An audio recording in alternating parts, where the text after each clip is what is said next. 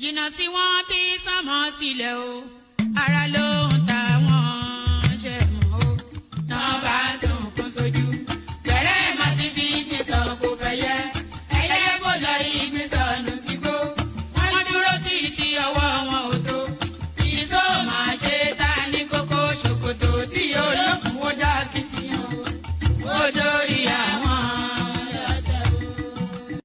àwọn lọ́tẹ̀ o.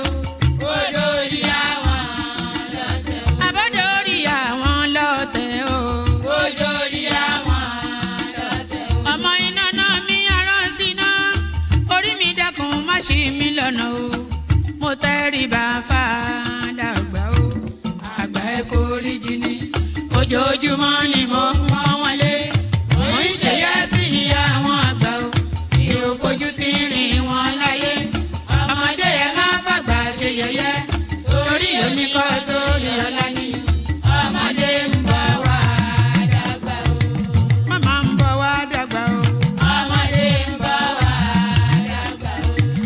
Máa ń bọ̀ wá dàgbà o. Ọmọdé ń bọ̀ wá dàgbà. Ọmọdé ń bọ̀ wá dàgbà o. Ọmọdé ń bọ̀ wá dàgbà. Bọ́lájú kòkòrò bá gbẹ́ran nígbó tó bá fúnra ẹ̀ pín ló dára jù o. Kọ̀wé mi á jẹ́ dàgbà o. Èyí mo rí màrò ẹ̀ka gbogbo náà ní ilé ayé. Sùúrù ní ṣẹ́gun ohun gbogbo. Ẹ má ṣèké mo ní ẹ má dalẹ̀. Forí wórí kìlọ̀ ló jẹ́ ẹ̀yin forí wórí yìí yóò ṣàbàmọ́ àwa ò ní ṣàbàmọ́ láyé o. nílé ayé o. àwa ò ní ṣàbàmọ́ láyé. àwa ò ní ṣàbàmọ́ láyé. àwa ò ní ṣàbàmọ́ láyé. dẹ́bìtọ̀ rẹ̀ àtàrà ilé o. àwa ò ní ṣàbàmọ́ láyé. àwa ò ní ṣàbàmọ́ láyé. àwa ò ní ṣàbàmọ́. Ṣòkòtò wọn múra wọn sáré kẹrù sọkọ o àyànmọ́ ògbóògùn o wọn ò béèrè lọ́wọ́ orí mórí lọ́mọ mẹ́wàá lọ ìyàwó ohun tí ẹ wá lọ sí Ṣòkòtò ohun rẹ lágbo Ṣòkòtò mo sọ àkúnlẹ̀yàn ọmọ ẹ̀dá láyé kò lè yí padà mo ń tẹnu mọ́ o olórí làlá bàrò orí làlá bàrò olórí làlá bàrò mo lórí làlá bàrò olórí làlá bàrò orí mi gbé mi níjà o olórí làlá bàrò làlá bàrò olórí làlá bàrò oríjà jogun ìkànnì wọn rí má fi wá fáyé mu nílé ayé wa o olúwa àgbẹ̀ wa níyàwó àmì nílé ayé wa ó tilẹ̀ jẹ́ pé ọ̀tá kọ́ ni wá ó tilẹ̀ jẹ́ pé ọ̀tá kọ́ lẹ́yìn ṣọ́wa nínú ọ̀pá wọn kìnìún ejò olóró àkékè ṣọ́wa nínú ìdàgìrì ayé dáàbò ẹ̀bùn wá fi ṣọ́rẹ́ ṣọ́wa o mo sádì ọba bá lókè mo sádì ọba bá lókè o mo sádì ọba bá lókè mo máa sádì ọba bá lókè o. Olúwa gbé wa níjà o. Mo sádì ọba bá lókè o.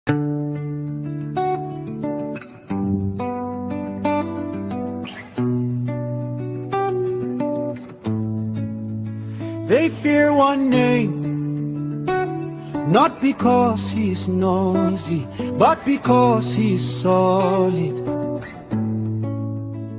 The only candidate they truly want out of this race is Atiku Abubakar, because they fear him.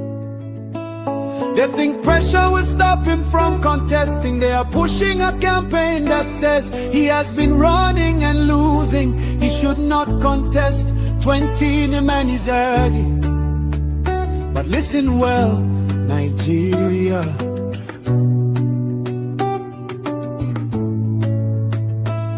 Since when did persistence become a crime? Since when did courage become an insult? Since when did experience become a disqualification? They want Atiku out because they know he can win.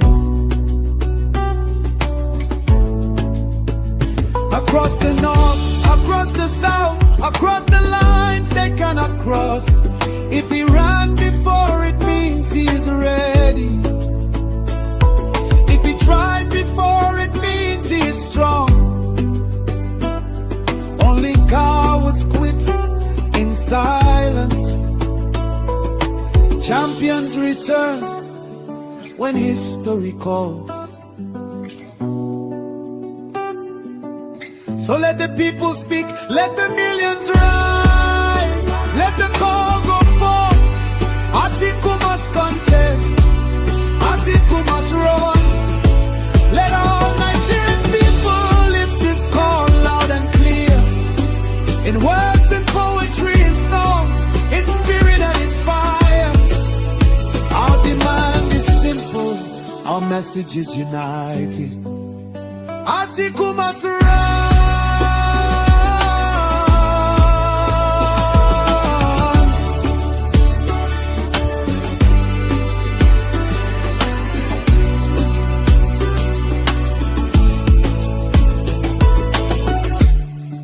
He's loved by millions across Southeast, Southwest, South, and the North.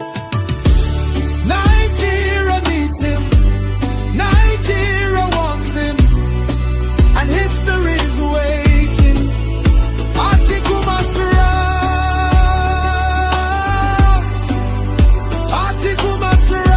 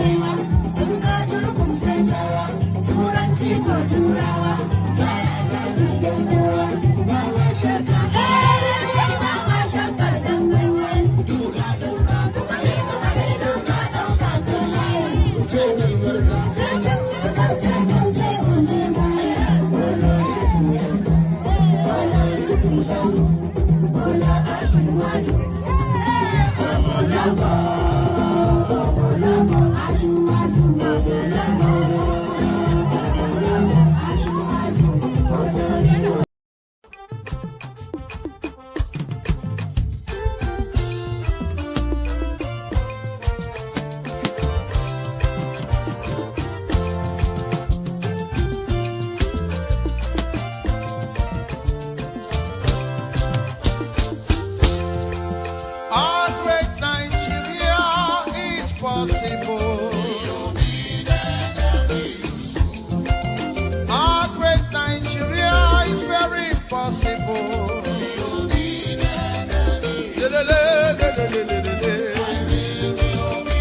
And useful.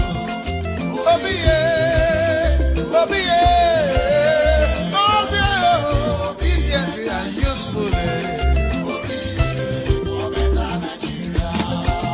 Our great Nigeria is possible.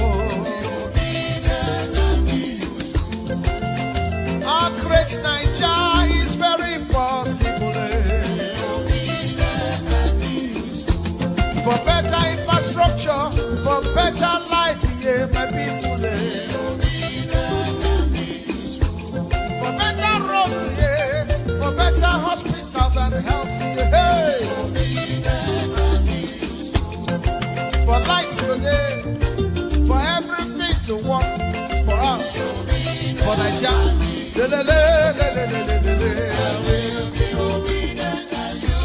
Yeah. No more hunger.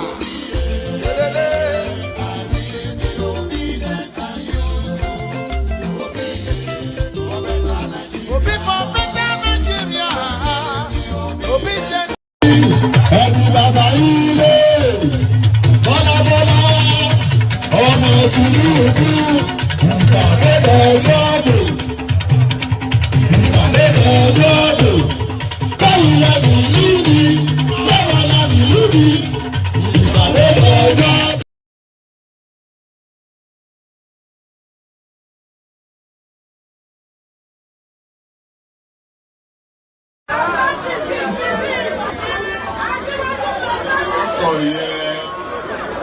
ṣe fẹ́ kọ orin àyájọ́ ni orin àyájọ́ ni wọ́n dìde wọ́n pínlẹ̀ ogun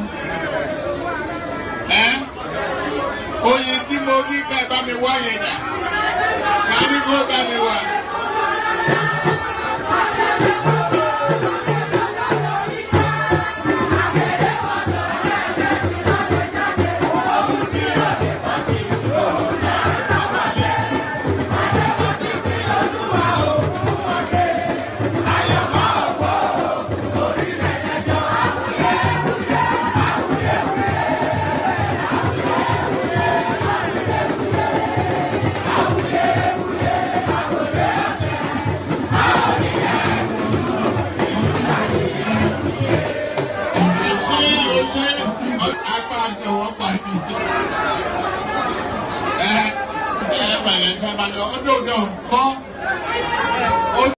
I'm going to be president of this country, whether you like it or not, and I will preside over the affairs of this country, including presiding over you.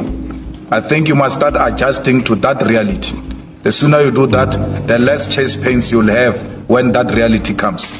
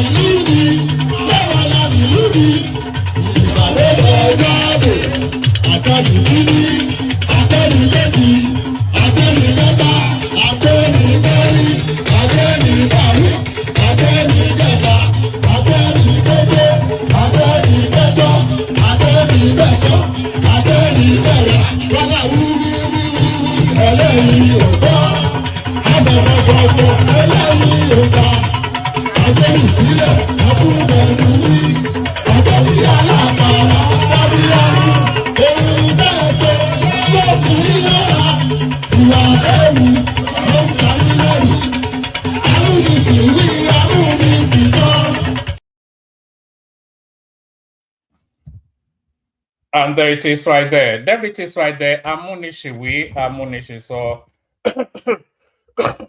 pardon me. I should have done that before the music stopped, shouldn't I? But it comes when it comes. Amunishi so so you know, imagine that you are running a live streaming something you are actually sawing. Can you imagine that? So yes, Amunishi so and all that. Good day to you, good to be in your company and all that. Good day to you, good to be in your company. Hope you're having a wonderful day so far. Hope the wonder of the day continues for spending time in the company of your favorite or your laughing man. Who is your favorite or your laughing man? I, this guy right here, I am your favorite or your laughing man. So hope the glory of the day continues for spending the wonderment of the day. Hope it continues for spending time in the company of your favorite or your laughing man, which is, of course, one man went to mow. One man went to mow the Ingu lands again. And where you let the newly bawala ni newly ìpàdé dọjọ́ kò tẹ̀ lè sọ Yorùbá èwo ló jẹ́ ìbò kò tẹ̀ lè sọ Yorùbá wọ́n lọ́mọ tápà ní guy yẹn is from Benin Republic or something. That's the rumor about MC Oluomo about ìpàdé dọjọ́ ọ̀bọ̀. Ìpàdé dọjọ́ Ìbò ńkọ́ ìyẹn tí wọ́n kọ́ ìpàdé dọjọ́ Ìbò. So all that, good day to you, good to be in your company. The protocol remains the same. Click on the like button, just as I'm inviting you to do so, please do so. Click on the like button. If you are not already subscribed, then correct that as well. Like and subscribe. If you want to come and join me on the screen, there's a hyperlink in the comment section. Let me send it in again so that it's immediate to hand. If you want to come and join me on the screen, there's a hyperlink in the comment section that says StreamYard. I'm just sending it in now. Well, I will do, yeah. So if you want to come and join me on the screen, please click on that hyperlink right there. Says StreamYard. It will bring you into the studio, and then you can come exchange thoughts with me. What's it called? Come rub minds. That's the phrase I was looking for. So yes, so like, subscribe, click on that hyperlink that says StreamYard to come and join me on the screen. So those are 3 things I'm asking you to.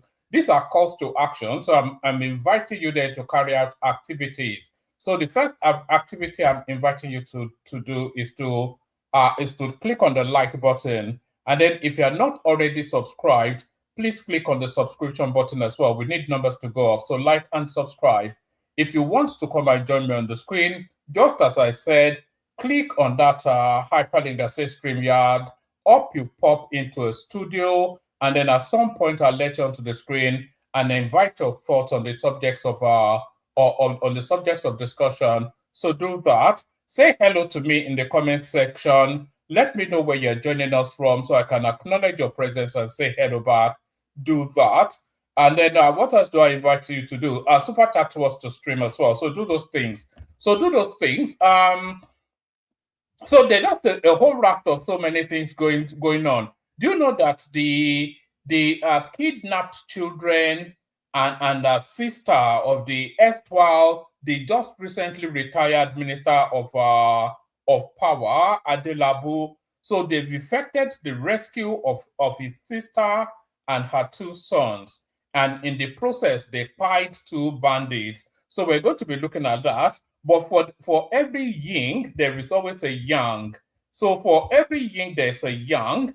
There's a general now in custody with his wife as well, General Abubakar Rabi. He and his wife are ensconced in the not so warm embrace of the bandits. So we'll be looking at that as well. You know, that banditry insurgency thing has really taken full charge of the landscape. So we'll be looking at that as well, see what we're making of it.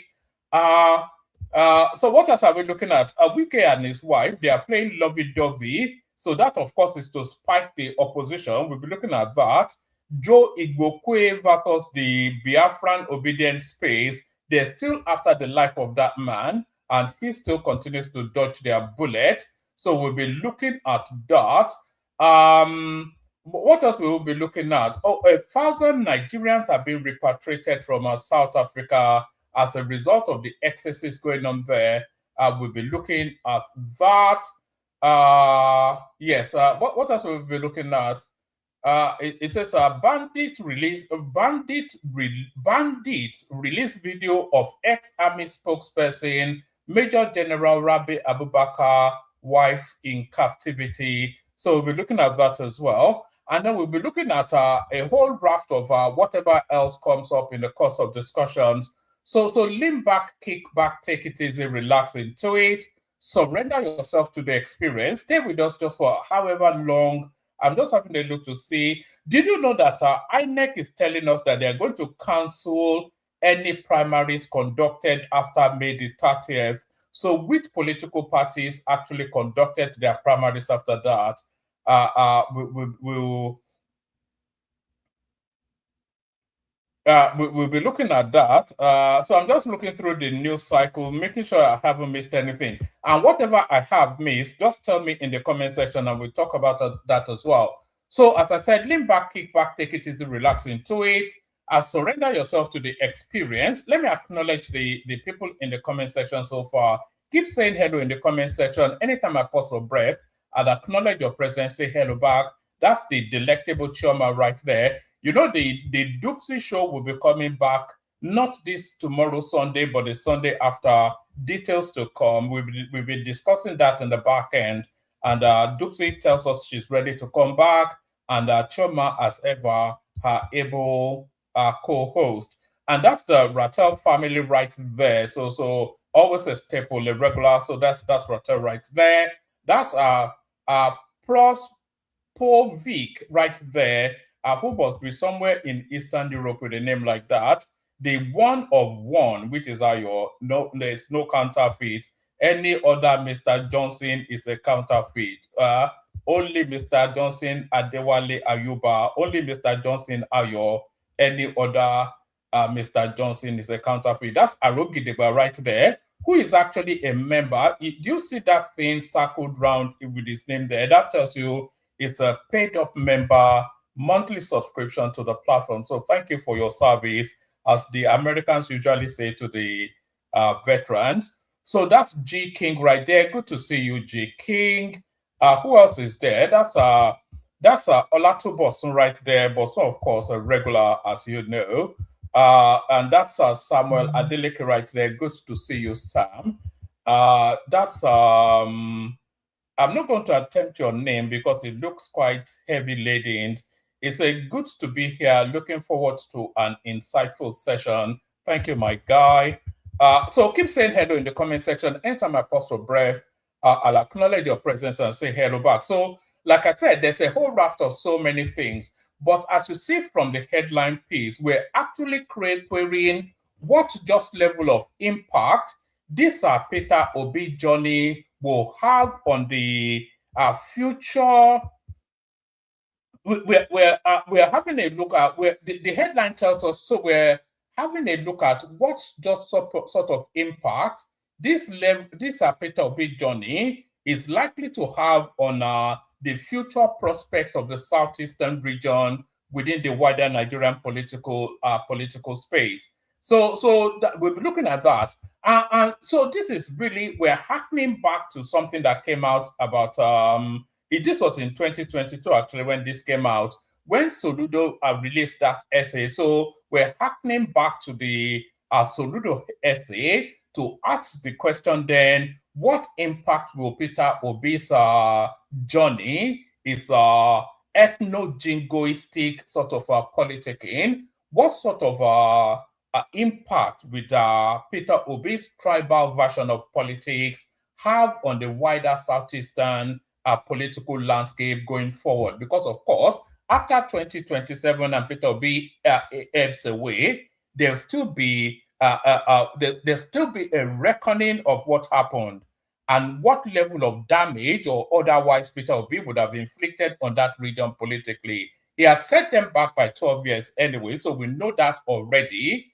But how far back is he setting them back? So we'll be discussing that as well. What would be let me give you just one paragraph of this Soludo's essay. Soludo's statement on Peter Obi. This came out in 2022, long before the elections took place.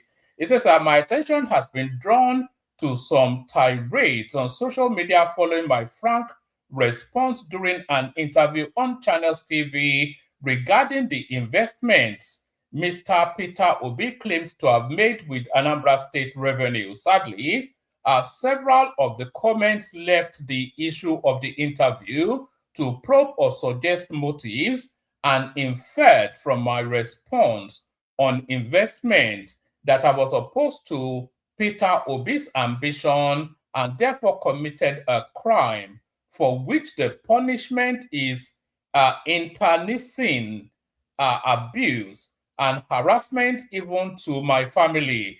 Some people even suggest that the gunmen who went to attack a checkpoint at my hometown on Saturday, but were gunned down, was part of the mob reaction. So it goes on and on. So this is a long essay, and I'm not going to give you the full. You can see I'm scrolling down now. It's a never-ending paragraph. You know that characters like Soludo, they like to preen and pontificate and bloviate. They like to be expansive with language just to show off their skills. So he will be. It's a bit like Wole Soyinka. It's not even like Wole Soyinka, but it's along that ilk. Wole Soyinka will never say good morning to you. He will elaborate in some dictionary English just to say good morning. So that's the sort of ilk that Soludo presents. So that's the sort of ilk that Soludo brackets in.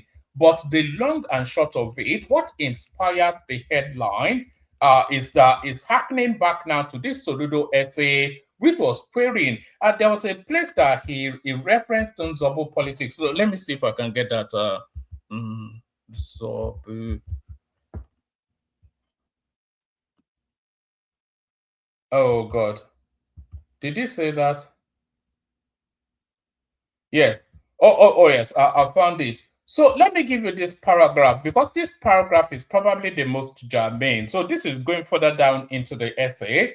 It says, while Indigo understand and learn politics, when will Indigo understand and learn politics, especially of Nigeria? When Bola Ahmed Tinubu defied the political wind of the time and stood out as the only man standing in AD and later AC before ACN against a sitting president of Yoruba descent, no one accused him of being anti-Yoruba. Indeed, everyone recalls that both Tinubu and President Obasanjo disagreed politically and probably still disagree, but none is being accused of being anti-Yoruba.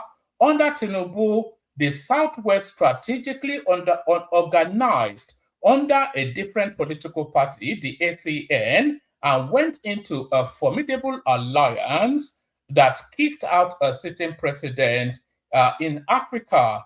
And that alliance is not broken yet. Igbos, in their frenzied Nzobu politics, have sadly found themselves in a political cul-de-sac. Tragic indeed. When will my people smell the morning coffee? So is that Nzobu politics? If you look at the date of this essay, let me show you the date of this essay. This was November the 15th, 2022. So this was as far back as then that Soludo was prophesying to the sort of politics that we're seeing coming out now out of the Southeast. That ethno sort of Peter B bakes and nesting. So it was actually Soludo that first highlighted the where is that again? It was actually Soludo that first highlighted this sort of ethnic jingle, that it was too insular, too parochial, and too narrow in scope for it to ever have anything. This is essentially what Soludo is saying. It's too insular, too ethnic, too narrow in scope, too parochial, too restricted and constrained for it to have the expansiveness of being the Nigerian president. This is essentially what he's saying. When will Indigo understand and learn politics, especially of Nigeria? When Bola Ahmed Tinubu defied the political wind of the time and stood out as the only man standing in AD and later AC before ACN against the sitting president of Yoruba descent, no one accused him of being anti-Yoruba. Indeed, everyone recalls that both Tinubu and President Obasanjo disagreed politically and probably still disagree, but none is being accused of being anti-Yoruba. Under Tinubu, the Southwest strategically organized under a different political party, the ACN, and went into a formidable alliance that kicked out a sitting president. And that alliance is not broken yet. Igbo, in their frenzied Nzobu politics, have sadly found themselves in a political cul-de-sac. Tragic indeed. When will my people smell the morning coffee? So that's the question that Soludo asked on the 15th of on the 15th of November 2022. So when will his people smell the morning coffee? This is the question that Soludo is positing. But that question then embeds in the Peter Obi trajectory, because Peter Obi, of course, a very ethnic jingo who knows no other than outside of ethno jingoism. There was actually something that it was even. Let me see if I saved it. There was something that who's that senator from Kaduna State, Shehu Sani? There was something he said. I saw it on Twitter. Hopefully, I saved it. You know, it's not even me being especially ethnic about the Southeasterners. It's just really there's a lot to be unpacked from what Peter Obi is doing now, but the unpacking will come post. The unpacking will come. I'm just looking for that that piece by Hopefully I saved it. I probably didn't. Oh yes, I do have it. So there'll be a moment of reckoning for all these ethnic politics that Peter Obi is playing now. But then that moment of reckoning will come post January 2027. But by that time, the damage that Peter Obi's ethno jingo, will the damage that ethno jingoism inflicts on the Southeast, will it be irredeemable? Will it set them too far back that it will be near impossible to catch up? That is really where the question is.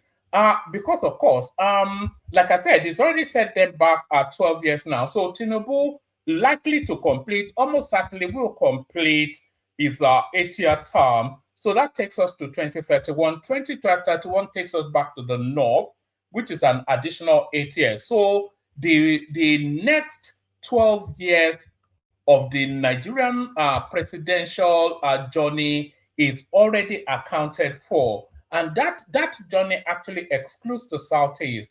It excludes the Southeast from the number 1 seat, and it almost certainly excludes them from the number 2 seat too. Because when Tinubu leaves office, power will still retain within the APC. There is nothing, especially now when Tinubu is not in contention anymore, is not going to allow anybody outside of somebody of his own choosing to be the president. And when Tinubu then picks the president and is looking for somebody to be his vice, he will look to the other regions within Nigeria and see who contributed towards his administration the most.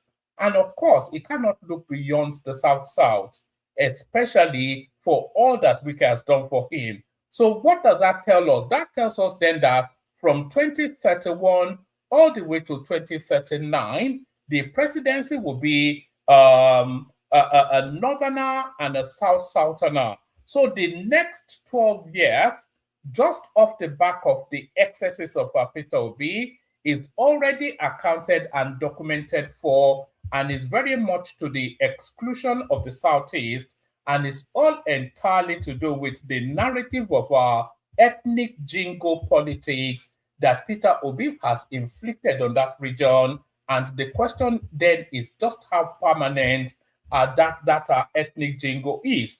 So that is what inspired the headline. Let me play you this piece by Shehu Sani. I'm not having a go at the Southeast, so this is an honest. Let me play you this piece from Shehu Sani. The support for Peter Obi is tribal in most cases. Many of those who are supporting him are. The support for Peter Obi is tribal in most cases.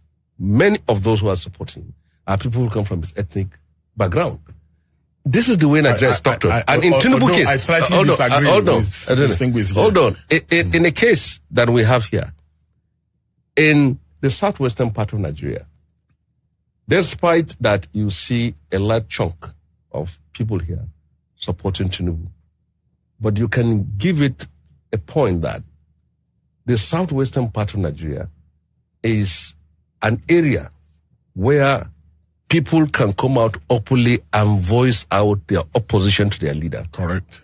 When Obasanjo was the president of Nigeria, if you see any strike and protest, it is more stronger here in the southwestern part of Nigeria. When Abdullah was denied the presidency, the South was supposed to be appeased with Shonika, but they refused. They fought him. They also fought Obasanjo. And there are people still speaking out there. So there it is right there. You see, this view is widely held. I was going to say is universally held. So there's no such thing as a universally held view, but it is widely held. The view that the Obi support is largely ethnic, I don't even think there's any controversy in that statement. I think everybody concedes that the body, the backbone of the Obi support is ethnic. But then and that's fair enough, because Nigeria is a very ethnocentric sort of a society, and people often gravitate towards. It's a bit like white people giving white people jobs. It's not especially for a dislike of Black people. It's a sense of familiar with their fellow white person. So there's no real controversy in people wanting to their ethnic stock. But the brand of politics, if you're going to pretend to lead a country, then you have to at least give the affectations of being above the parochialism of ethnic jingle. But you don't get that from Peter Obi. Peter Obi doubles down into ethnicity. He tells us he doesn't understand why Nnamdi Kanu has been arrested. When you look at Peter Obi, when he was in the ADC and he was going round all of the north trying to canvass support, if you look at the retinue of his entourage, they were 80% Southeastern. So he was presenting a Southeastern front to the north, saying, I'm bringing the Southeast to contention. And that's not really, he needed, Peter Obi is just too ethnic in the way he politics. But then that ethnic politicking, when it crescendos in January 2027, what will be the penance that succeeds that? What will be the backlash? What will be the consequences? And how will the Southeastern geopolitical space be consequenced as a result of Peter Obi's ethnic jingle? So that is, all of that is, hopefully that makes sense. I know that I'm using certain words, but I know you're clever enough to understand what I'm saying. So how would that impact on the Southeast? That's really where that question is. So we leave that there, and then let's go on to this one. Like ever, there's a certain predictability. It's still along the lines of what I'm saying anyway. So there's somewhat of a certain of a predictability to how. Actually, let me bring you this one from Daniel Buhala before I bring you that one. So Daniel Buhala comes up with a rather interesting little commentary on or projection on how the upcoming elections will go. Tell me in the comment section if you can hear this. Let me bring it up. Tell me in the comment section if you can hear it.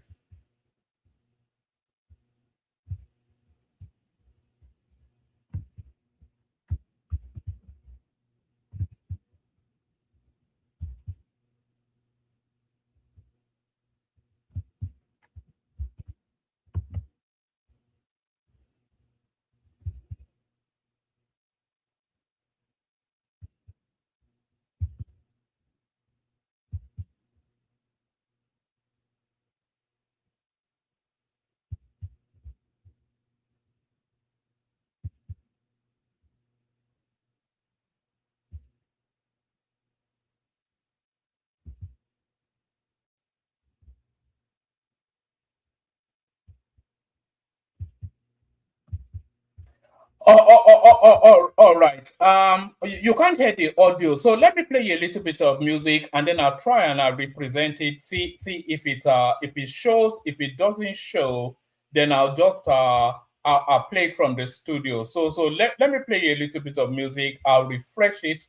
That often makes it work. If it doesn't work, I'll just play it to you from the studio. Let me just find you something that doesn't jar you too much. Let me play you Dora Ifudu. And then I'll try and refresh and then see if it comes up.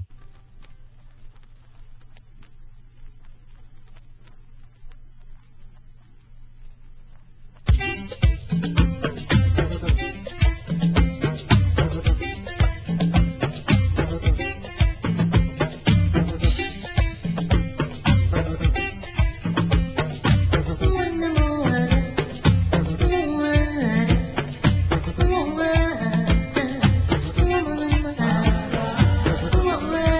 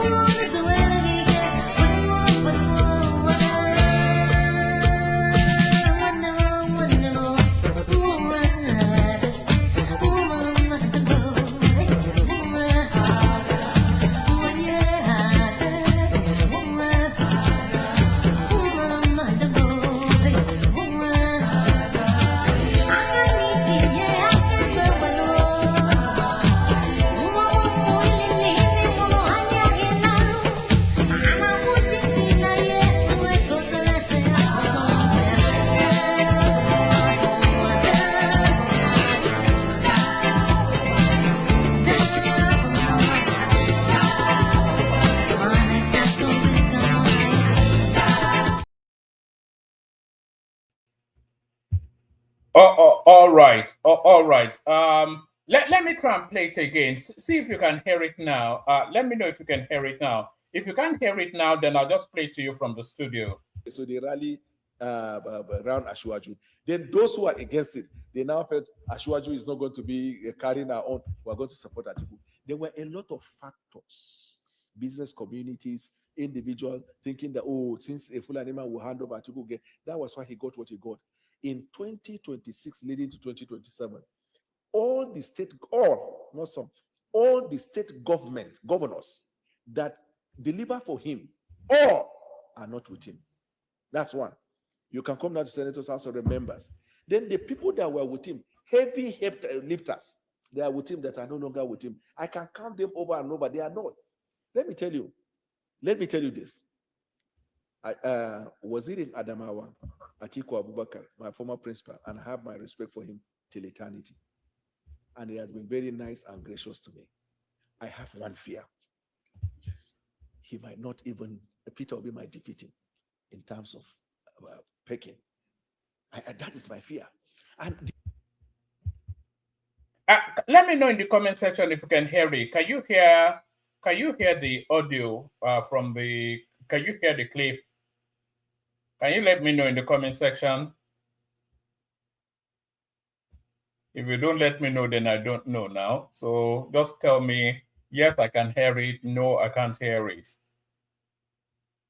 Oh, all right, brilliant. Thank you. So yes, let me just scroll it back about 30 seconds. You know what Daniel Bwala is about to tell us here is quite striking. What is about to what is about to say, what is about to present is that in the 2027 elections, Atiku Abubakar would not even come second; it will come a distant third. And there is logic to that reasoning. I'm not far from in fault to what he's saying, because in terms of popularity, in terms of being able to generate votes, Peter Obi is far more popular, far more trusted, has more loyal followership, and is going to generate significantly more votes than Atiku Abubakar. Peter Obi is going to clean sweep the Southeast. We all know that. It's going to make significant inroads into the southwest. It's going to have impact in the south, and it's also going to impact in the middle belt. Atiku will not make any incursions into the south. It will not make any incursions into the southwest. Nobody will vote for Atiku in Yoruba land. Nobody will vote for Atiku in Igbo land. Nobody will vote for Atiku in the south. And Atiku will fight very hard against Tinubu all over the north. And in the middle belts, the Christianized areas in the north, Peter Obi will still have a showing. All of these impacts on Atiku's votes. And Atiku, there's all of the permutations that permutate that it will come a distant third in that election. And this is what Daniel Bwala is about to describe to us. So let's take it from the beginning. It's only about 2 minutes. So they rally around Ashwaju. Then those who are against it, they now felt Ashwaju is not going to be carrying our own. We're going to support Atiku. There were a lot of factors, business communities, individual thinking that, oh, since a Fulani man will hand over Atiku again, that was why he got what he got. In 2026, leading to 2027, all the state governors that deliver for him, all are not with him. That's one. You can come down to Senator's House of the members. Then the people that were with him, heavy lifters, they are with him that are no longer with him. I can count them over and over. They are not. Let me tell you this. Wazir in Adamawa, Atiku Abubakar, my former principal, and I have my respect for him till eternity. And he has been very nice and gracious to me. I have one fear. He might not even, Peter Obi might defeat him in terms of pecking. That is my fear. And the other fear is that he might even come distant fourth. And if that happens, what will be his legacy as a politician? That in your last attempt, that you were thrown so down the pecking line. That's why I want to urge him. come to your friend Asiwaju Bola Ahmed Tinubu. Sit with him. Throw your support behind Bola Ahmed Tinubu. He has 4 years to do. And after that, you can speak about your interests, not you now, of whoever you think should be part of the process 2021. That is my fear. I would say, and I'm sure some informed people listening will say, you are afraid. That's why you're begging him to step out. That you're afraid. But let me put this. You know this strategy now. You know you are thinking strategy. So don't play that. Don't you even not to for you to think I'm afraid? Have you not seen even in my engagement? I have talked more. If I have to debunk something from the other side, I've talked more on Peter Obi than Atiku. Okay, let's wrap up. Because Peter Obi is a master of narrative, vitriol, and hate. Atiku doesn't have those capital. Maybe by his virtue of belief, he doesn't believe he should be violent and the rest. But this is the lowest moment of Atiku's political career. That is a father time. That is a father time. Okay. All right. So that's that. There's a lot to agree with in what Daniel Bwala is saying there. So there's a lot to agree with in what Daniel Bwala is saying there. Let me take you to another headline. There's somewhat of a predictability to this actually. The obedient space, they are attacking Joe Igbokwe again. They cornered him somewhat in Ladipo market. So here is Joe Igbokwe versus the obedient space. Is this round 10 or round 100 or something? APC chieftain Joe Igbokwe narrates the unfriendly body language he experienced at the Ladipo spare parts market yesterday. So let's see what Joe Igbokwe has to say. Did they not burn down his family home in the southeast just 2 years ago thereabouts? This guy has suffered in the hands of the obedience.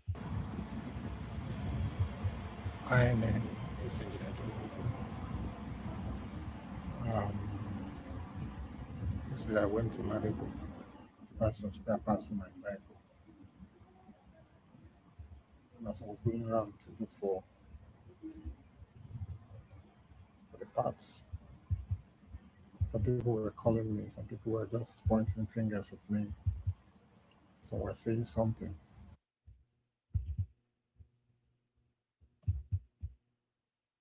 I quickly ignored them.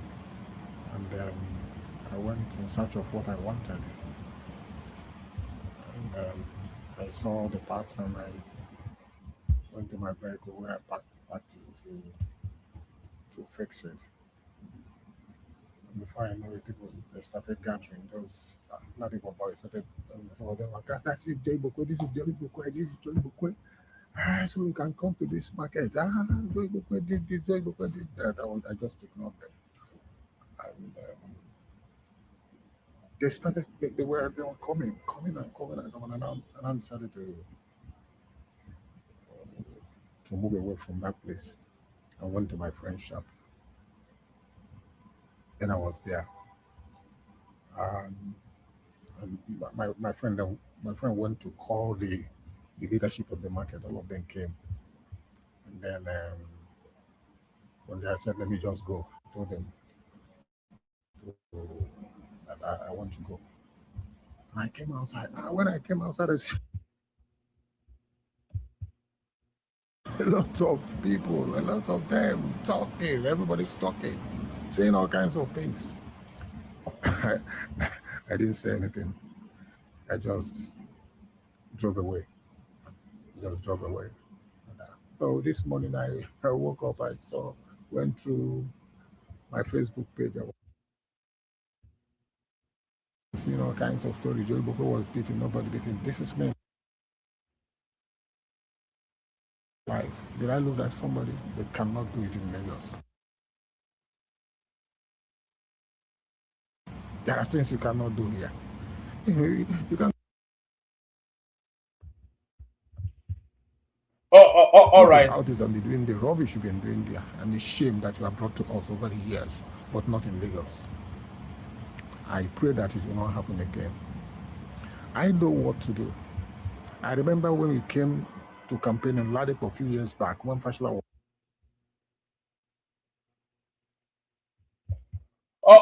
all right. So that's Joe Igbokwe versus the obedience round 100 or whatever round that is. Still staying within that space. If they try it again, they will collect and they will collect big. They may not see that market in the next 1 year. APC chieftain Joe Igbokwe says after Igbo traders at Ladipo market taunted him during visit. So what was circulating on social media was that they gave him a beating, but apparently, allegedly, as ever with the obedience space, that is an embellished obfuscation of what actually transpired. APC chieftain Joe Igbokwe says he was at the Ladipo market to buy some spare parts for his vehicle, and that the traders at the market, mostly of Igbo extraction, tried to provoke him. Videos shared online showed the traders booing him and calling him unprintable names. Social media was awash with reports that he was beaten up by the traders.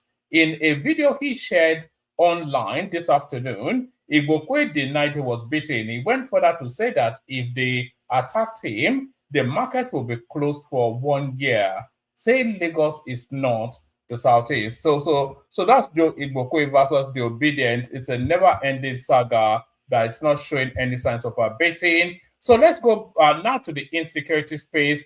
Kidnapped general and wife beg for government to save them in video released by the bandits.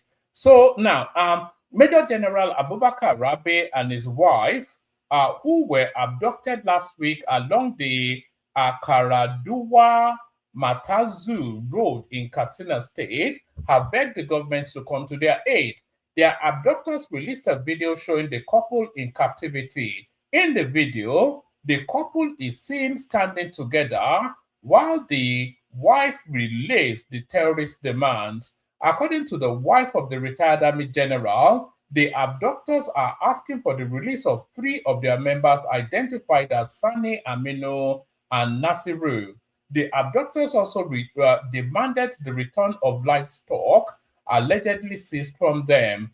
The general's wife stated that two of the individuals the terrorists wanted released were arrested in Jakinshi, while the third was arrested in Kano. She further appealed to the Katsina state government and the leaders of the 5 local government areas to grant the terrorist demand in order to secure their release. The retired Army general, who spoke briefly in the video, called for efforts to ensure peace, stating that the abductors had expressed interest in dialogue and peaceful coexistence. The retired Major General was reportedly traveling to Katsina State on Saturday, May the 30th, alongside his wife, Hajiya Aminu Abubakar, and their driver, Abdullahi Saidu, when their vehicle was ambushed along the Maraba something road in that local government area. So here is a clip of them. If you understand the Hausa language, I suspect that their commentaries will be in Hausa language. So here is them pleading for their release. So I'm a bit conflicted on how to think of this because, of course, this now spokesperson of the army. Kawo kukanmu ke kawo ƙorafinmu ga gwamnati. Gwamnatin tun daga gwamnatin jiha zuwa ta ƙananan hukumomin da ta shafi wannan yanki. Gwamnatin jiha His Excellency Dukku Radda tare da jamomi na yankin Matazu, Musawa, Kankiya, Caranci, Kusada. Muna roƙon jamomi guda 5 kenan. Muna roƙon ku taimaka. All right. I doubt if that many of us understand Hausa language, but the long and short of whatever is being said is that they're in the captivity of the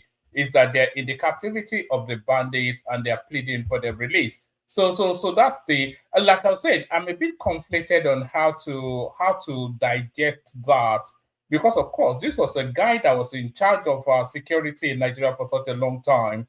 So now, if he had made all the necessary and they had not been weaponizing insecurity as a weapon against the South, then they might not have found themselves in that space. So this is one of the most trending. This is one of the highest trending clips on social media. This is Yemsen Wike and his wife doing lovey-dovey.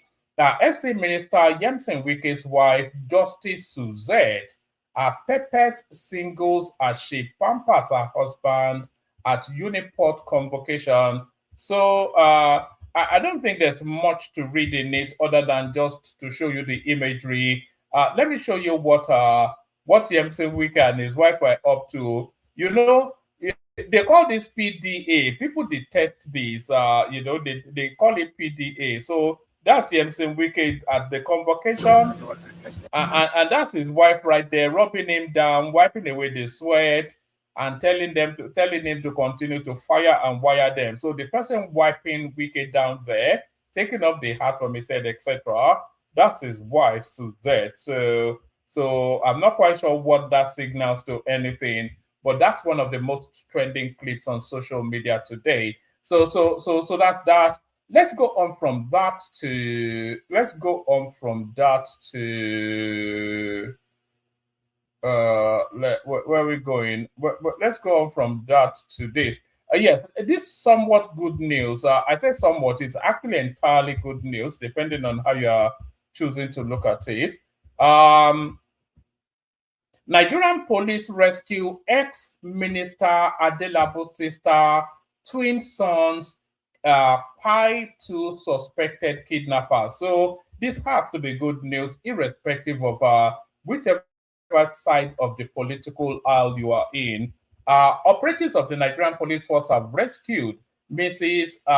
Olaide Busayo Adegoke John Paul, the younger sister of former Minister of Power and All Progressive Congress APC governorship aspirant in Oyo State, Chief Adebayo Adelabu, alongside her 12-year-old twin sons, Peter and Paul, following a late-night operation that led to a gun battle with suspected kidnappers. According to security sources, the victims were rescued alive at about 7:30 p.m. on Saturday, June the 6th, 2026, 3 days after they were abducted whilst traveling to school in Ibadan.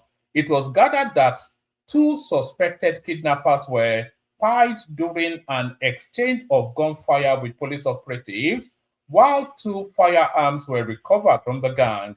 The successful rescue reportedly followed sustained intelligence gathering, tracking of the kidnappers' movements, and coordinated tactical operations by security personnel. Police sources disclosed that mounting pressure from operatives forced the kidnappers into a confrontation, ultimately leading to the rescue of the victims without harm. Security operatives have since launched a manhunt for other members of the kidnapping syndicate who escaped during the operation. Some of the fleeing suspects are believed to have sustained gunshot wounds. The rescue brings to an end days of anxiety following the abduction of Mrs. John Paul and her twin sons on the morning of June the 3rd. Correspondents had reported that the 43-year-old woman was kidnapped alongside her children at about 7:30 a.m. while she was on her way to drop them off at school in Ibadan. Witnesses at the time described the operation as coordinated, with armed men intercepting the victims and whisking them away. There was actually a video online showing the kidnap, but I couldn't play it here because it might infringe YouTube rules. A video obtained by correspondents showed a red to so we've all seen that. The family of Chief Adelabu subsequently confirmed the abduction in the statement signed by his media aide, Comrade Femi, something or the other. So that's the rescue then of the Adelabu family, whatnot. So is that good news or not? That's certainly good news for the Adelabu family, that's for sure. Bandit released video of ex-army spokesman Major General Rabi Abubakar. I think we've just now seen that. Let me bring you this one. This will be the last one now. More than 1,000 Nigerians to be evacuated from South Africa says need come. Nigerians in that's Abike Dabiri Arewa. Is she coordinating with Bianca Ojukudo? That's the thing. The federal government said more than 1,000 Nigerians in South Africa have been screened for voluntary repatriation as part of efforts to evacuate citizens willing to return home. The chairman / chief executive officer of the Nigeria in Diaspora Commission, Abike Dabiri Arewa, disclosed this in an interview in Abuja on Saturday. She said the screening exercise is being carried out jointly by the Nigerian High Commission in Pretoria and South Africa's Department of Home Affairs. According to her, the exercise entered its third day on Saturday, with large numbers of Nigerians turning up for voluntary return processing. The turnout at the High Commission in Nigeria in Pretoria has been truly impressive, she said.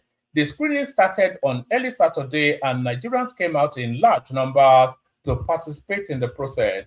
Dabiri Arewa said despite tensions and uncertainty linked to recent anti-immigration protests in parts of South Africa, the exercise has remained peaceful and well coordinated under the supervision of Nigeria's acting commissioner in Pretoria, Ambassador Olatunde Ajayi. She said over 1,000 Nigerians have registered for the voluntary evacuation, with more still signing up. More than 1,000 Nigerians have registered for the voluntary evacuation, and many more are registering, she said.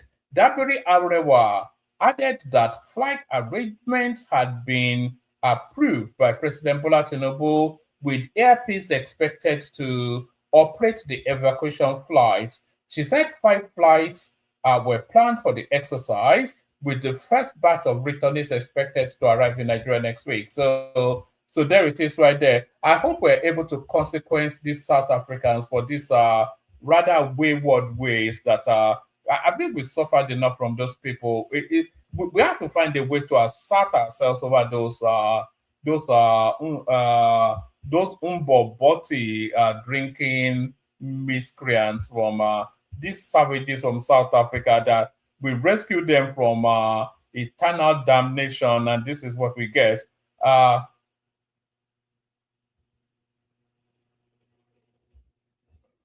So what else do I have for you, actually?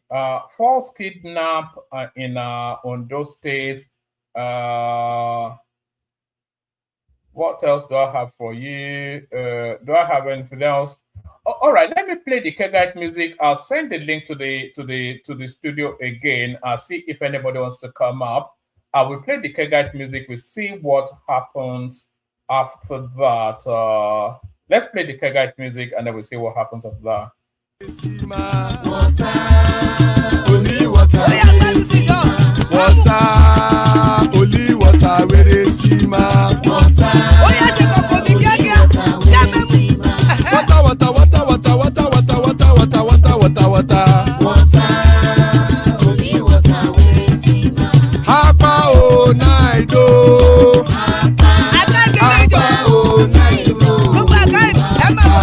Hapa you don't come o.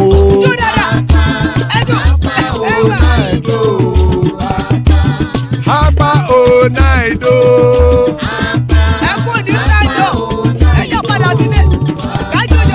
Oro keke elemu ye o. Ide shodi ya kekere elemu re o. Bobby master kekere elemu re o. Chifu Failati kekere elemu re o. Eruku lele elemude. Eruku lele egbe elemudode ojare o. Eruku lele Ghana ti de everybody o. Ọmọ ẹlẹ́yẹ ẹyẹ o ó dilé o. Odúyẹ̀lá ẹyẹ o ó dilé o. Petrosoname ẹyẹ o ó dilé o. Petrosodunke ẹyẹ rẹ ó dilé o. Ẹlẹ́kọ̀ ọ̀run mú ìní o.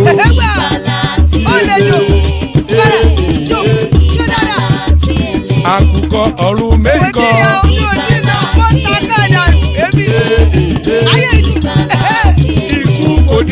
àgbéṣe o. ìgbàlà tí èlé ìgbàlà tí èlé. Koniru Agbeshe may just have nothing to do with us. Joining us, the elegant Zita, a delight when Zita is here. Patrick Uche to come and dabaru everything. That's Patrick right there. And the elegant Chioma in the house as well. So that's Chief Factor. Anybody else that wants to hop on. The link is in the comment section. Thanks for joining us, ladies and gentlemen. So I call you gentleman advisedly, Patrick. Hopefully you act like one. So let's kick it off. Let's kick it off. Rather, start it off with you, Patrick. Patrick, are you there? Yeah, Omar.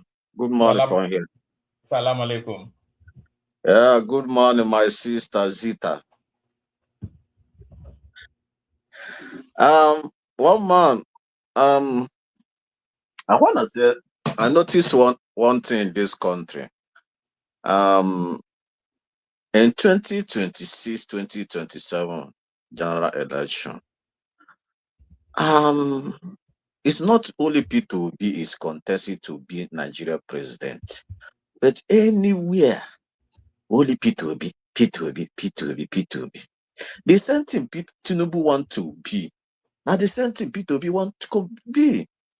P2B want to contest to be Nigeria president. It's the same thing with the Tinubu. Tinubu want to go to second tenure. Is it a crime P2B to contest? It's not a crime for Tinubu to contest. Haba, I don't know what is happening. Atiku is there. This man Chore is there. PDP have more than 3 candidates. The same thing with the ADC. I don't know. People never see all those people. Only P2B then saw.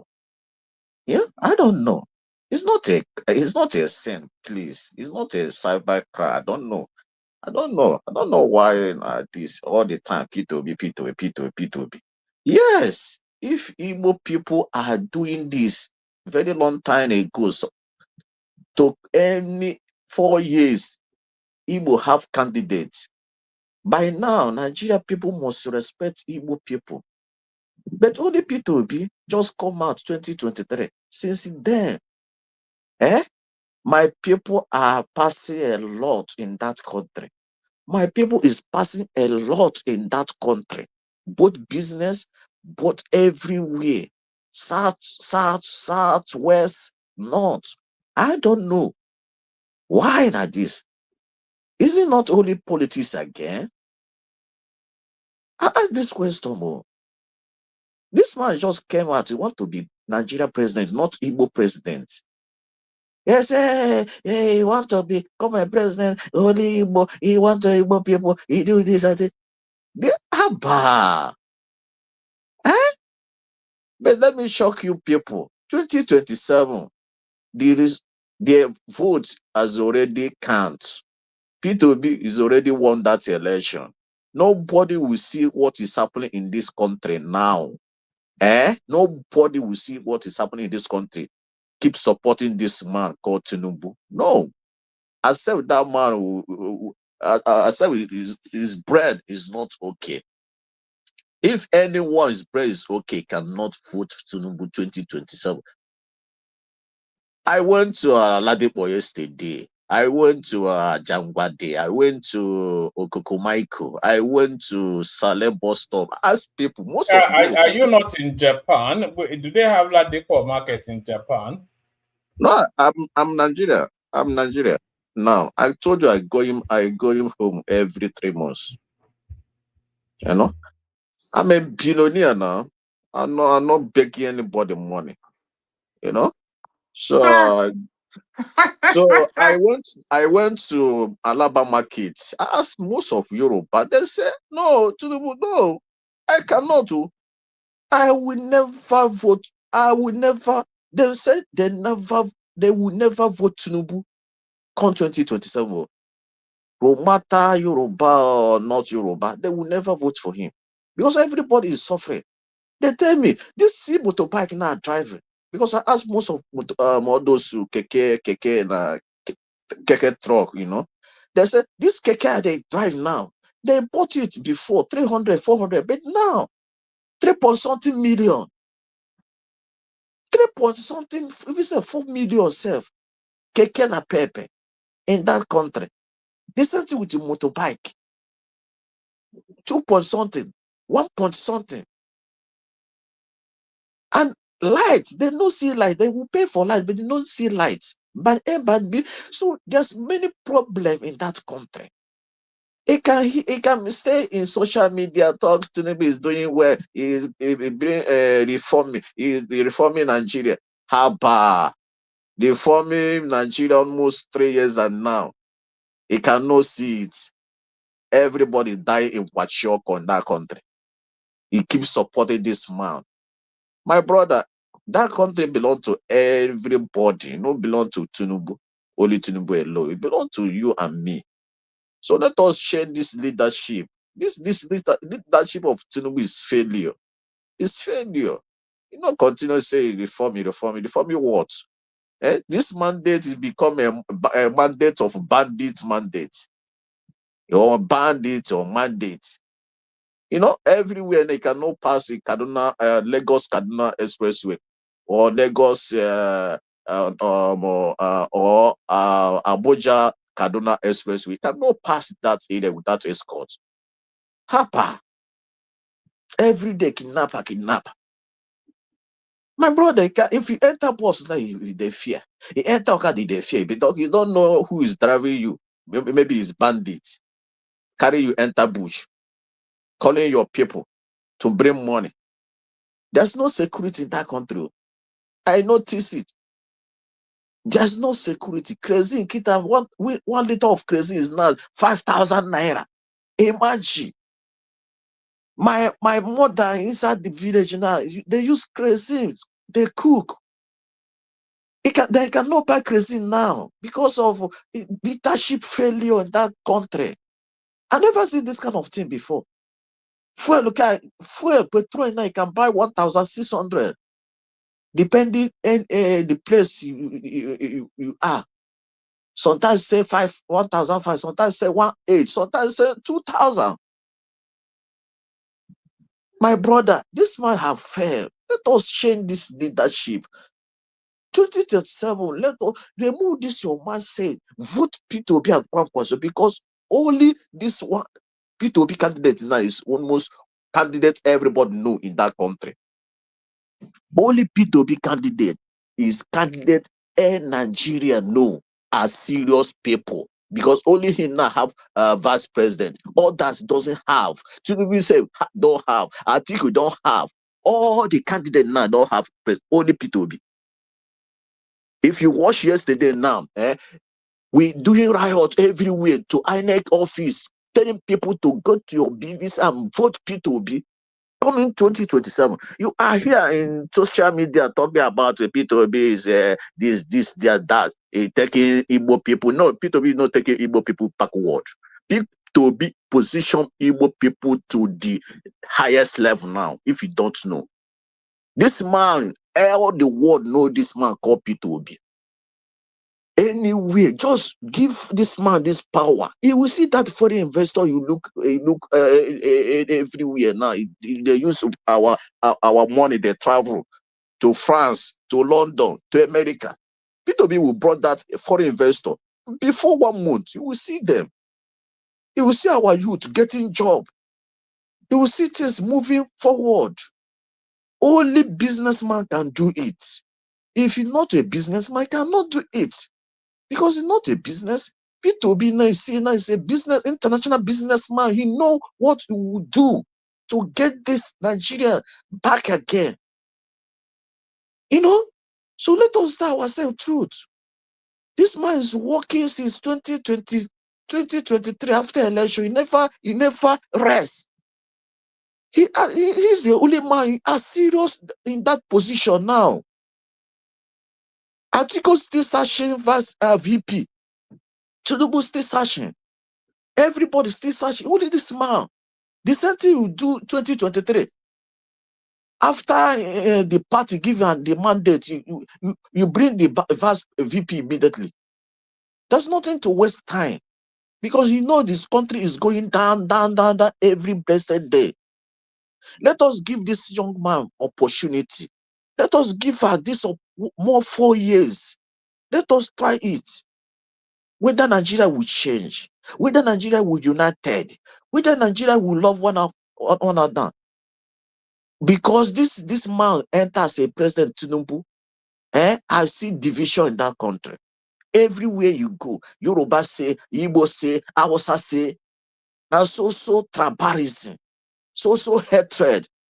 This man causing youth of Nigeria.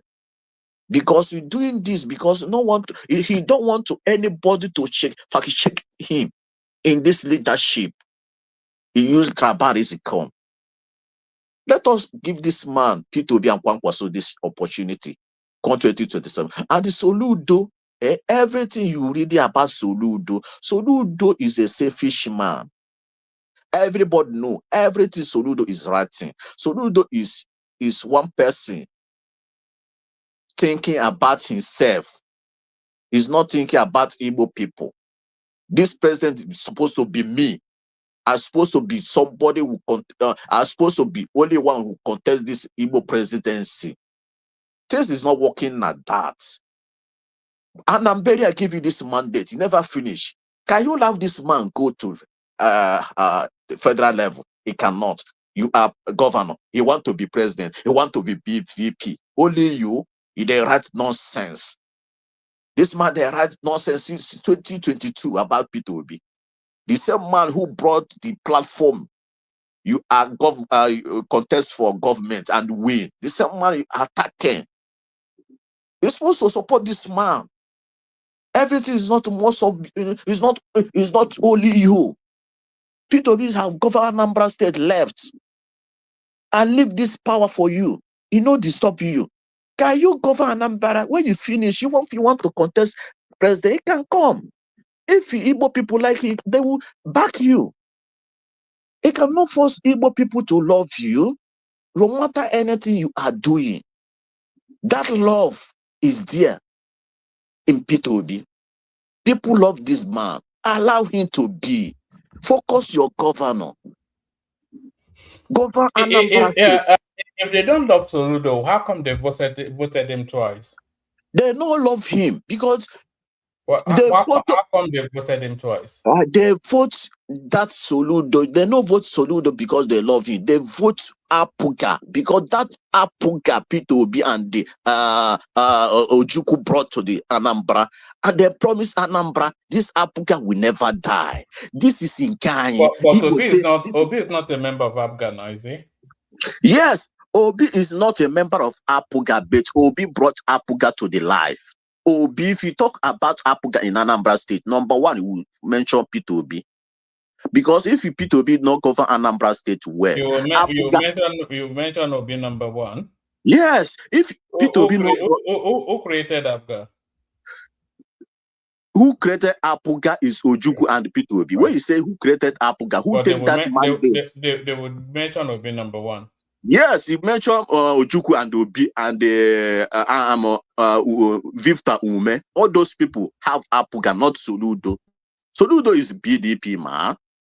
From PDP, enter APC, he no win. He enter PDP, he no win. He contested with P2B several times, he lost. If Anambra love him, why he no win that time? Why he no win that time?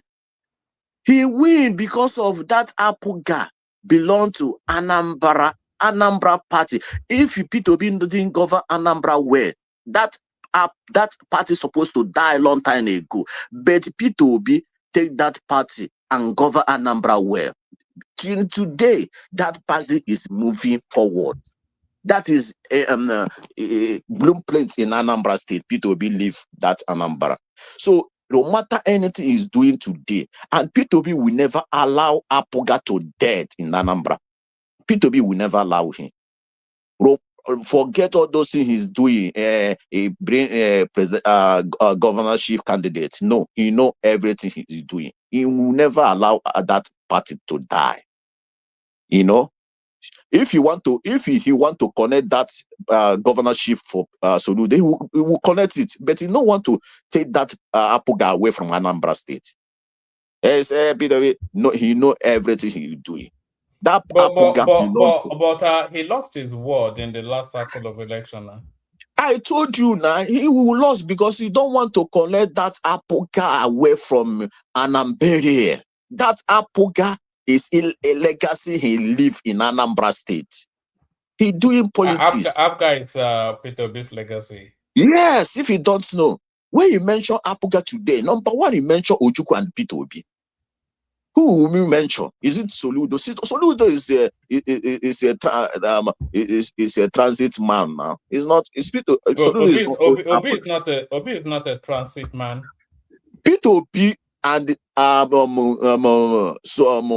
did they call this man from Ojukwu. Peter, this is Ojukwu. Peter Obi. All those people own Apoga.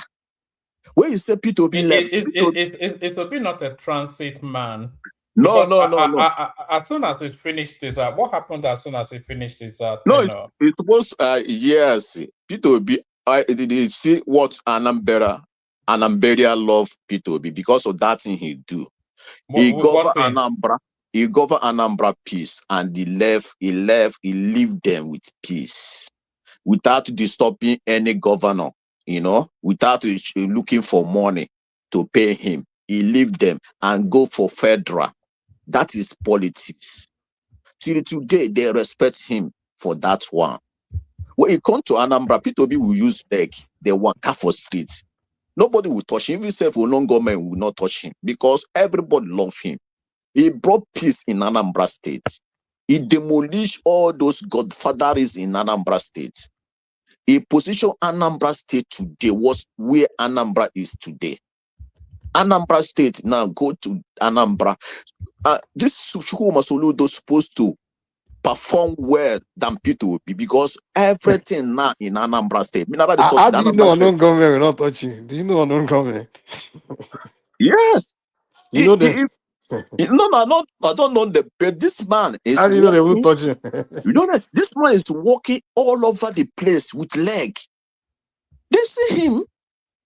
They cannot touch him because this is a gentleman. Disturbing anybody. You know how the man doesn't have problem. He's friendly.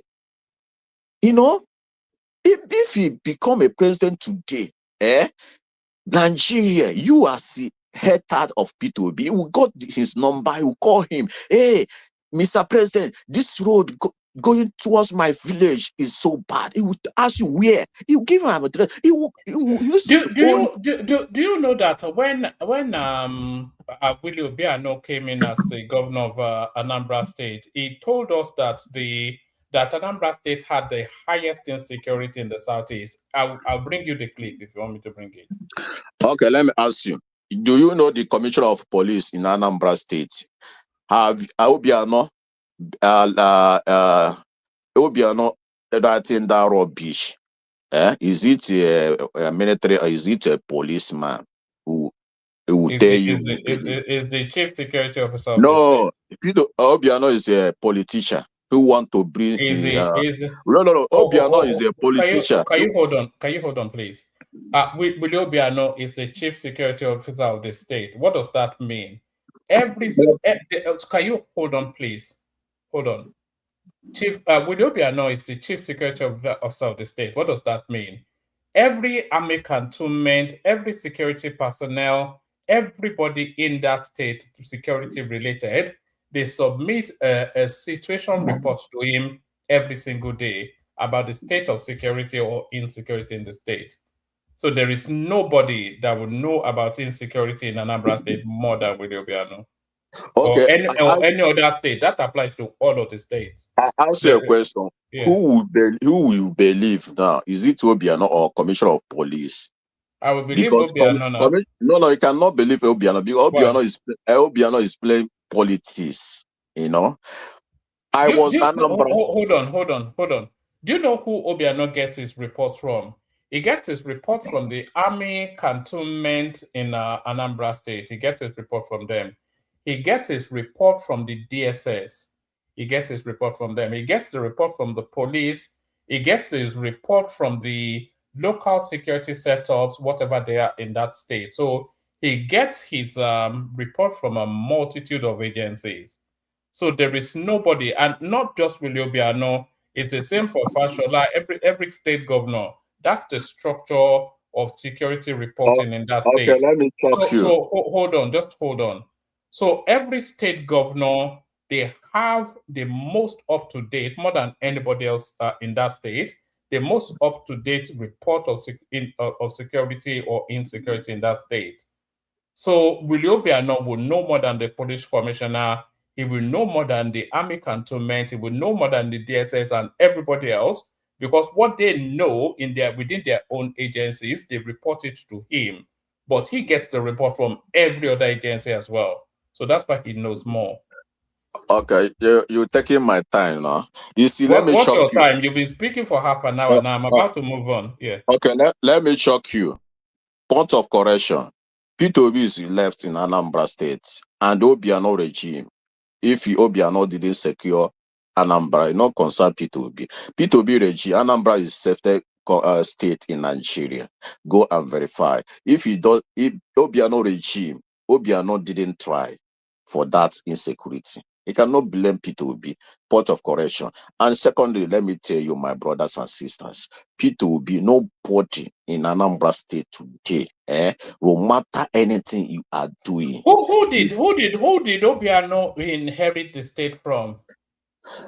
Inherit from P2B now. If you not secure, after but P2B hold on. left, you know. I have to go. And can somebody please send me that clip when I think I had it saved somewhere. Somebody please send that clip when Willie Obiano told us that when he came in, that insecurity was at its peak in Anambra State, that he had to struggle to try and tame it. He came in after. Don't be silly now. What man go and check the report of Army General and the Commissioner of Police where Right. P2B in Anambra State. And let me shock you. That thing Obiano is saying is fallacy because I was there. P2B in governor where P2B is governor. I was there. My street in Awada. I live in Awada. You know, I live Irodibe, number 19 Irodibe Street. My street have local vigilante service. In my street, if we travel now, coming back in the night, all the street have vigilante. They will shake you. They will stop your car. They will shake you. They will search you. They will ask you, do you live this area? You say, they ask you where. You will tell them. They will confirm before they allow you to open the gate. They will allow you to enter. Where people will be in Anambra State, every street in Anambra have vigilante, have security tight. There's nothing like insecurity in Anambra State. That man is talking is fallacy. I was there. I first lived in Opoku before I have a rent house in Awada. You know, I enter Awada. So don't tell me what I know. If somebody can play politics, want to bring your another person down and promote yourself, like Soludo is doing now. Nobody say it cannot work more than P2B. P2B is laying foundation already. It's supposed to work because now you earn more money than any governor in Anambra State. You earn me more money. How can you? Why? What? This man never brought one factory, one complaint in Anambra State. All the money he received in federal government, P2B didn't receive that money. P2B used a little money Anambra State have in 8 years. Mr. Patrick, calm down. Peter B. Tell Which me, how much hold on Don't now. tell me hold on. Hold on, please. Say Hold excuse on. me. Excuse me. Say excuse. Don't say hold on. Okay, excuse me, Mr. Yeah. Excuse me. Hold on, please. Peter B did not bring one factory to Anambra. Neither did he stop insecurity. What about Zubolo massacre? It wasn't Peter B time.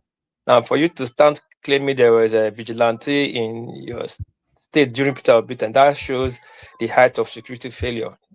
Vigilante is self. My brother, it's not Ozoboro. It's not Ozoboro. Let me tell you. Let me tell you about that. Now, wait. Let me finish. Let me come in. Let me reply about that thing. Wait, now let me finish. Now you reply me. Hold on. If there's vigilante everywhere, that means that is a self-sword man. That is a sign of a failure, a failed government. The responsibility of a government is to protect and to save and protect life. That is sole responsibility. He have all the apparatus in his fingers. So why do people, the citizens, now take upon themselves to start protecting other citizens? That is the job. Was it paid for? Okay, let me Not reply. that any of the governors have done better in Anambra or in Nigeria, but don't My single brother, Peter Obi out. let me reply you. Don't single That's Peter it. Obi. Let me learn before you reply me. Don't single Peter Obi out like his This is dissent. not your time now. Let me reply you. Go You see, ahead. that's Oji River massacre. You see, when as people told you P2B came as a president, he cannot hear this bandit, kidnapper, Boko Haram. He will buy them, go and throw away them inside the River Niger. That Oji River, you see now, is all those masop people where they buy policemen, military men, they challenge them. Now, all those people you are mentioned now, P2B no send anybody. P2B no send you to buy If there's master, why did Nigeria he have to start security. use the very process to block the process when there's someone to court to come and defend it? He won't subpoena the petition the government not to summon the was it the IPO or be the person in charge? Nigeria is Nigeria practice federal this thing. That thing.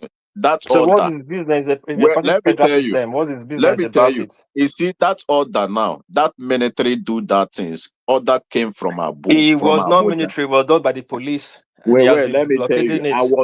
I was there. Don't tell me what I know. How comes that when it comes to Peter Obi, everybody's in Anambra? It's military.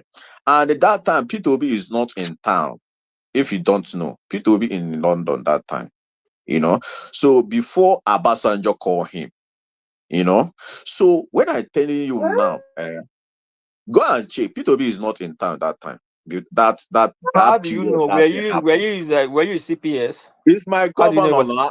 It's my governor. How you know he was not in town? Your governor. I was there. These people challenge military, challenge police, fighting. They fight. You said they fight more than 1 week. Go to Ekpepa, no Boko. There's one place that they call Ekpepa. These people conquer that area before P2B enter as a governor of Anambra State. P2B, my brother, P2B pursued them there. Today, he say they use that thing as evidence. You don't want to secure your place. If you see somebody who secure a place, they complain. He want these people continue buying our security. He want to continue buying our security. You see, a man who clear all of them out. So today, no Masop number cannot hear any Masop again. Sorry, is Masop IPOP? No, it's not IPOP. Masop is hold on, Patrick. Let me play this clip. Oh, the former governor. Well, Shehu, I believe that this is. I'm not campaigning against Peter. He's not a candidate. So I rather focus on the things that I want to do for the Anambra and what I've done. If you look at when I came here, there was no security. People were not coming home. 69 people were kidnapped in the 8 years of the previous administration. But I came, I saw, I conquered, and today people are coming home in deluge. People from all kinds of places for marriages, for wedding, for church activities, for Ofala festivals, Yam festival, what have you. And this has provided a dividend on security. The dividend is as follows. One, many people come in, they bring in money. As a matter of fact, by the last estimate we did with the consultants, what inflows into Anambra every month. You see, this is campaign now. Hold on. What do you mean campaign? It wasn't campaigning against. It's debate. It's debate. You don't see it. It's the debate. Can you just cool yourself off?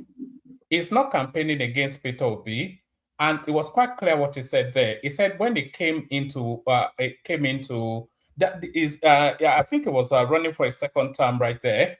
I said when he came into Anambra State, there was no security. He told us how many people were. It was a kidnapping hotspot. People were running away from the place. Nobody could come home. That was what he inherited from Peter Obi. I told you is the bet. The man is looking for defense now. He said where he came, there's insecurity everywhere. No, he didn't say that. He said no. Hold on. He said there was no security. He said there's no security. He said after he came, people starting coming home. The same month after he came, people start coming. That means people is not in Anambra before he came. Now just they came, people start coming home. I'm not listening for this politician now. You won't listen to the person that succeeded Peter Obi. He's debating there. He's fighting, struggling, you know. So Peter Obi, let me tell you, if you want to believe, I was there before the time Peter Obi is a governor. Before this man came. All right. Two more minutes, Patrick. We move on. Before this man came, I don't think he can sleep in our uppy work. I don't know why this man is talking about there's no security. Guy, this one. My brother, this man can lie, you know. This man doesn't do anything after everything Peter Obi leave for him, receiving 13%, receiving this one for federal government. He didn't do anything. Peter Obi didn't receive all those money, but he make it possible for people who follow him after him. They receive this money. Now somebody do it for you. Give this man kudos first. I don't know. I will never be politician. I will never be one. I will never be one of them because they will lie, you know. So but you are campaigning for one. No, Peter Obi is not a politician. What piece? This is why I want to move on from this guy. It's just ridiculous. Peter Obi is not a politician. Peter Obi is a businessman. Don't talk over me, please.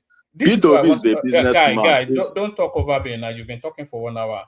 This is why I want to move away from this guy. It's just not a serious guy.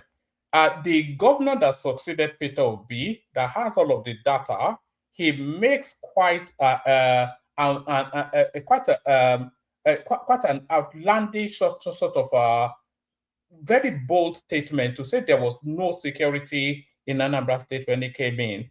And then he went on to quote data of kidnappings and excessive insecurity. He quoted data.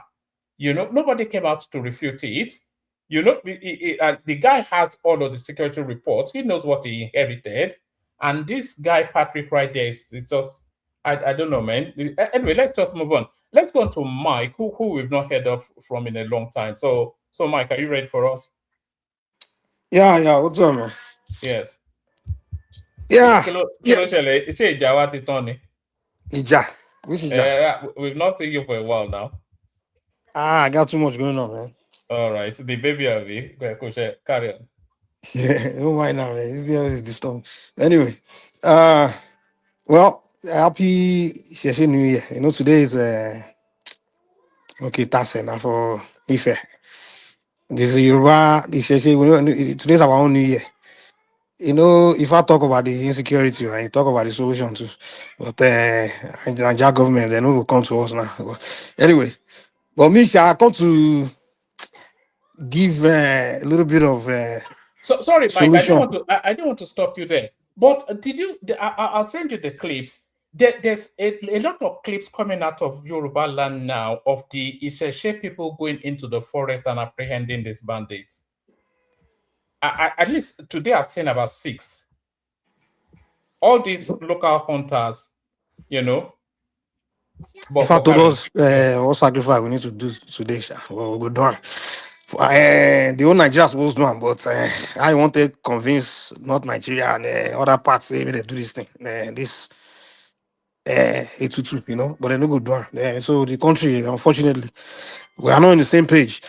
But Misha, I will share one of the solutions with me and get for mine. You know, me, I'm all about solution. I'm not in the camp of this crying when Nigerians they do.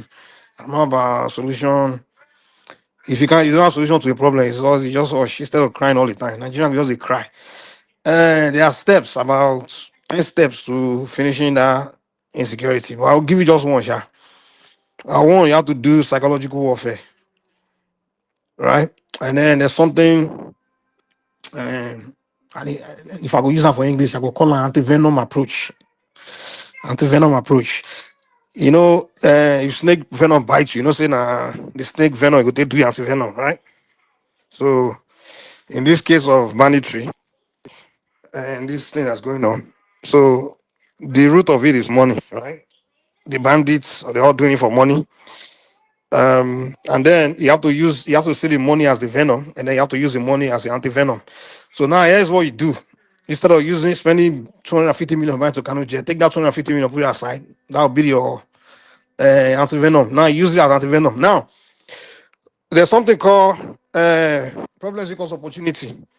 So now this insecurity is going on, use it as an opportunity for Nigerians to be employed, to make money. So now here's what you do.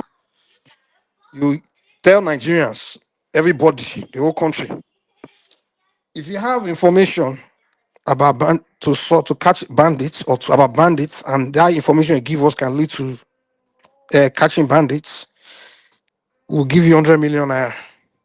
Boom. You become rich. If you are a member of the gang bandits and you give up your gang, you give up information to catch the rest of your gang, okay, we'll give you 50 million and or maybe 100 million, say, and we'll just work with you to make sure you no longer, at least you give up your people, so we'll forgive you and we'll give you this money too. And then if you're a member of the gang and you can kill your fellow bandits, we'll give you 100 million too.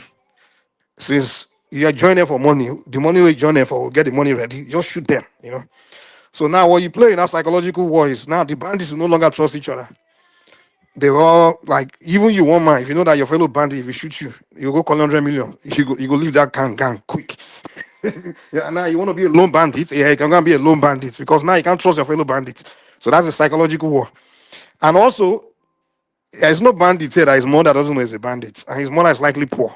So most Nigerian mothers, they have 100 million. I mean, I get rid of this one now. They go report you to, or a relative of a bandit, or bandit, no bandit. So if everybody know that if my information can lead to arrest of a bandit, I know a bandit, and I'll become rich, I will work with it. So that's a psychological warfare you have to start. That's called the anti-venom. So that money, instead of 250 million for Tokano, no, put that money here to create opportunity for Nigeria to solve the problem and pay them for the solution. So if you want to be rich as a Nigerian, if you just can look for a bandit and report and give government information to catch them. And if you're a member of bandits, just kill your fellow bandit and go and collect money. So you don't need to kidnap for money again. The money is already in the hands of government. So the bandits right now will be shooting each other to go and collect their money. You understand? So that's just one of the approach the government have to take, the psychological warfare. Now the other approach, but we spend all night out of the talk, but that one just sha. But if the government want no more of the approaches, which I have 9 more approach, they need to give me a call. I go share them with them. But that If that is an example of your approach, I don't think the government will be calling you. Yeah, one man. I want to say psychological war. that, Mike, that That's would be not that would be a psychological. cobra effect. You are talking about a bounty. That's not a No, psychological. You are just talking no, about one a man. Apart from bounty. that, that's a cobra Uh, effect. When you start telling uh, people to unlife people to go and collect money, they'll start unlife innocent people and say they are No, bandits. bandits, bandits are like not it's US, just not you. random Yes, thought. aside shooting random people, how do you know it's not bandit? It will the people from inside the bush say is a bandit. They just unlife them, is my member. You give them money. It's cobra effect. That happened in India It's a before. psychological warfare. You don't get it. It's not a psychological warfare. You are talking about a bounty system. It's not anything new or innovative. One man, let me tell you, if you're a member of the bandit gang and you're carrying Yes. guns, right? And you know that your member carrying gun next to you, somebody don't promise him money, say we kill you. In your mind, you will leave that gang because you know this guy must shoot you anytime for that money. Because you as a criminal, you know there's no honor among thieves.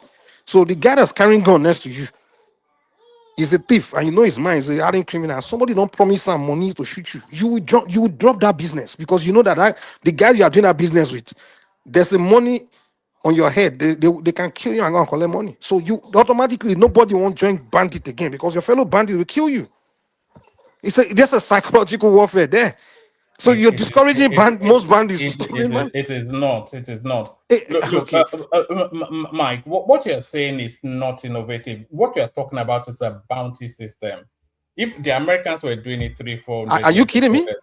you're talking about a bounty system. That's what. Excuse me, Choma, Yeah. you live in the I don't know how it is in England, but you live in the United States. Whenever there's someone out there, right, at large, what do they announce on TV? Don't they say that it's a $5,000 reward if anyone I give information to? Choma, you hear me? I don't know how they do it in England, but here in the Yes. don't they always say that? The moment Yes. They someone is out always there, give a thank you. reward. They always give reward, and within minutes, usually Especially with kidnapping. kidnapping, You anything. know that old lady they kidnapped. Her daughter's a Congress. No, her daughter's a TV newscaster. They kidnapped the old lady in her home. They put up to even $250,000 Exactly, but and reward. immediately, in most cases, who usually call the police force? Usually the father, the mother, some a family member. Yeah, family It's members. always a family member. They'll call and collect that money quick, you know. So Yeah, but that's what it. Anything that's the moment they're looking that's for a somebody, they'll just announce yeah, the reward. yeah. That's called a bounty. It's still Yeah. psychological warfare now. It's not psychological warfare. It's a well-worn technique. It's not. It's not new or innovative. Now you're talking. You're saying I it didn't say as it's though, innovative. I just say you have to play psychological. I didn't say I invented psychological warfare. I just say, you're breaking new ground. You're not breaking new ground. well, I didn't. But Nigerian government are not doing it, so it must be a new ground for them. there's a Of difference course, they between are paying doing for it. information.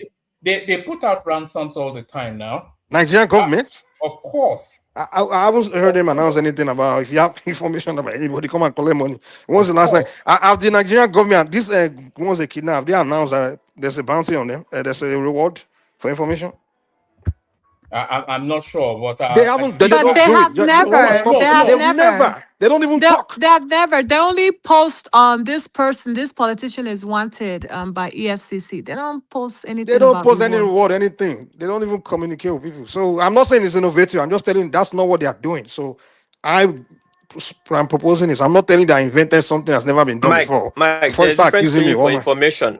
See, Mike, there's different paying for information than what you just saying that pay for people to unlike people come and collect. No. That's That one I improper had use. it. That one. Hold on, calm down. You remember that was the last one I had. It. The first thing I said is, if you have information, you come and report, and you get money. I get paid. That's what I said. But then the last part is something I had it. I said, if you are a bandit, you're a member, and you are in the camp with them, if you can kill your bandits, come and collect money. I had it down. I didn't say Nigerian, so you should go. If you're a Nigerian, I didn't say you should go and kill people. But if you're a member, and you can, while your members are sleeping, you shoot all of them, and you can record it, bring evidence that you maybe set a camera and shoot them and prove that you shoot them and they're all bandits. You have money. So now the bandits now, all of them will be afraid of each other. Even because now you just create something called what's the word? You create chaos among the enemy camp. You know, like I forgot the word they use. If you go and read this book, that's the strategy of war, you go learn about those things. You know, so that's I mean, I did read book anyway now. So we say, But so the reason why they don't do that because it's like a homeland security affair for Nigerians. So it's a thing of embarrassment if they need the people to help them. They should have their own FBI that can do like real forensic research. Search for these terrorists. But it's a thing of embarrassment if you have to put out a well, it reward. shouldn't. It If you need shouldn't. You if know, you the thing need the is, citizens to help you because it's a homeland security affair that should be handled by CIA, security is everybody's FBI. business. Yeah, but they're like in Security is America, everyone's this is business. a child's play. They would have already found the bandits in less than But 24 no. hours. Usually they No, do it because of that's the a hold fact. on, calm down, calm If down. all these things that happen, kidnapping children, we don't play with children. You know Chama, that, Mike. yeah, We don't. We do not. So in America, we don't play with children. Period. They would yeah, have but found those they kids the still put out same reward day. money. Calm No, down. so that's what I'm saying. We don't play with kids. No, I get that. I didn't say they Period. play with Right. kids. So we would have found those kids the same day. So You're that's right. why You're I'm right. saying that Nigeria Because is they a have the joke. technology and everything. Of course, they can quickly do. Yeah. Exactly.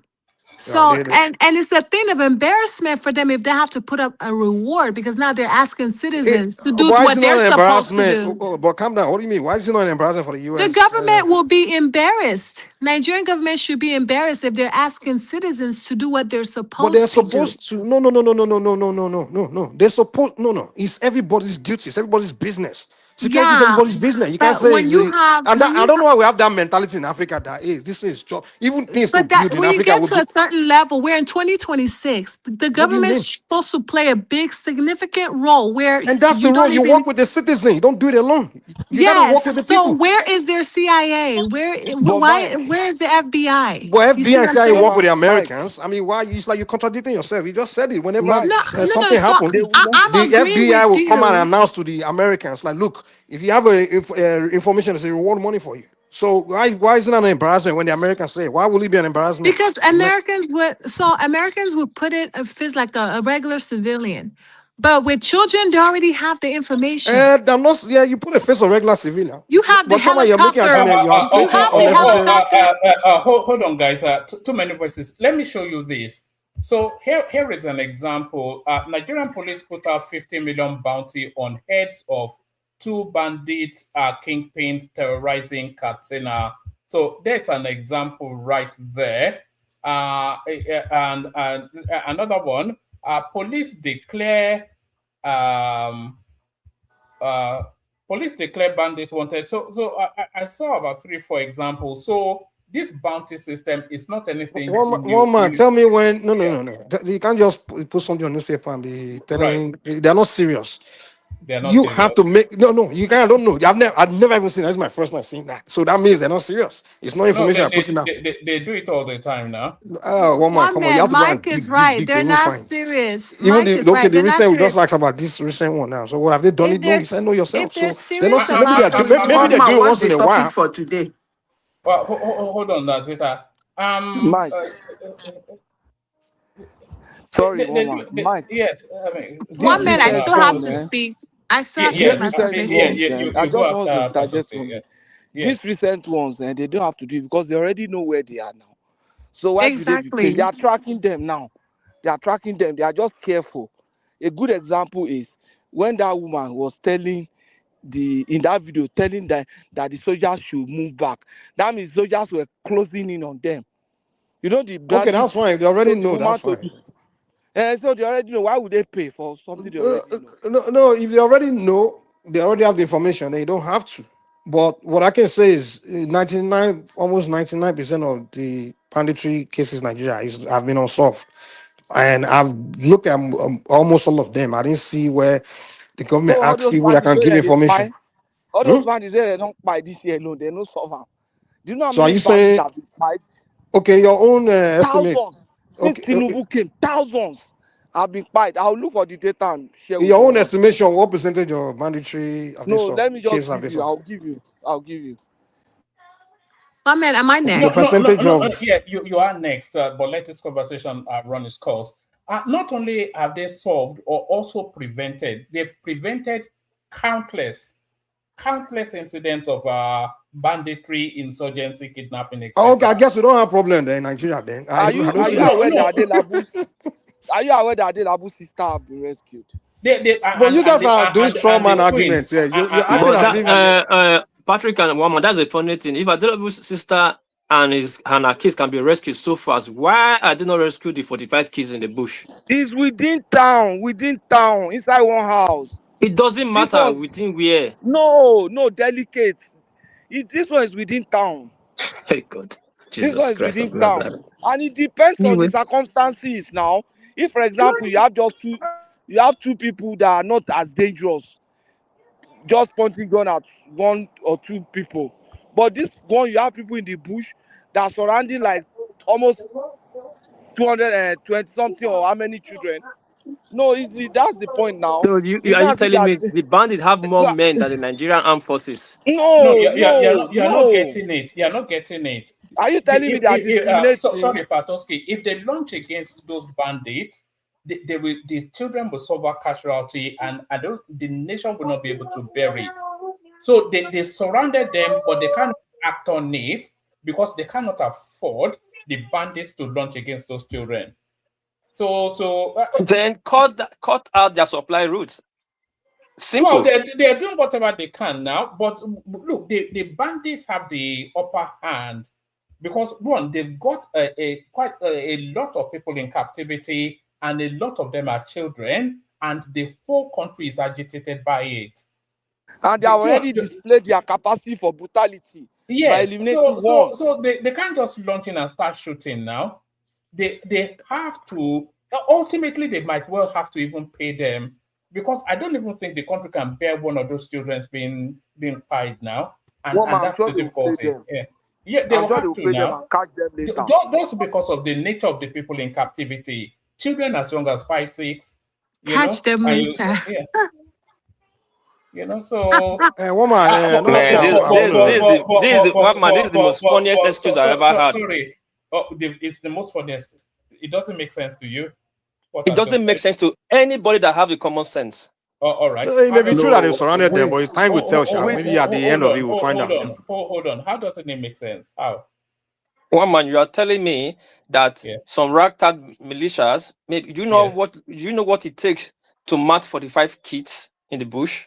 Right. You know how many people you have to secure those people. So you are telling me those bandits in the bush, they are like 60, and because of that, Nigerian armed forces cannot go in there and extract them any means. No, you are not possible. listening to them. They say they know they don't want the safety of the children. I'm listening. I'll come to your rescue. No, but you are listening with prejudice. I'm not listening with prejudice. You are explaining with politics. No, they told you that the safety of the children, they can't just rush them. It's just common sense what I just said now. So I got it, woman. So I don't know why. Mike, hold on, please. One man, hold on. Is listening with prejudice. That's why I'm not listening with prejudice. This is the way you guys like people when the Nigerian armed forces failing on their duty. Now, everything when we talked about Nigerian forces, you quickly pivot to politics. Because we talk about it, the chief of armed forces is Tinubu not supposed to be, but they have made himself chief of armed forces. So that means we are talking about the president. No, the Nigerian armed forces has failed. We have doing strong argument. You're not arguing to the point. No, listen. No, but he's right. But he's right, one man. He's right. Just hold on, Choma. That's why I said you are listening with prejudice. We're not even talking about Tinubu. Is there you guys saying he's just thinking you are defending Tinubu? That's what he's saying. That's how he hears everything said on this platform. That's how he hears it. It's Yorubas aligning together, defending Tinubu. So he listens with prejudice. I'm glad you brought in Yoruba because I never said Yoruba. And when I said the government, I never put a race. You said it. Hold on now. You know, when you say you are smart, sometimes you are clever by half, you know. You just showed your own hand, carry your message and the messenger along. I never said Tinubu as a Yoruba. I never said Tinubu as a Southwestern. I said Tinubu as a government. He said people that listen to prejudice. He didn't say you. He said no, listen, you are not cutting that. He went to Yoruba. I didn't. But he didn't accuse you. All right. Just make your point. Let me make my point. Come, one man. Continue, and then we're going. Yeah, Mike. Sorry, Mike. Sorry, Mike, for taking your time. Anyway, sorry. Long time not hear from you. But let's say the fact. The truth. Speed had to be called speed. Now, Nigeria armed forces are failing. They cannot have these kids in the bush for so long, because first days excuse. All we hear that we are closing them in, and they might just give them ransom and let them go. Why didn't they give them ransom for the first day and let them go? So why is the point of closing in? Why don't just give them the condition? They have to a hard condition. No, 1 billion plus Shara law that just came recently. That just came in. Hold on up. You asked the question. They have to look at the possibility of rescue before they concede to making the payment. You know, so they have to look at the possibility of rescue, which is what is ongoing now. Possibility of rescue, the more the delay is dangerous. How many days now, or weeks, or it's going to a month, and you're still looking at possibility of rescue? We have all the apartments, we have helicopters, we have drones. When did it happen? That it's going on to a month. I said it's going. I'm not even sure they're in the bush. I think they're in a warehouse, hiding in somebody's house. How do you know those people are in Nigeria? Because Oyo Ibadan. If you the arguing things against what one man is saying they already surround them. So whether one man is, How are we sure they are being surrounded? I don't know either. I'm not saying I'm sure. But if They're you're not gonna surrounded. publicly now. How are you sure they are not? They've stated it publicly now. They've stated That it wa- publicly that they have tracked them, they know where they are, but they cannot effect Lies. the rescue. One I man. don't believe it, one man. Wait. No, Let let me me give let me. you. Let me give you one point. Sorry, Patoska, big apologies to you. Do you know the capacitation of the Nigerian security forces? Do you know? Oh, man, stop. You just need to One hold man. on. Let me make a point. Do you know the capacitation of the Nigerian security forces? Do you know that all of these things that they make you do, it aligns into a central portal. You go to your bank, you show all your IDs, you register a phone, you show all your IDs. The phone must are registered to central. Do you know how they caught that Evans guy? The Evans, who's that? Who's that? It's my daughter, man. Sorry. Sorry about that. So do you know how they caught that Evans, the kidnapper? He was even using a phone signal that next outside of the country. It was via that phone signal that they still caught him. You know? And like you said, they have drones, they have a lot of technology. They don't have it in sufficient quantity to provide the security level that the country needs. But we are just deceiving ourselves if we try to dismiss the Nigerian capacitation. Let me drop you a little bit because I cannot abide you crackling over my voice. We cannot continue this thing like there's some sort of ramp shack. This is a very sophisticated system, very, very sophisticated. So let's not continue to do all this ding dong, like they are using bow and arrow to chase. It's a very, very sophisticated system. Asymmetric So, warfare. I mean, it's yeah, not, sorry. Let Can I sorry, say Mike. something, one man? Yes, Zita, then War Peace, and then back to you, Mike. But it just No, want War to. Peace cannot speak because I was here. I'm gonna leave because I No, have I'm a. not saying something. I'm Shoma, I actually am not doing sleepy. a Don't submission. leave. I just want to type in Don't something. leave. They just want to I'm chime in there. leaving. I'm tired. Don't leave. You have I not need to give spoken my yet. submission. but one man, you let Yes. the It Okay, doesn't make Shoma, give your sense. submission. So why Yeah, are you in a so you hurry? guys can come in because you I'm guys not done see my that's the submission. thing. My submission is short and sweet. I don't have time for this Mine too nonsense is you very people short. do. I could have been done like Exactly. within It's just I 3 minutes. don't. I just came to give a quick submission and move on. All right, guys. Let's do it One this way. man, I came, Mike, I came before you. Shoma, do your I submission now. know. No, hold on. Let's do it this way. Because Mike had the floor and we hijacked him, let him land his point, and then Choma, you make your point, and then we come out to you, Zita, just so we have a structure. Mike. Yeah, mine is just to give input. I'm not here to do argument and things like that, right? So the first one I gave is they have to fight the psychological warfare has to be employed, has to be deployed, sorry.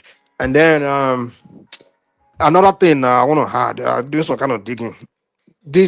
The Nigerian government needs to go and dig into their military record, right? Now, one thing I found out was, and this man and Duku Buratai, he needs to be really arrested, man, because he created most of these problems. Because what I found out was during that Boko Haram war in Sambisa, that time, Tuku Buratai would send a bunch of Nigerian soldiers, right?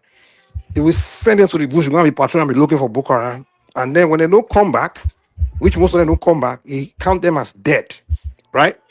They don't go. It's not like American military where they have to go and try to retrieve body because he just sent them thousands. So a lot of them get killed, and then some of them walk away from the post. They abandon the post. Mama, you've seen the videos in the past of Nigerian soldiers just abandoning the front line, and they were making video saying we can't.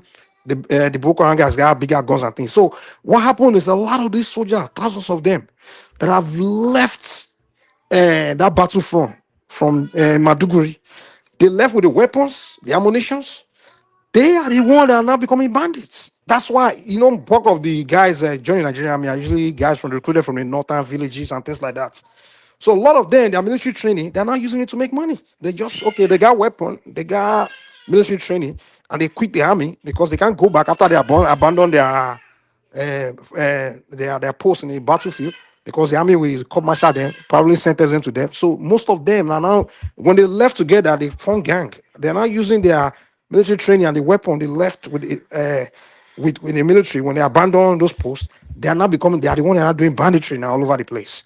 So if you want I don't know, and I'm sure, very sure Nigerian military don't keep record of people they recruit, where they, their home address, their relatives. I'm sure they don't do that. So a lot of these guys are the one that became bandits, because I was wondering why is it that it was only Boko Haram we're dealing with, and then a lot of soldiers were living the battlefronts, and then after that time, banditry started. His mic was interjecting. So how come he's not speaking? No, What? Mike had the floor. He was interjected. So You he's can't just have the rounding up. floor before me now. It looks like Madam Zita is here to beef with me tonight. I don't know. No. Zita came in first, actually. I know that, but the one that told me to have a floor. Why she can't antagonize me? Yeah, that's probably my fault, because I know Zita prefers to speak later, but I think she wants to speak earlier than she usually does. But bring it home as Mike, and then we move it around. Yeah. So they need to tighten up the military, how the process of recruitment, those whatever they do their bureaucracy there. They have to work on that, because I think the roots of it is those ex-soldiers abandoned the battlefield during the Boko Haram war. They're the one that became bandits today. I'm telling you, they are just all over. And then now, like I said, psychological warfare. Put road money out there. Everybody start giving information. Okay, thank you. That's all I have to say, man. All right, brilliant, excellently put. Zita, we go on to Choma, and then we come quickly to you. But on our way to Choma, let me just address this comment in the comment section. It says, why can't they catch the Boko Haram folks on TikTok? So I'm not sure how much of the news you are following, the person that made that, but they are arresting the bandits on TikTok. The latest one that was actually arrested was this guy called Yellow. This was as early as today. I will show you some of the clips, but some of it are a bit too graphic. But this one was picked up. They call him Yellow. It's very, very notorious. Just Google it. Google is your friend. Google Nigerian forces arrest TikTok bandits, and all of the arrests, they are rounding them up. This one was picked up. Notorious TikTok bandit Sule Yellow. Yes, this is the one. He was picked up as early as yesterday. So let's just drop all this art. It's not working anymore. The information is out there. But Choma, floor is yours. Yes, thank you. Good evening, everyone. Click the like button. So, my submission is first of all, I'm gonna start with the kidnapped kids and the teachers. I don't think they're still in Nigeria. They're probably somewhere in Niger. I don't even think even the Chibok girls that were kidnapped, they were still not in Nigeria. They later. But I don't believe anything that's coming out from Nigeria government. These people, these folks are not. You can't be hiding people in the forest. No AC, no NEPA, no, no air. Like in this heat, and I mean with the weather, No AC in the forest. No What's this human world? being. That's what I'm saying. What's this world coming into? Oh man, because it's in American forest now. There's AC, of course, now. Yeah, no generator, No generator in no the forest. gen. No Like, AC. no, we have to use our brain. No Somebody toilet, is in no your forest gen. We have to use in our Texas. brain. No, let's be It's serious. called There's no generator. Choma, if you were an Oyibo woman, you'll be a blonde. I suspect you'll be blonde. So, You'll be a natural blonde. so what I was trying to say, like, we have to like really use our brain and really think about it. There's no gen, no AC, no fire, like nothing to cook, and the wood just be like the weather, the way it's raining in Nigeria now. Like anybody can catch mosquito bites. Is it malaria? Anyone can. These kids might have died of malaria by now. No, these kids are not in no forest. No, they're probably in a warehouse somewhere, or some of those Fulani people's house, or maybe they're in Niger. There's no way. There's no way they're in a forest surrounded by. They're not surrounded by anything. Everything they're telling us is lies. They don't have any intelligence on where the whereabouts of these kidnapped kids and the teachers. So that's that. I want to talk about the chairman, the Minister of Nigerians in Diaspora, Abike lady, right? I just want to say she is very incompetent in her role. With all due respect, I mean, she's pretty. I'm happy that she's a woman that's doing her thing, but I mean I'm not impressed. She's very very incompetent. That Abike Dabira or whatever her name is, Arewa, she's very incompetent.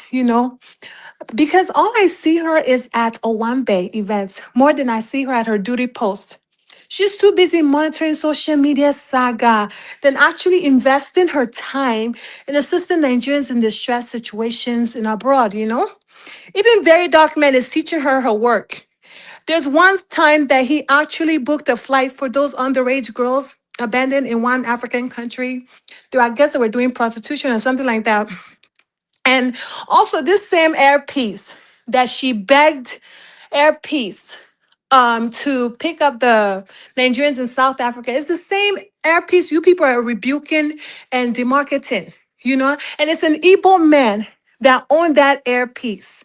Yes, he's a Nigerian. He's doing what he's supposed to do. But I want you guys to remember that he asked United Air to pick up these people in South Africa.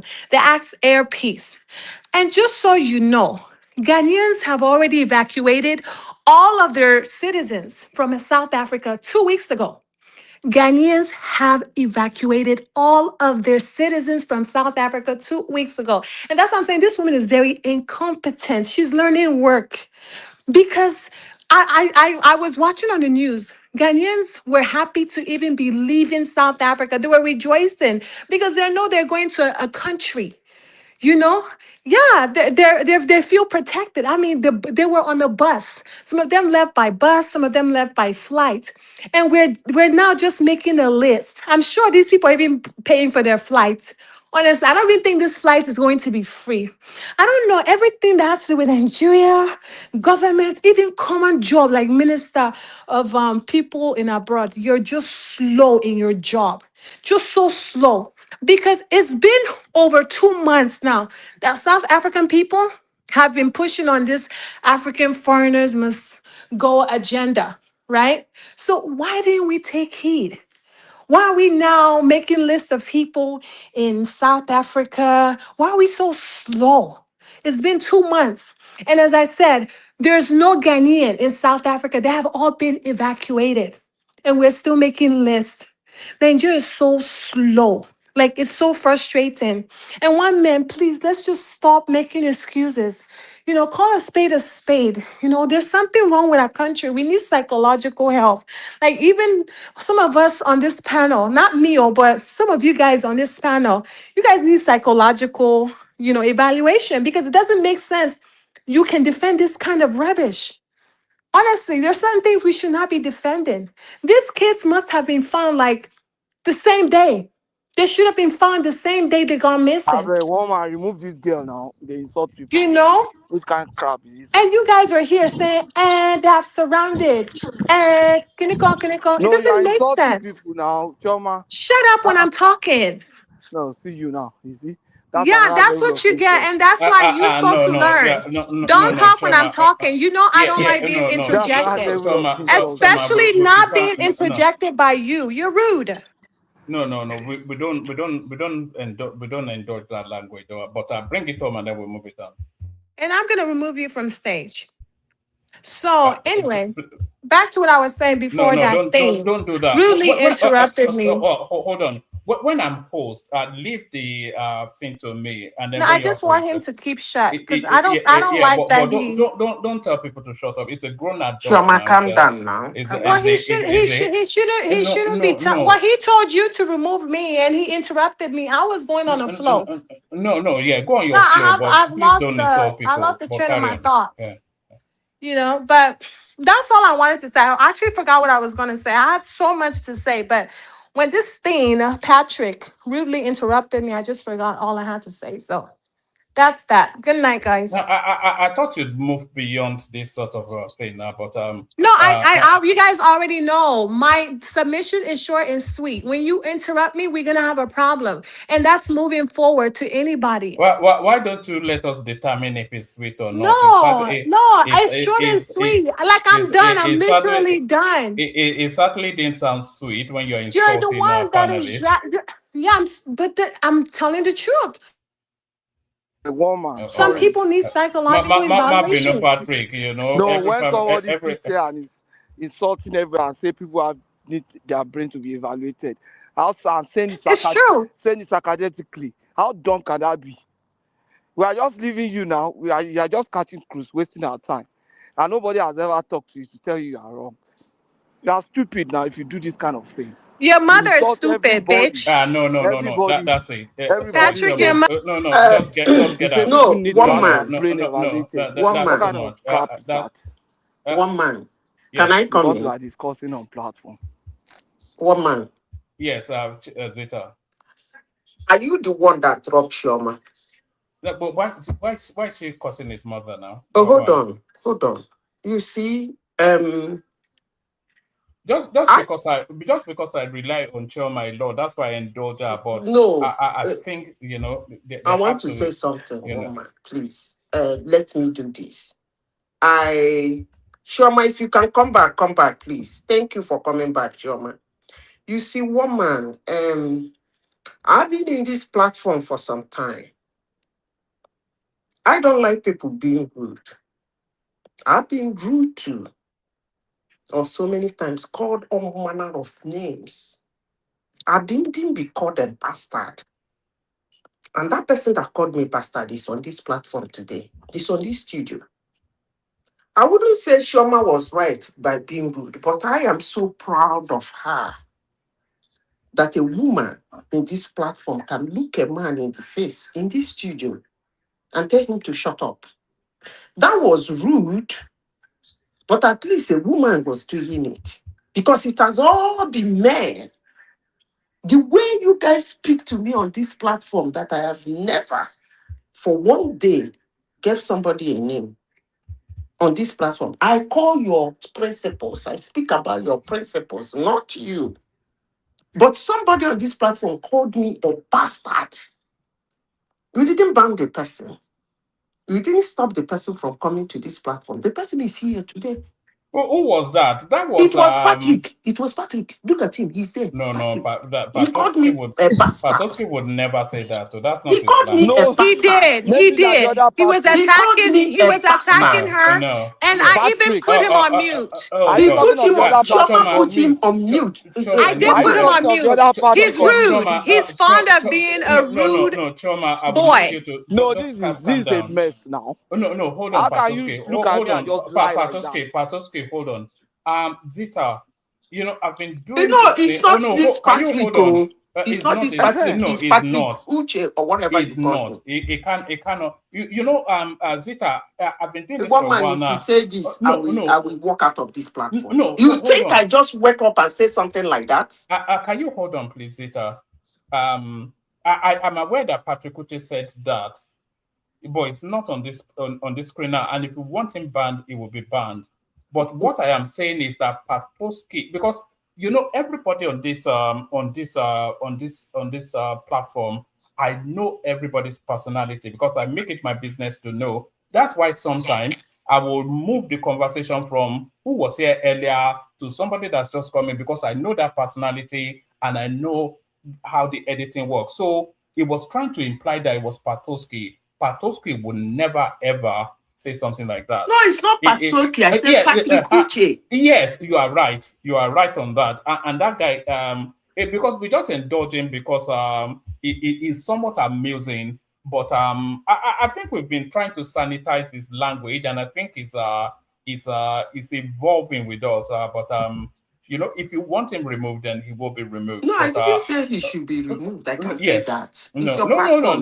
No. But I rely on you as well now. So don't keep saying it's my platform, because I rely on the guidance of you guys for the thing to work. I don't have some super brain to know anything now. I rely on being guided by, people like your voice, Baba, Patoski. These sort of voices are the people that I expect to help me keep the place sanitized. So yeah, but carry on. But no, I thought you were talking about Patoski. That's why I wanted to vouch for him, because I know Patoski. He would never say that, ever say that, ever. All right. It's my turn now, right? No, it's Zita's turn. Okay, Zita one wants to man, say, let me yeah, go back to the topic yeah, of the day. yes. But You Chioma, see, please, no name calling. I thought you had gone past all that. I No, thought you I shaking don't. the. No, so that's the thing. I don't call names. And mind you, I didn't You're mention. a near I said 40-year-old woman now. You're no. not a So child I anymore. never. But listen, hold on. I never mentioned anybody's name specifically. I said some of the panelists need a psych eval. Yes, and and that is my opinion, right? But if I was to really mention who needs a psych eval, it's someone like Patosky. He's really dumb piece of shit, and Oh, so all is his right. mother. All right. Okay. So is his fucking. Hello, one All man. right. Hello, one All right. man. All right. Why Thank are you you. indulging this nonsense now? For God's sake, No. It's too much. I thought she had outgrown this this is the same thing. Why this is the same thing she did? Why juvenile. Polata left this place now? It's What's a this now? juvenile delinquent something at near 40. But let's carry on to. It's just ridiculous at your age. one man, back to the topic of the day. Yes. For today, She's a full-grown woman and a mother. One man, Can you please. imagine that sort of a person bringing One up a man, kid? please. All right. Please. Sorry. I can listen. Sorry, carry on, Nazita. I don't like people being rude. But for Chioma saying this today, I know she's rude. That's not right. But I'm really kind of, will I say, excited that a woman can say that in this platform. What is exciting you about that? What was exciting you about Yeah, that? because what would excite me in this platform is that the men in this These platform people are have been deranged, so you know. rude. Can I speak, please? Or You're you not want us supposed to to be start our receiving No, that. You're just hold excited on. she's abusing someone. No, just hold on. Let's Can let her I speak. I just want to move past this. Choma, you've crossed the line, man. As much as I care for you, you've crossed the line. And Don't unmute again, Sam. Zita, land that point. Yeah. One man, if that is the standard, we keep it. Then I will be calling people who cross the line on this platform. If that is the standard, if that is your standard, we are gonna keep it. Do you think it's acceptable for him to be swearing at, for her to be swearing at Patoski's mother? Listen, He insulted me. Are you deaf? Excuse me, woman. They have said worse things about me on this platform. Worse things. They have said worse things about me on this platform that has absolutely nothing to do with members of my family. I am the only one in this platform. They've even called for my death on your platform. Never mind. Let me go back to the topic of today. Don't Sorry, keep showing out again. One man. Before Madam Zita continue, can I quickly say something? Yeah. So, Madam Zita, to be honest, I'm really surprised at your position this evening because I know you'll be surprised. Yeah, I don't care. I was here when Mr. Omoroyi called you unprinted name, unmeasurable name. That's and one. That is everyone one on person. This, everyone on this platform. And we banned him for that. Exactly, Wama. Even that's number today, one. Up to today, I was even looking that's for one person. I was still expecting him to come one day so that he get it from myself. No, but that's one person. Hold on 1 second. I felt so embarrassed and so shameful of him that day. But it's not surprising that you are taking that same position. Excuse me. You didn't listen to me. You didn't listen to me. If you listen to me, you won't be saying this. I condemn it. But you cannot condemn something and Hold be proud on. of it. I take it because it's a woman that is winning. For once on this platform.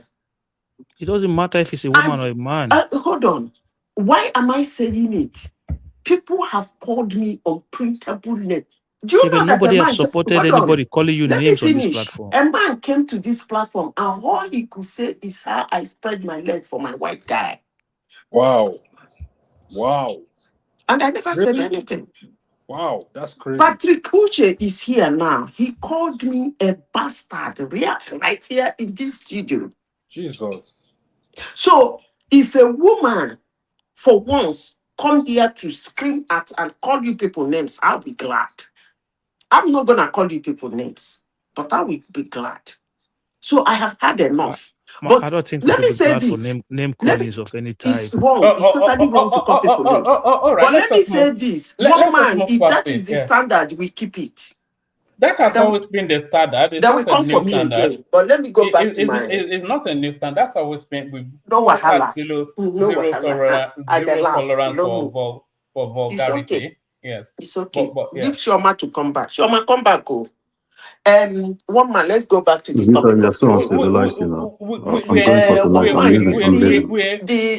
You know, I indulge Choma a lot. You know, there is nobody else on this platform that can get away with the excesses that I let Choma get away with. Just because I'm so fond of her. How many people has she insulted on this platform that have left in never to come back? You know, but carry on, Zita. Okay. The topic of today, there's something I want to say. I will agree with everybody that said that.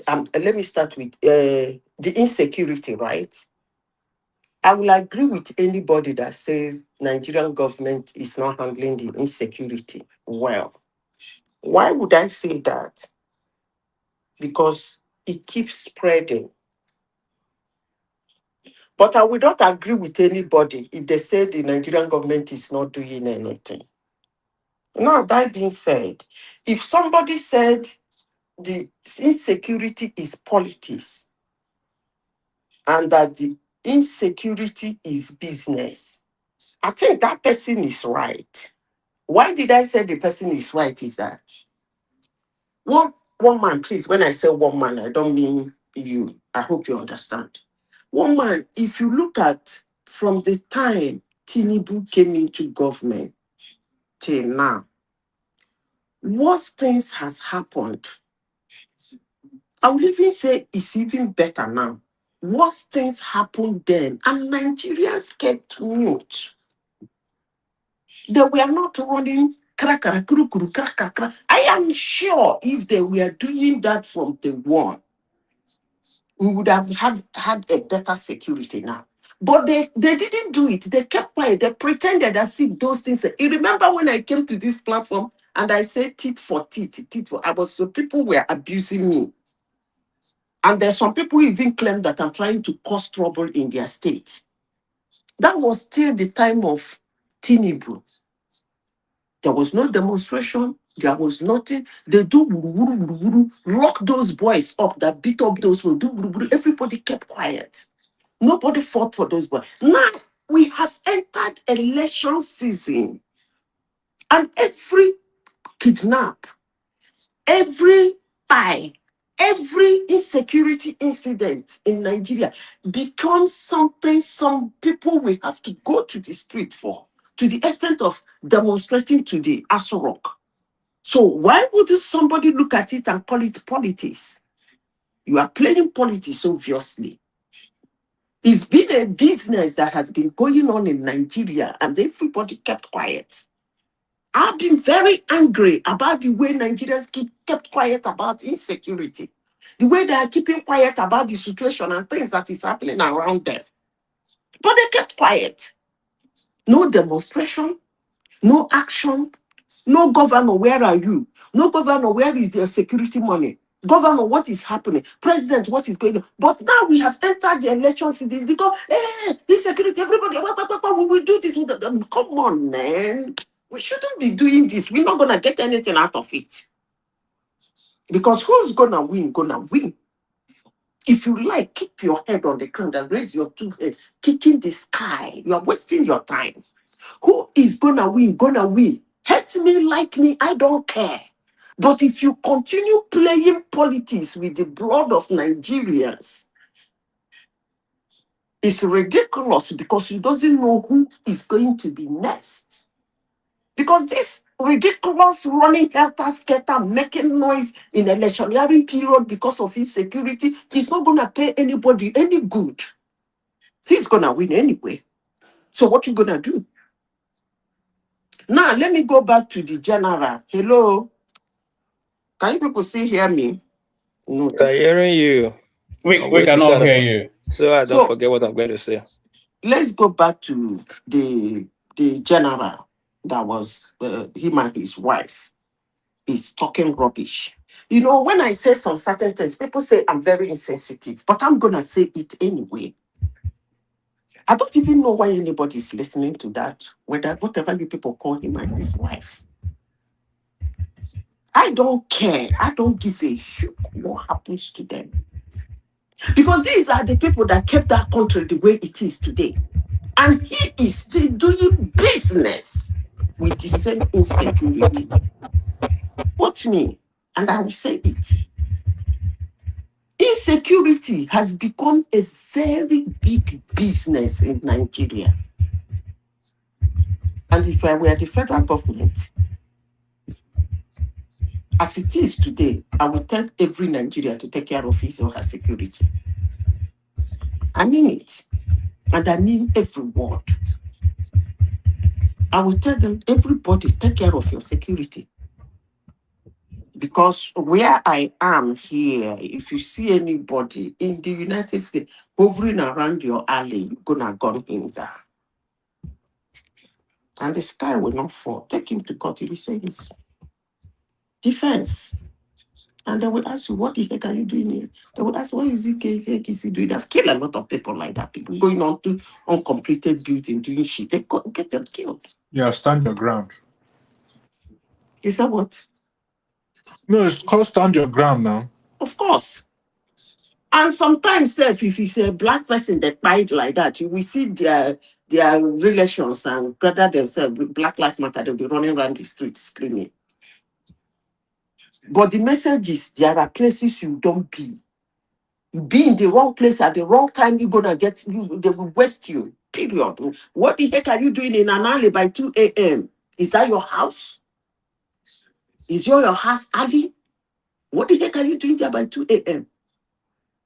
And then become an argument. Somebody's gonna gun you down and nothing will happen. Go to the street, demonstrate. When you demonstrate, the person is not gonna wake up. Even if you fire the police officer or send him to jail, the important thing is that the person is not gonna wake up again. And I think Nigerians should go that way. But all this insecurity in electioneering period, and when the election is done and dusted and somebody assumed the position, everywhere went quiet. Nigerians start ignoring things that are happening around them. Then come on now, I'm not gonna do that.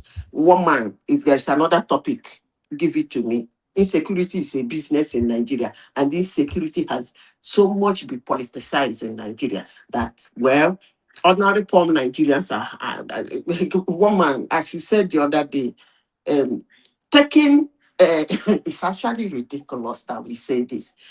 Going to a school to pick teachers. By the way, the Adelabu twins and their whatever, how come they were quickly released? That's why I said insecurity is politicized and it's a business.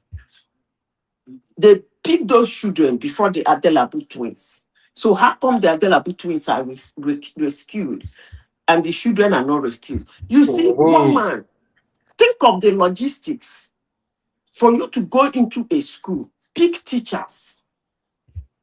Of course, you are going with a van.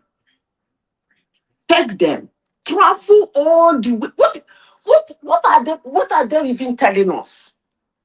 Travel all the way to take them away with guns in your hands. Come on now. The logistics alone give away the whole truth. It's a kind of logistics now. To kidnap a lot of people and take them away, that's a lot of logistics. So the logistics alone tells us the truth of what is happening in our country. But hey, don't get me wrong, what man has done. Let's rewind on this. A lot of people actually feel the security agencies are complicit in a lot of, because like you said, how the sort of personnel that they would need to move that amount of people, you are looking at least a minimum of about 20 to about 30 bandits. and then to move about 100+ people, most of them children, they screaming, they shouting, they crying and everything, and to cascade them through a township or a village all the way into the woods. How does that happen? It's not just this particular incident, but every other incident. You know, why I was very much from the Chibok girls till now, it's the same narrative. The logistics, it doesn't, you know. It doesn't tell us the risk. It makes the whole team look actually. They're lying to us now. Yes, it doesn't. Madadita, they're not lying to us. So one man was defending just before a few minutes now, he was defending it with all his bread that they are surrounding them. Is this, is that. Like if the common premises we have in school in the 80s, I don't know these young folks that got schools in the 90s and 2000s that can not comprehend that what is happening. I don't understand. That is playing on someone intelligent. It's ridiculous to talk about. It's ridiculous to talk about because you know what it takes to move 45 kids. Kids are not. One man, let me give you an example. Kids, they make noise. One man, let me give you an example of a real security issue. And today, Nigerians have not asked what happened to those Edo boys. It's a typical example of real security issue that is not political. Neither is it a business. You saw somebody, you saw a movement. Hey, stop. Tipper, stop. It's not stopping. You call another group of people that are ahead of them and they waged something. That is what I call real security situation. Some people might say they killed the wrong person. You will have that one to justify because the one that escaped, his story is not correct. But let me say this, and I bet him, I said it on this platform, the next time he tried that shit, he will not survive it. Now, in your state or wherever, you can imagine if when they were taking those children, they didn't take all these teachers. They didn't take all the students. Where is the shout? Where is the blockade? We didn't hear anything like that. Because if a villagers come out, it's going to be, yes, there might be casualties, but what happened? The logistic is not connecting. It can't connect. In Kwara, is it in Kebbi State or Nasarawa? That was the same thing that happened. They carried how many school children? If you use Google Earth Camp, you point at where they picked the children. One man, you will not believe it. That one that happened in Nasarawa, we were watching it in our office. If you see where they picked the children and see the terrain they passed, and I was like, is this not houses? Is it not people? Is it not these children hitting their hands on the windows, the glasses of these buses? So why were nobody calling for help to block them to the other side before they reach their destination? One man, look, it's unfortunate that innocent Nigerians have to go through this. But honestly, sincerely speaking, it is what it is. Well, let me speak before I forget what's in my lungs, because it's absolutely nonsense when we come out to start defending undefendable. For once, when will Nigeria call a spade a spade? For the fact of calling a spade, you are not demarcating it, but calling the right authority to do the right thing. For once, if we don't have something we stand for, we'll fall for anything. And this is what's happening in Nigeria right now. We tend to tint everything to politics, tribal, religious angle, and all kind of bigotry. It's becoming alarming. It's epidemic. Even as intelligent as one man is my friend, but I'm calling him out. It's like he should call his uncle because he's not alive again. He should go and check the money they spend in his degree. This is all he does, to sit here and read nonsense and bullshit. For once, say the right thing. You're not demarketing anybody. We are demarketing ourselves by doing all this. How can you know 45 kids are unruly kids in the bush? They are cold. They'll get sick. So you're saying 45 kids are crying in the bush every night. People are not hearing their voice. And you said the military surrounded them. They cannot tell you the location they are. Now, let me say this quickly. During Buhari regime, an American was kidnapped in Niger. I think everybody was aware. And they came across the border to Nigeria. All gloves was off the table. American came to Nigeria and rescued that guy. Rescue.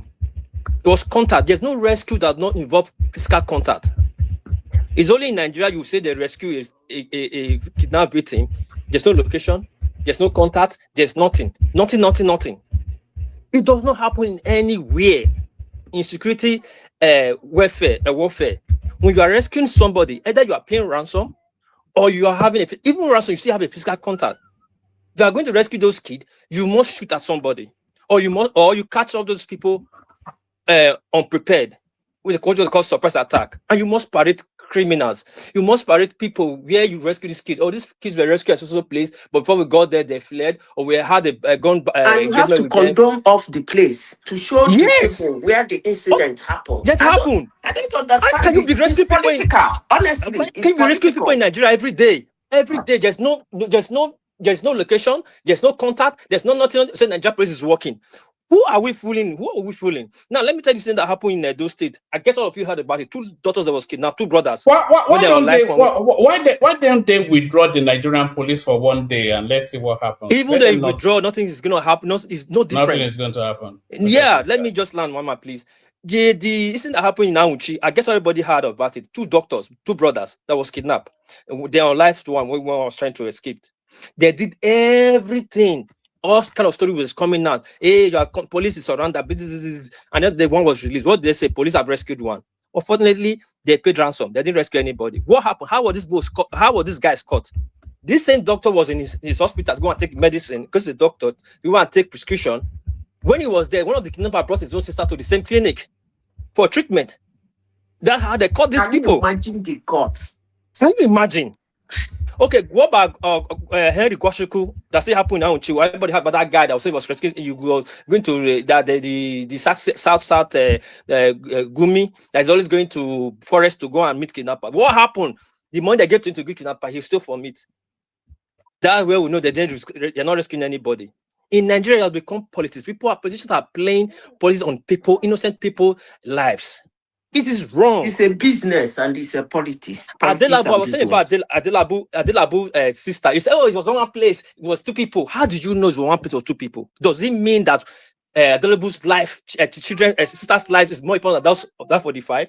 And to see that thing they did on life, execute that man on life, remove his head, it's all, that means every negotiation is off the table. Can you shoot an American citizen like that, and this crazy Trump will say he has a negotiation with you? Even in Iran, this war was going on when that pilot fell in Iran.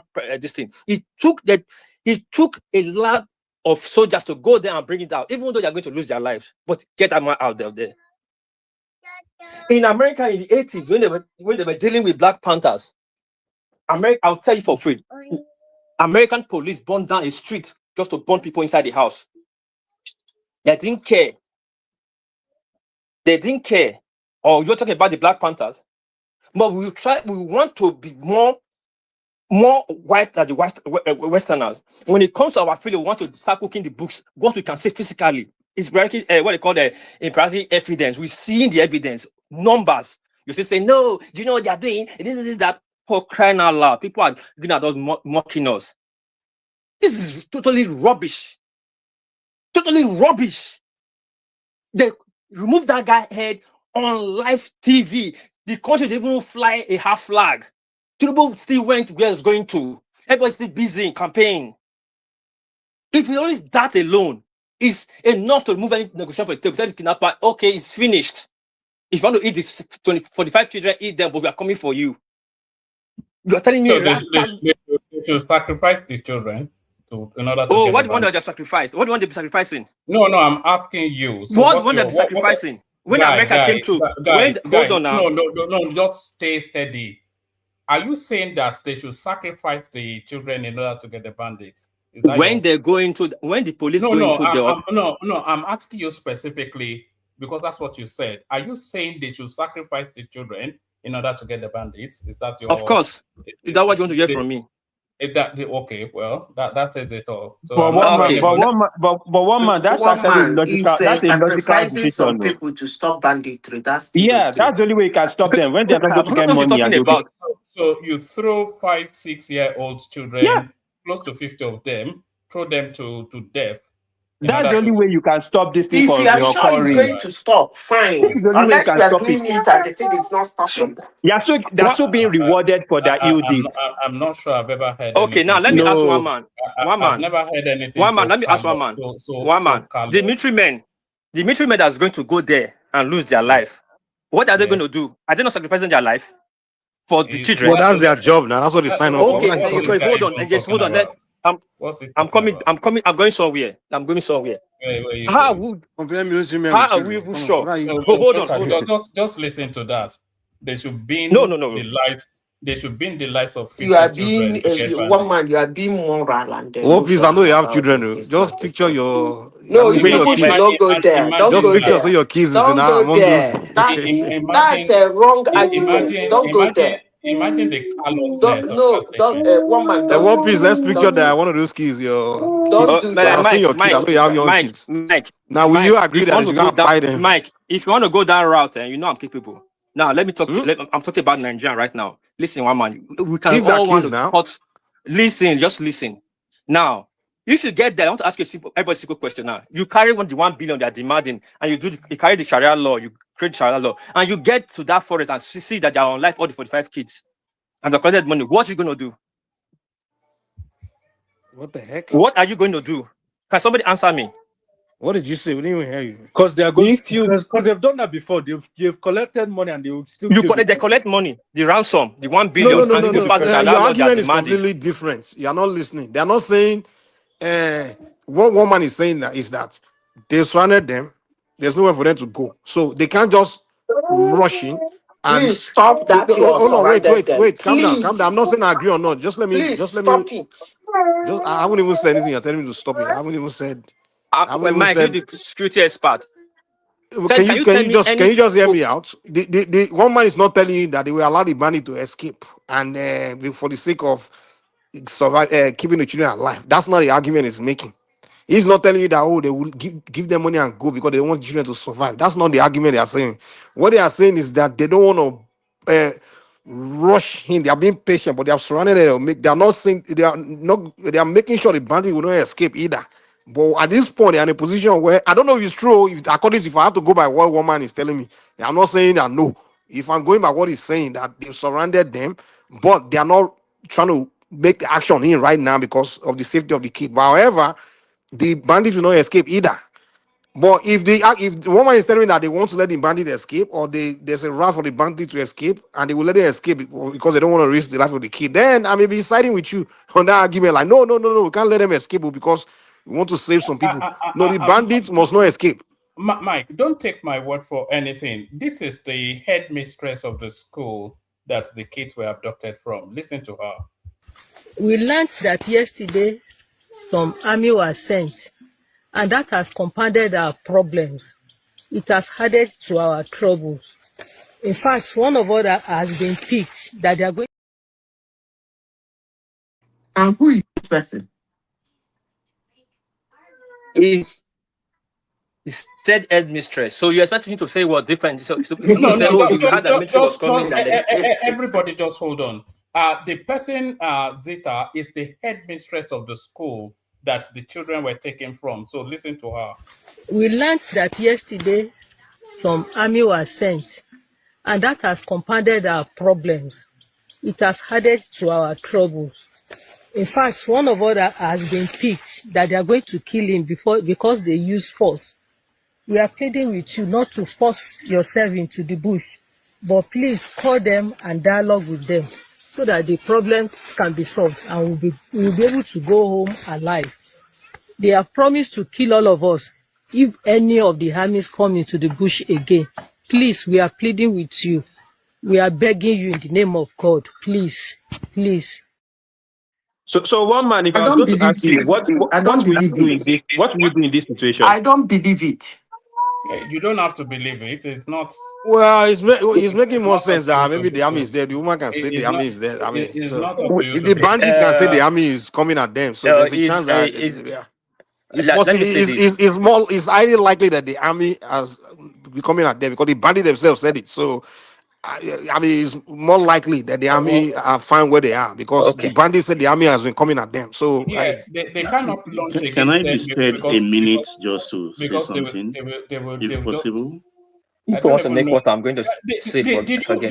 Did you hear what's being said, Baba? That they should throw the children in the bin and wipe out 50. Yeah, what I observe here is that I mean we are discussing what most people don't even know much about. You understand? What happened to Adelabu's sister? That is ordinary criminality, like what happened in Lagos about 2 weeks ago in Isolo Axis.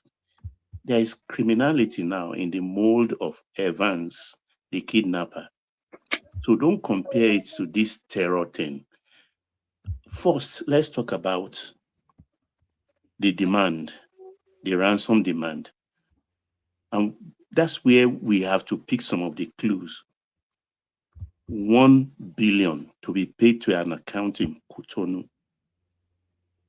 Release of Account 3 in where, please? Cotonou in Benin Republic. No problem now. Then 3 terrorists have to be released. I think one in Agodi prison, another one, I can't remember that one, but the third one, they didn't mention the prison. Those 3 people are their bomb makers. They are the ones who prepare their IEDs. The group that took those children into the forest is Ansaru. It's the Ansaru group, which is a breakaway from Boko Haram and some infusion of ISWAP. We have to be very, very careful here. We are facing something other nations have faced and are still facing. It is not easy to defeat the kind of terrorists we are facing now. Baba, I have one question. Just let me finish Okay, this point, please, Mike. Yeah. We have made it mistakenly attractive for these people that there is money available. They've seen it. Even the one of the Brigadier General, that is pure business. As far as I'm concerned, don't trust the Brigadier himself. You know, I had that thought as well, Baba. You understand? Because he mentioned to the release of 4 terrorists, the wife mentioned. And in the same breath, the husband, the brigadier, was pleading for negotiation, for peaceful resolution of the problem of terrorism in Nigeria, just like Gumi did. And Chioma observed well that these people look well fed. They are not ruffled. Nigeria is at war with herself. My brother, so-called Nigerian, my brother in another area of the country, is fighting me. Even inviting his brothers from other areas to come and fight me. Baba, It's an internecine war. Baba, you omitted something. Baba, can I ask you a quick question? Hold on. You omitted something, Baba, in the ransom. They said they want to introduce Sharia law. Yeah, Sharia. And That's one they of want, that's. I've been yeah. following it. They want to introduce Sharia. They should kill those their bomb makers now. That is how to deal with these people. I was even surprised that they have bomb makers. I'm waiting They are not. patiently. They shouldn't even be keeping them in the first place. That's because Nigerian government is complicit. If they had been killing those terrorists once they captured them, half of these demands would have gone automatically. No, we have to be They won't be careful. Wait, negotiating at with any times, bomb or anything. can you even calm capturing down? them. Can you Please calm now, down? please. I I'm have waiting patiently. seen Please, I'm waiting patiently. Can I say, You are if derailing the topic. I ask for your permission before I interrupt? I know I'm not disturbing you. I said, but you are over derailing the topic. over the years, I have seen Israel, for just Hamas capturing one or two soldiers, exchange tens of dozens of prisoners. Amongst them, there are experts. There are teenage boys of Hamas. Over the years, Israel has not conquered them. They've bombed the Hamas area to smithereens. So this kind of thing we are facing, for me, the way I see it, I don't think it's irreversible. We're on our way to separation. That is just it. Baba. Yes, ma'am. If you can agree with me, let me say this one man, please. Please take your floor back. If you can agree with me, you will understand that kidnapping and insecurity of ransom became rampant because the ransoms are being paid. If you can agree with me on that. Oh, sure. If it's not being paid, we made it will go. So they should stop paying. Okay, can I take my floor back now? Let me. All right. Round off in about 2 minutes. I want to hear from BLO, who has been here. I think he may well be a new guy and it's not. I guess so. I know people will not accept this. We are all looking for a way to cut corner. Baba, I agree to sir, but what you said is not what is going on. I know we try to paint a picture of what is going on. Is this, that? No. Can somebody remind me? I believe all of you have a sharp mind. Was it Beirut or Germany when they had one Olympics when the Palestinian leftists adopted Israelis in their sport village? What happened? It was the Olympic village. Olympic village. They demand all they demand, put ID, everything. They still wait in there and get them out. I can go on and go on. You know how many people died in that operation? Please hold on now. Please, Baba, you mentioned this. I want to put an historical fact. Baba, don't put it. Let him round off because. Let me round up now. There's no hostage rescue mission that is 100% perfect.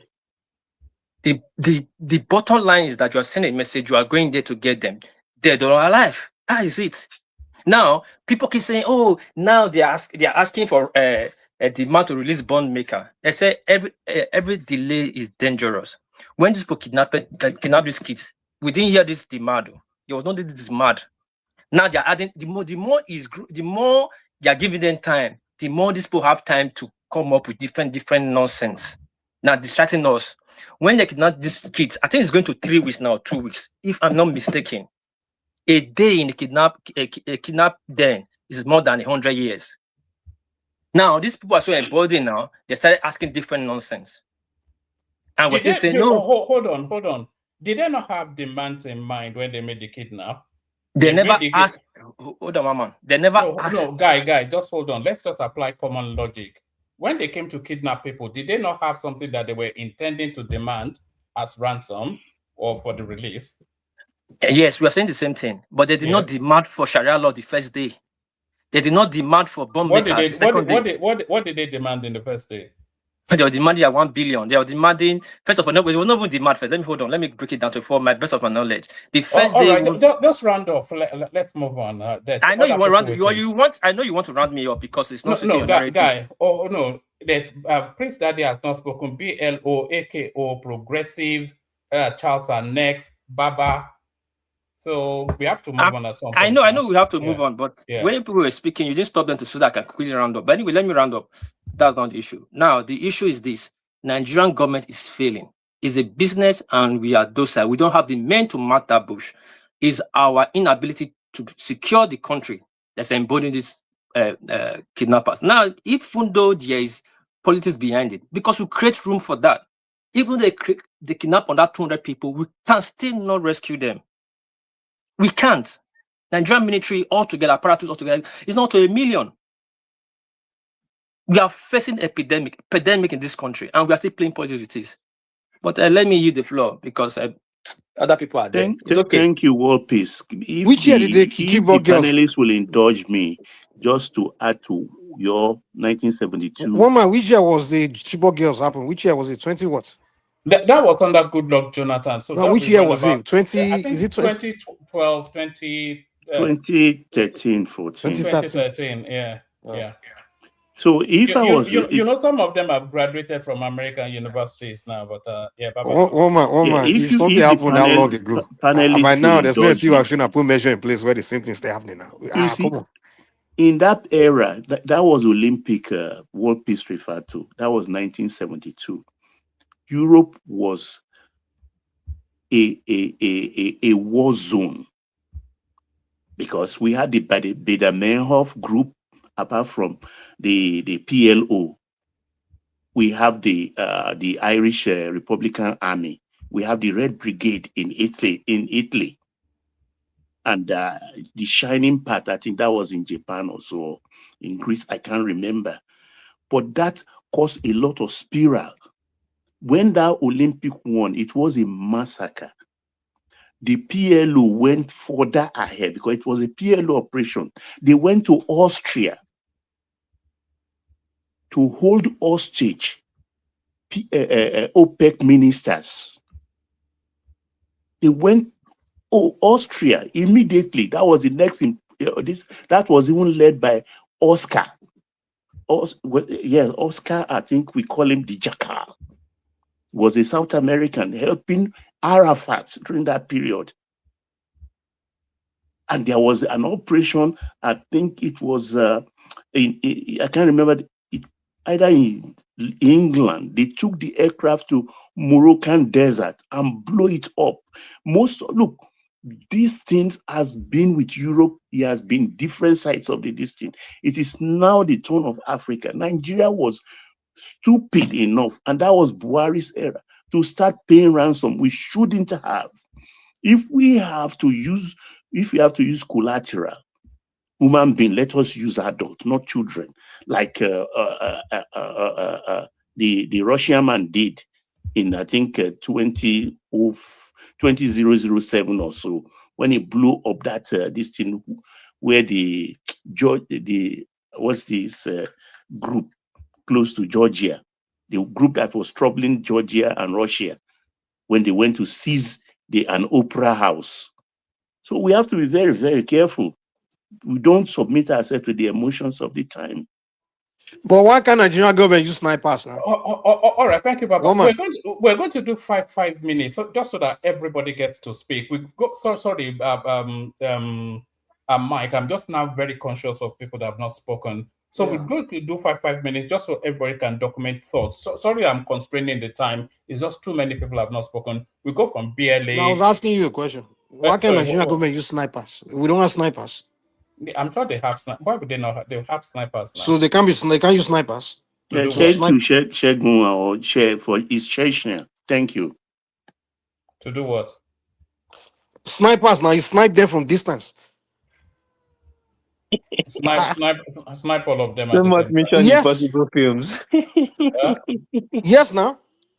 You be from far and you use you have snipers. They have they have sniper rifle from miles. Like they have scope. These people are there now. You slot them. You take about 10. You have binoculars. See where they are. See where the bandits are, and then you're watching them from far with this sniper scope. We're not that advanced in Nigeria. With this no advancement. It's just pulling trigger. That's all it is. I'm sure they have snipers now. Why would they not have snipers? So if you have sniper, that's how you have snipers. Then from far you lock them in with a scope, right? With sniper scope, and you have if there are 10 of them, and they have 10 snipers, each sniper will pick one of them, and once they get clear sight of fire, you simultaneously put a trigger and snipe all of them. This type of thing is the element of surprise that would make them flee and leave. Yeah, that's what sniping. That's what. That's how you catch those kind of people. Element of surprise. That's the only way you can get them. They don't. The people in Nigeria don't know all these things, man. They don't have so many things they can't. They don't do that. You wonder, like, these people don't even read about. What is Nigerian security people? They don't have brain. There's something they will be doing that they're not doing. One man said that PhD holders. No. Do you know that? Do you know that? A good number of them are Sandhurst trained, which is one of the best military schools globally. It was. Do you not know that, or am I telling you something you don't know? See, military is you get basic training. You just same with college. When you go to college, just get basic training. You have to Hold further on. your education beyond your Hold on basic now. training. Do you know Sandhurst? If you don't know, it's I I know don't know. Sandos now. You just go get Yeah. basic military training. That's it. But when Basic. it comes All right. to Okay. Very good. advancing your thinking, you have to read further. You have to study further. Officer training is basic military training. Is basic training that you receive in your when you go to military training. In Sandhurst. Yeah, it is basic. Now Right. you have to advance your knowledge. You have to And expand then your knowledge by reading more.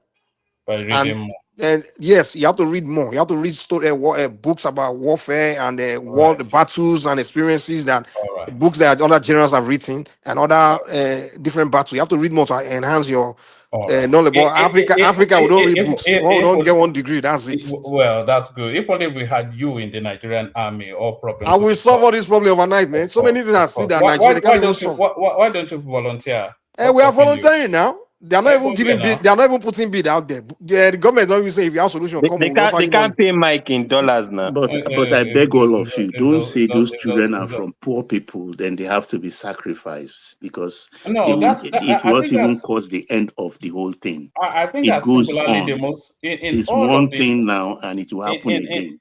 In all of the time, hold on now. In all of the time that I've been doing these streams, I think that statement is singularly the most callous thing I've heard. And I've heard some outrageous things on this platform. That stands alone as the most callous thing I've ever heard.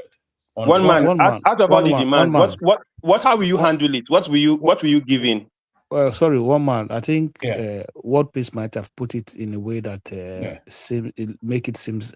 But I think the whole idea is that we should have this mindset of not even entertaining pain of ransom. Okay, you need to make them understand that look, we are going to come in and we're going to try to rescue these people. It's not that you're going to sacrifice them. You have to make it a rescue mission, and in rescuing these children, it might get to the point whereby maybe unfortunately 1 or 2 or 3 dies, but the idea that we just make it normal, we just normalize that how much 500, no, I beg now 300 I get. We have to stop that nonsense.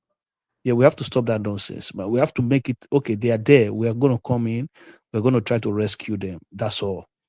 I think what Peace is trying to say is that they must not escape. The bandit must not escape. I think that's where what Peace is focusing on, which I agree. The bandit must not escape at all costs. But I wouldn't have gone and said we just sacrifice it. At the end of the day, so I think maybe he put it the way he put it make it sound so. Yeah, make it sound. The focus is that those guys must not escape. Which I agree. They must not escape. At the end of the day, we are not paying you money. We are coming in and we're coming in to rescue those children. That's it. That's the only option. That's the only option you give them. The option is that we're going to come and engage you to get those people out of your hands. And this is a normal practice internationally. You don't just sit down and start to price the thing like as if you are in the market space, 50 or no, 500 or no.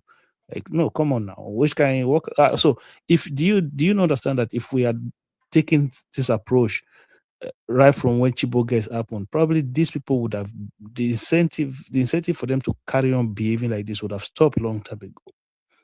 It's this idea that when people recently, a friend of mine, his uncle was married, his wife was taken, and they paid 35 million naira to get her out.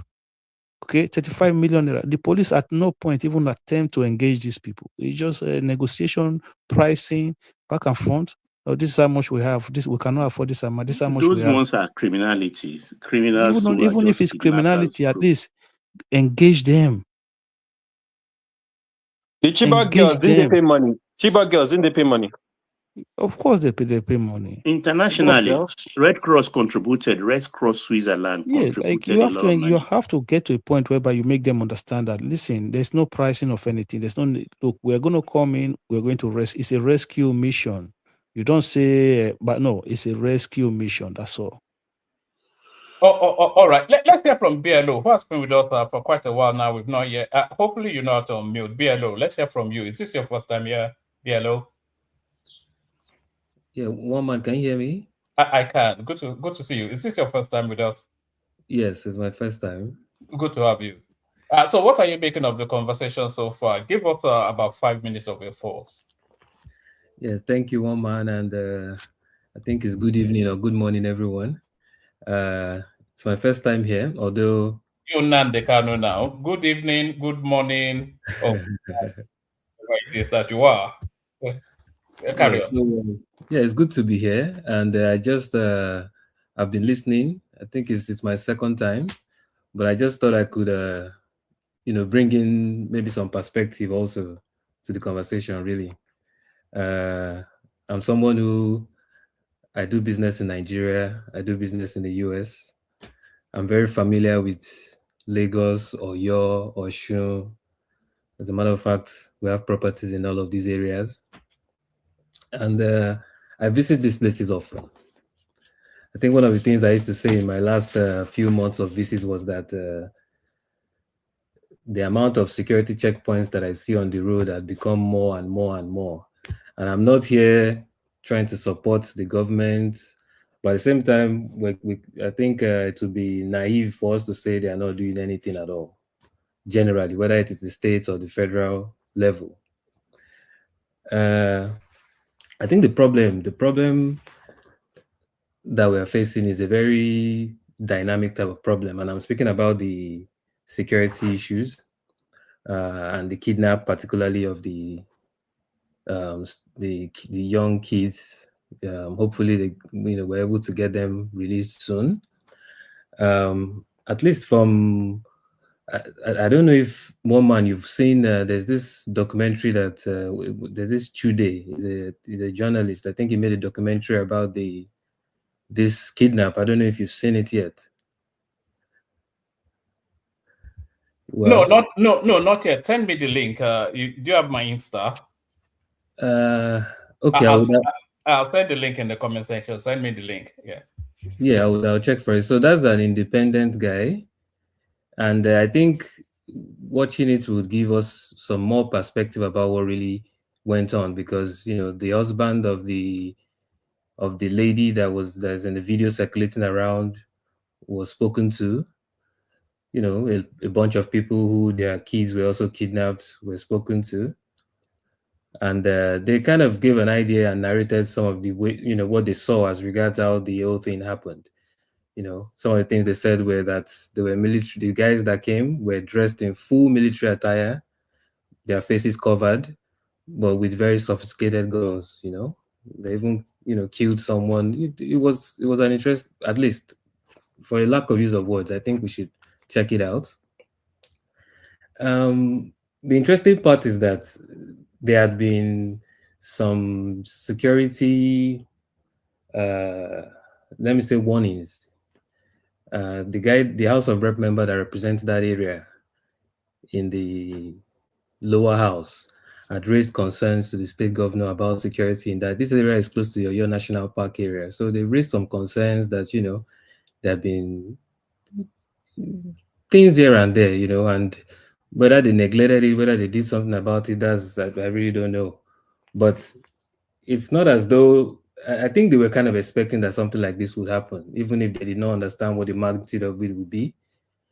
But anyways, I'm just trying to again shed some perspective to what is actually going on.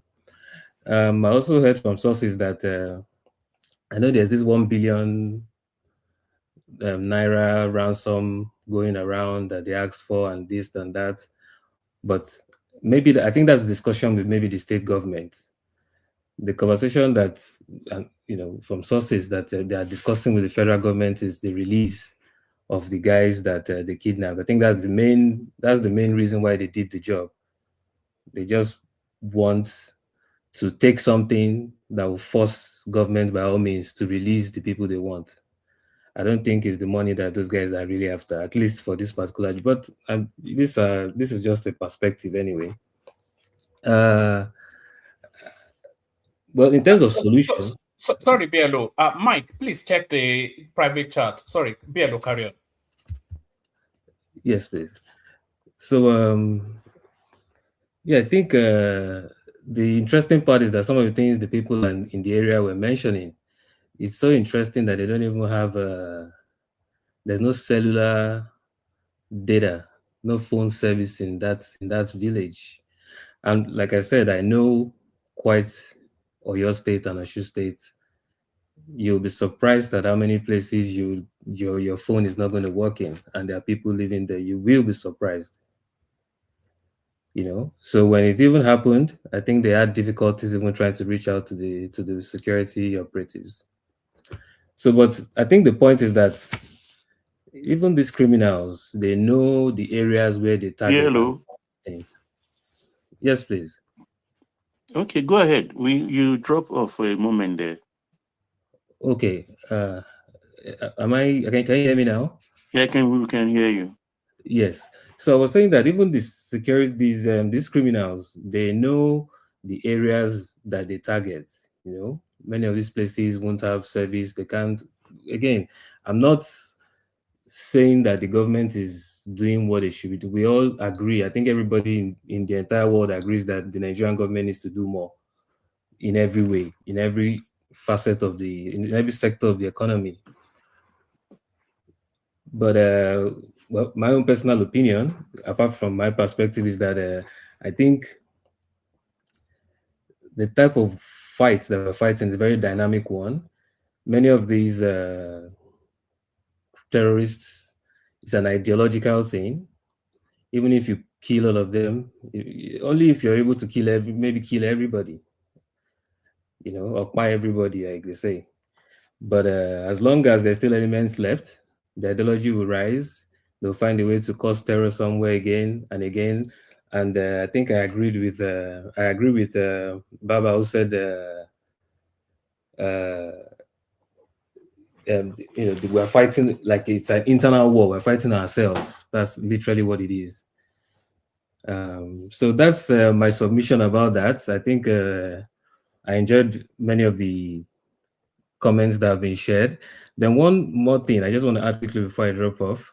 I was listening when there was the other man who,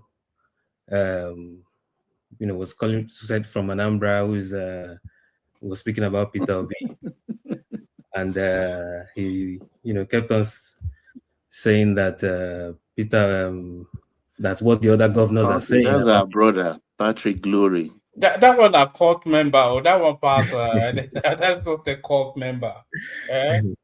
It was interesting because the church of the latter rain will be something. That's where that one worships. It's we thought the Kenya was bad, but that one is on a special diet. But no, anyway, carry on. But nobody takes him that seriously here. But carry on. One man is a Kenneth in the Labour Party. Can I say? I was speaking to him just 2-3 days ago. He's saying he's saying he's out of politics now. I think it's a bit disillusioned. He said, well, I don't want to talk politics again. I say, you don't want it back. We'll be on for sure. But carry on. Carry on, Bielo. And Bielo, feel free to interject, chime in, and come often. I think people like your voice. But bring it home and then we'll move it around. Bielo. Yeah, thank you. So I was just saying that he was making this analogy around Peter Obi being, and I have nothing against Peter Obi. But he was making the analogy around we must believe what Peter Obi is saying and not believe what his successors are saying. And I wonder if there's any governor in the whole country that somebody would say the same about, and they will expect us to believe the governor and not the successors. So it's quite ironical. So, but like you said, maybe we should take it with a pinch of salt. Thank you so much. My thoughts about the obedience space continues to evolve.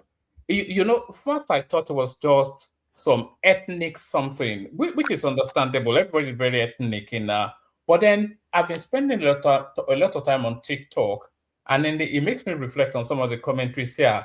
So some of these people, they believe it almost like a religious worship, which is quite scary. It's almost it's not even politics. It's like a religion. It's like cult following. It's like some sort of latter-day rain, James Jones sort of a thing.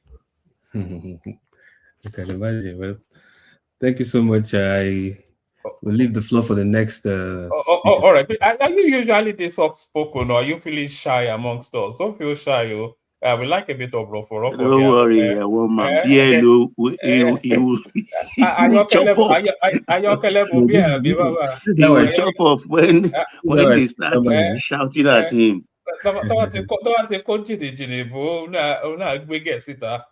Mm-hmm. We have a lot of ammunitions. We have a lot of ammunitions. Don't worry. Like I said, this is just the preamble. My anticipation is that over the next, in the course of the next 2 months thereabout, it is going to the politics is just going to get vicious, very vicious. You know, people will say very unpleasant things that will jar you. You know. Anytime I finish streaming, I just abandon the thought and then I carry on with my day. But I think in the next 2 months, I might well carry the thoughts of the stream into real life. It's just, I just anticipate that it's going to get worse, woman. It will be brutal. It will be very it's going unpleasant. to get worse. It's going That's to be why I said we are getting close to the end. People don't see it. Do you know now in the Southwest, any trailer coming in, people will rush at it. It will not get worse. So it will not get worse because people are not getting tickets. The ones that are running for Senate, they are not getting tickets. So the energy is running low. There is not going to get worse. Are you having a dig at my Edo sister? All of them, like one man. These guys are opportunists. I saw some guy that was crying. Sorry, progressive. I saw some guy that was crying on visit to Sheon Kimbaloye that he left the APC for the NDC and he was from frying pan to fire. It's EJ frying pan to fire. It's EJ Agbonayima. I'm telling you, they're all opportunists. Are the same thing. They're all the they same. They wanted to go to NDC to benefit. You know what happened during the Labour Party's last election when people Okada rider anybody was just getting elected. Opportunity like just taking advantage of that OB wave. They are expecting the same thing to happen this time. This is why you see the that is Aisha not obese wave, if I may chime in. Whenever whichever wave it is, whichever Madam Sister, whichever wave. Whichever wave it is that they just took advantage of the wave. Okay, so they I think that all of them are looking at it at the same time now and say, let me take advantage of it now, not knowing that Lord Dixon is there just pressing the button here and there. The mass sit down. It's not only the party from the sitting room. You know what happened? Sorry, Baba. You know, Baba and Akim. You know, they saw what happened in 2013 when some people just from obscurity used Obi's name to grab some. You remember? Do you remember that Okada rider that became 2023? Yeah. So they thought that was so that's what they're all hoping on now. Lord Dixon had what another. Happened? Akim, don't blame Dixon. Dixon told him. He told the Kwankwasia, he told the Obi and the Kwankwaso that look, what you are having is the presidency. When it comes to the National Assembly, leave that to me. It is my territory. I'm going to lead my men into the National Assembly, and on that I will have control. So it was settled that they should not know interference. Obi never told his people that he already negotiated on their behalf. Does he tell them anything? He never so it's told like they are now dragging his party he already with negotiated him. On their and behalf. He not agree. He not agree. You know, in Wari, where I come from, we have a phrase, we have a name that we call people like Obi. Where I come from in Wafi. Do you know what we call them in Wafi? Oh man, I know Yoruba man. Which one is Wafi again? We call them guy man. We know guy man. And we've not had a last from Aisha Yesufu. But the ladies, the Austin Peters ladies, just laughing at her because she's a cool woman. It can intimidate her. We also mocked her now, and then she's like inviting him out to a fight. I've told you the energy is not there, man. All the people that expect a ticket, they didn't get ticket. Yes. The energy is not there, so let's forget about all those. It's going to be viral. No, there will be no viral, man, because all the guys that are all the NG rooms they've all been sidelined. So their level of participation, you will see, because at the end of the day, all these people they're just there for themselves. People, but Akim, how do you interpret when a trailer comes into West? And the Westerners, with Southwest people now rush them, ask everybody to come down. or on the street of Lagos or in the suburb, they start, if you look like a Fulani, they want to strip you and see if you are carrying hidden weapon. So any little thing can trigger what I'm talking about. Because we are getting to a stage now that the election will there is come, and distrust. the election will come. The man will win his election, and for me, I think 7 months away. the only problem I have with Tinubu A is lot that can happen in that 7 the, months. So the only problem I have with him is using the state police to play politics. He should just do it and let's forget about the whole thing. Man. They said they're on the final reading. I think they may But well then the make the state police announcement. cannot happen tomorrow. Even if the Yeah. framework is established today and they change the constitution today, it will take 1 year before we start even seeing uniform of people parading. It doesn't matter. Let it take 1 or 2 This years. state police Just rule na do the it. talk. Now state government go pay them salary. Of Yeah, course. but with an input, The a certain kind of percentage insecurity will we be go to given to Nigeria, assist them in the payment. Make I talk my own. No, I'm just getting you an insight. You ask a question. The kind of insecurity that will be in Nigeria with the state police, I can't wait for them to implement it. We'll What come kind back of here and discuss insecurity? it. I have said this severally. I have said this here severally. The type of insecurity that will be in Nigeria with state police. Have they will not been be successfully running a unspeakable. Moteku? Have they not successfully run a Moteku? Okay, no, you call it Amoteku. You didn't call it state police. But Then let what's me the say difference? this. What's the difference? Let me say this. They are not. I think they are crafting framework in the legislation to preempt that. To what you are suggesting, that the state governors will hijack it and use it as a private militia. I read everything you sent me, one man. Not, Maybe you send it to in Zita. Nigeria. Yeah. Yes, maybe I will send you the framework. But guys, let's hear from AKO, who you always wait patiently till it's called. AKO Floyd. Sorry, AKO Mabinojo. Let's hear from Isaac, who has indicated that he doesn't have much time, and then we'll come to AKO. Sorry, everybody, if you've been waiting for too long. It gets like that sometimes. We hear from Isaac, and then I'll drop and bring up the people waiting to come up. And Don't forget my Prince Daddy, yeah. Prince Daddy, Prince Daddy Martin, the Prince is such a gentleman anyway. But Isaac, floor is yours. Thank you, one man, and thank you, panelists, every one of you, patiently. Isaac, encourage them to subscribe. The numbers are not going up, but carry on. Okay, please subscribe to one man's platform. This is genuine, so just do it. Do it with that church mind, please. Let me also say that people that will give me this chance, thank you very much. I don't take too much time. It's just that I woke up this morning and then I watched a video of the rescue of the lady. I think they said it happened early hours of today, Sunday, between 1:30 a.m. in the morning. The lady that they kidnapped with the twins, I think sister to you all heard the kidnap that happened, no? Yes, sister to Adelabu. Yeah, so I was so happy when I watched the video, and the person that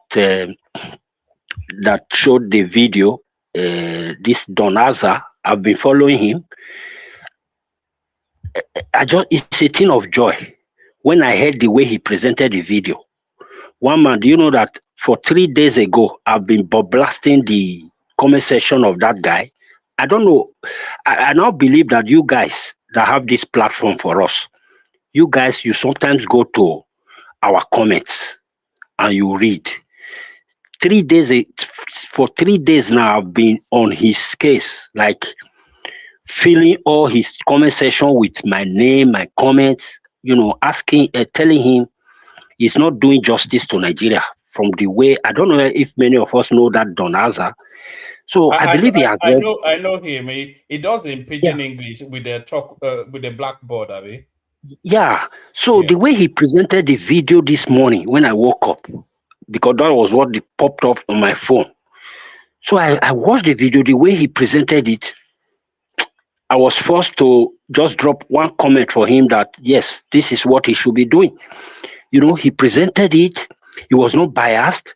He said he's so happy, and then he went as far as referring to some of the comments they made. Some people were commenting on that video that is because the woman is a rich woman from a rich. There, he condemned that comment, and he said even if it's because of a rich, but this is what we want to be happening in Nigeria. You see, let us all put our voices together. Now, I want to compare that incident.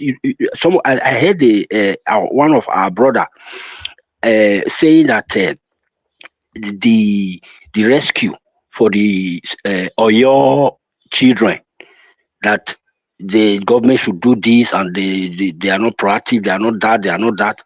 Fine. Now, if you compare those two kidnaps, those ones, they took the lady and the twins, they didn't do any harm to them, and you see the action that followed. But you can't compare that to that of the Oyo kidnap. You see, when those guys took those people, the first thing they did was to buy one of them, and we know how they did it. I don't want to measure it because of reasons, Facebook, what do we call it, YouTube reasons.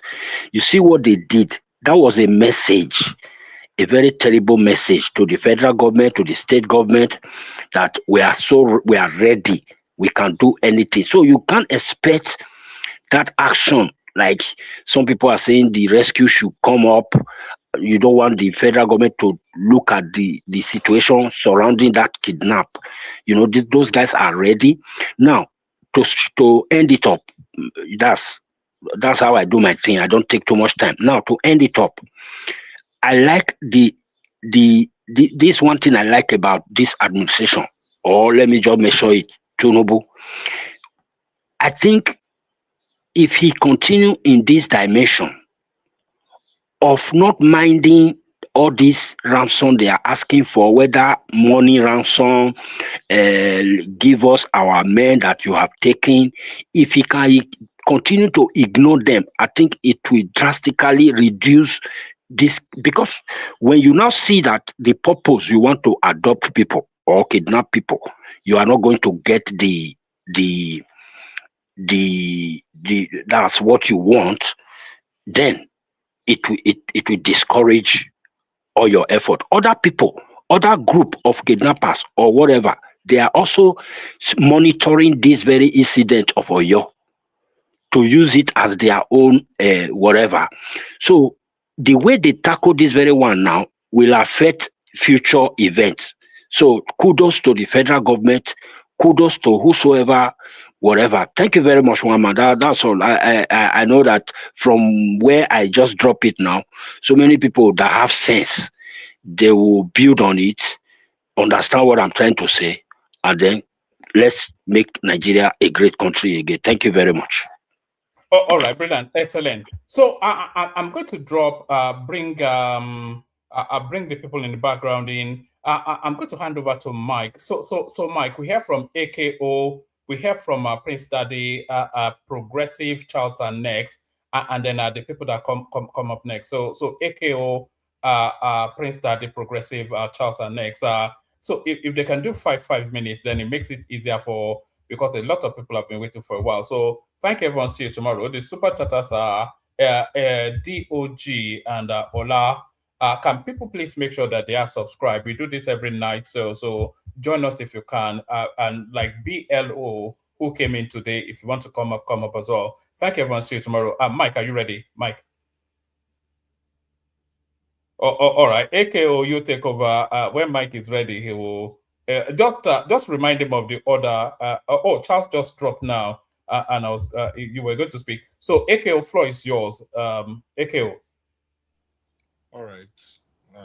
Good to have you. You've been very quiet. Yes, I have been. I've just been listening to everyone give their submission. Regarding this topic of state police, I think they say that history does not repeat itself, but it definitely rhymes. And when you go back to history, the main issue with state police is that it can lead to regional fragmentation and political abuse, which is what Madam Zita was trying to get to when she said state police will cause more insecurity. Even when I do my own research about, when Nigeria under the 1960 Independence Constitution and the Republican Constitution of 1963, I know we had a hybrid arrangement with the Nigerian police force that coexisted with all the local regional police formations. But that didn't last because what happened was you had regional authorities, using local police structures against political opponents. And the way these governors are acting, state governors, I don't trust them to wield state police as they should wield it, fairly and equitably. So I think that's a major concern. So I'm curious to see what Mr. President has in terms of constructing this sense of state police. Now, with this issue of insecurity, I have said this before, and I come to this conclusion. This issue of insecurity is no longer a policy failure. Now it's a matter of a existential threat, and there is and it's largely politicized. It is sad, before I used to think that it's along religious, ethnic lines, but when you really look at things, you realize these are smoke screens that politicians use to confuse us Nigerians on the line of religion and ethnic affiliation or ethnic belonging. These politicians themselves are benefiting from our from the chaos that's because I cannot understand how even when this thing started in the north, I used to ring alarm bells. I said this thing is really bad for people to be suffering like this and not. Some people felt that, and this is something that Nigerians have mentality around. It's unfortunate.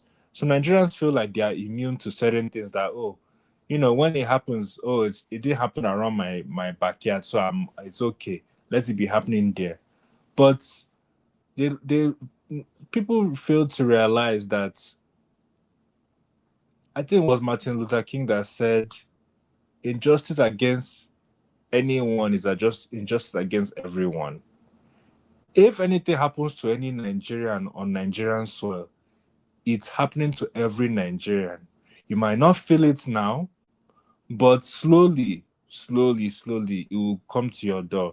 And when it comes to your door, what are you going to do? Are you going to start begging? And that's what is going on in Southwest, unfortunately.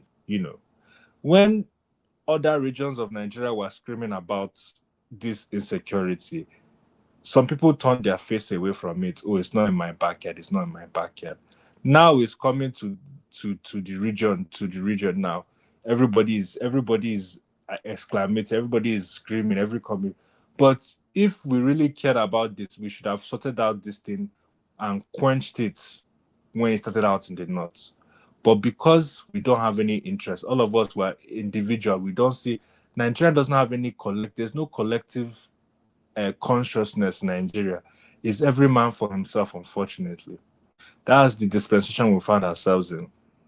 Sorry, And quickly, is it Akil, right? yes, it's me. Akil, yeah, I do. Quickly, so what you said, I mean, it's human nature. It's NIMBY, just like you said, not in my backyard. And you know the sensitivity of the people in the north. Now, even when the southerners knew what was going on Who's in the that? north, right? Even when they No knew, worry, continue. okay, even when they knew, the northerners are quite protective, right? You're not going to force them to do what they don't want to do. I mean, you know how they run their space. So it's just human nature. Until something touches your skin or comes close to you, you naturally, as human beings, we're going to ignore it, not pay enough attention to it. But hardly do you see the southerners go to the north and tell them what to do. It doesn't work that way. I just thought I'd make that point. I think it has come to the point where, unfortunately, the government has to make drastic decisions in terms of this war against insurgency, and the type of fight that they have to fight against this is not any moral. Is How do I say it? It will be morally. You can't even bring morals into this. It's kind of like, at this point, the government has to get their hands dirty. They have to do stuff that are illegal to get rid of these terrorists. I know it sounds crazy, it sounds wild, but this counterinsurgency, when it comes to matter of counterinsurgency, you cannot be fighting quote unquote according to the conventions of war. You have to fight. Sorry, but Jonathan, didn't they fall in Jonathan's hand when he tried to do something about the insecurity?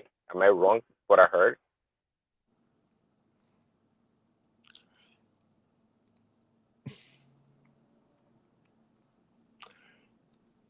It's because Jonathan himself.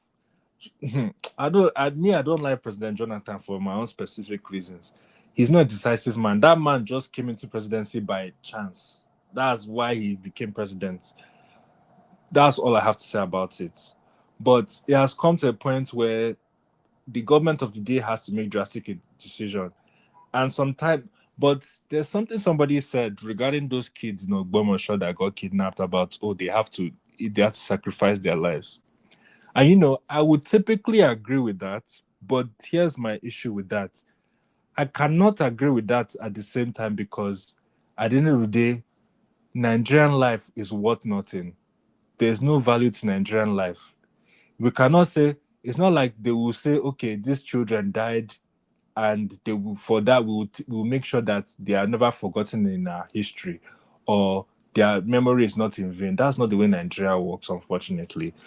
As soon as those children died, it will be forgotten within the next 24, 48, 72 hours. Exactly that.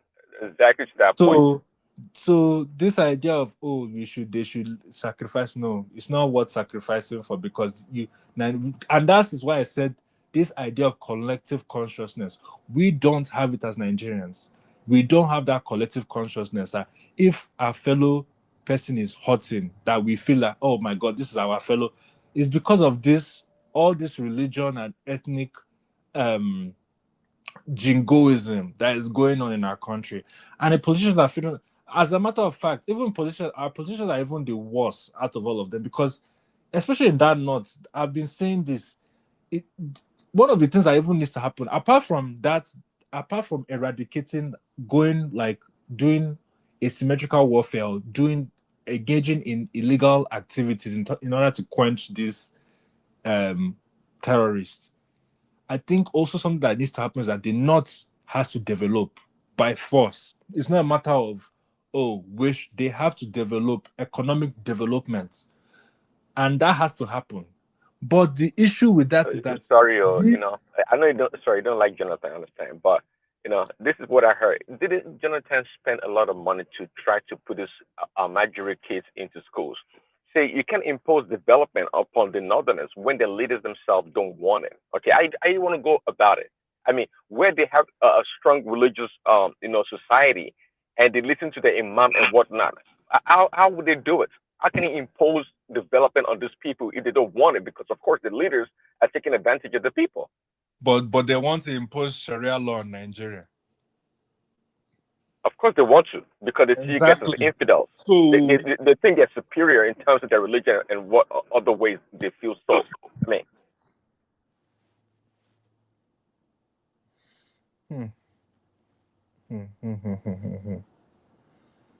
I understand where you're coming from. However, I still believe that needs to happen. That economic development needs to happen within the North, because these governors cannot keep using their people as collateral damage. I think, sorry to interject you, although you made a very good point, but Prince Daddy is right. Actually, for development to take place in that place, the mindset of the people of that place has to change. Look at after the abduction of these children in Ogbomoso, See the way our people in the Southwest rise up to defend themselves. See the ways they started profiling people by themselves. It might be a little bit chaotic, but at the same time, they stood up. But when you now just oppose it to what has been happening in the northern part of the country, were their leaders doing? About the people there? The people there, everybody know who is committing this atrocity. They just look on, they just move on. Why they are buying them every day and now? So this kind of people, coupled with the way they use religion to control them, it's going to be very difficult to enforce development in that place. But fortunately, if you're also talking about Nigeria in terms of road construction, they have the best road compared to the one in the south Yeah. because their land is quite wide. And then they have most of their roads are good compared to the southern part of Nigeria. You don't have road here at all. So unfortunately, until their leaders until their leaders start to see that we have to do something for our people. If you want to force them, the only way you can force them, I will tell you how. The first thing is that you create that state police, and then to finalize it, let us be state resource control. Everybody, you generate your resources in your state. No money for Abuja anymore. Then you see that development. That is why that country was able to develop between 1960 and 1966 because of the regional government. That is why they are competitive in the agriculture they are producing that time. But now that everybody sat down, and then you collect your money from Abuja on the 25th, which is billions of naira. So you don't need to do nothing. Whether your state is producing or not producing, no matter what happens, billions is coming to you. That is not a true federal system.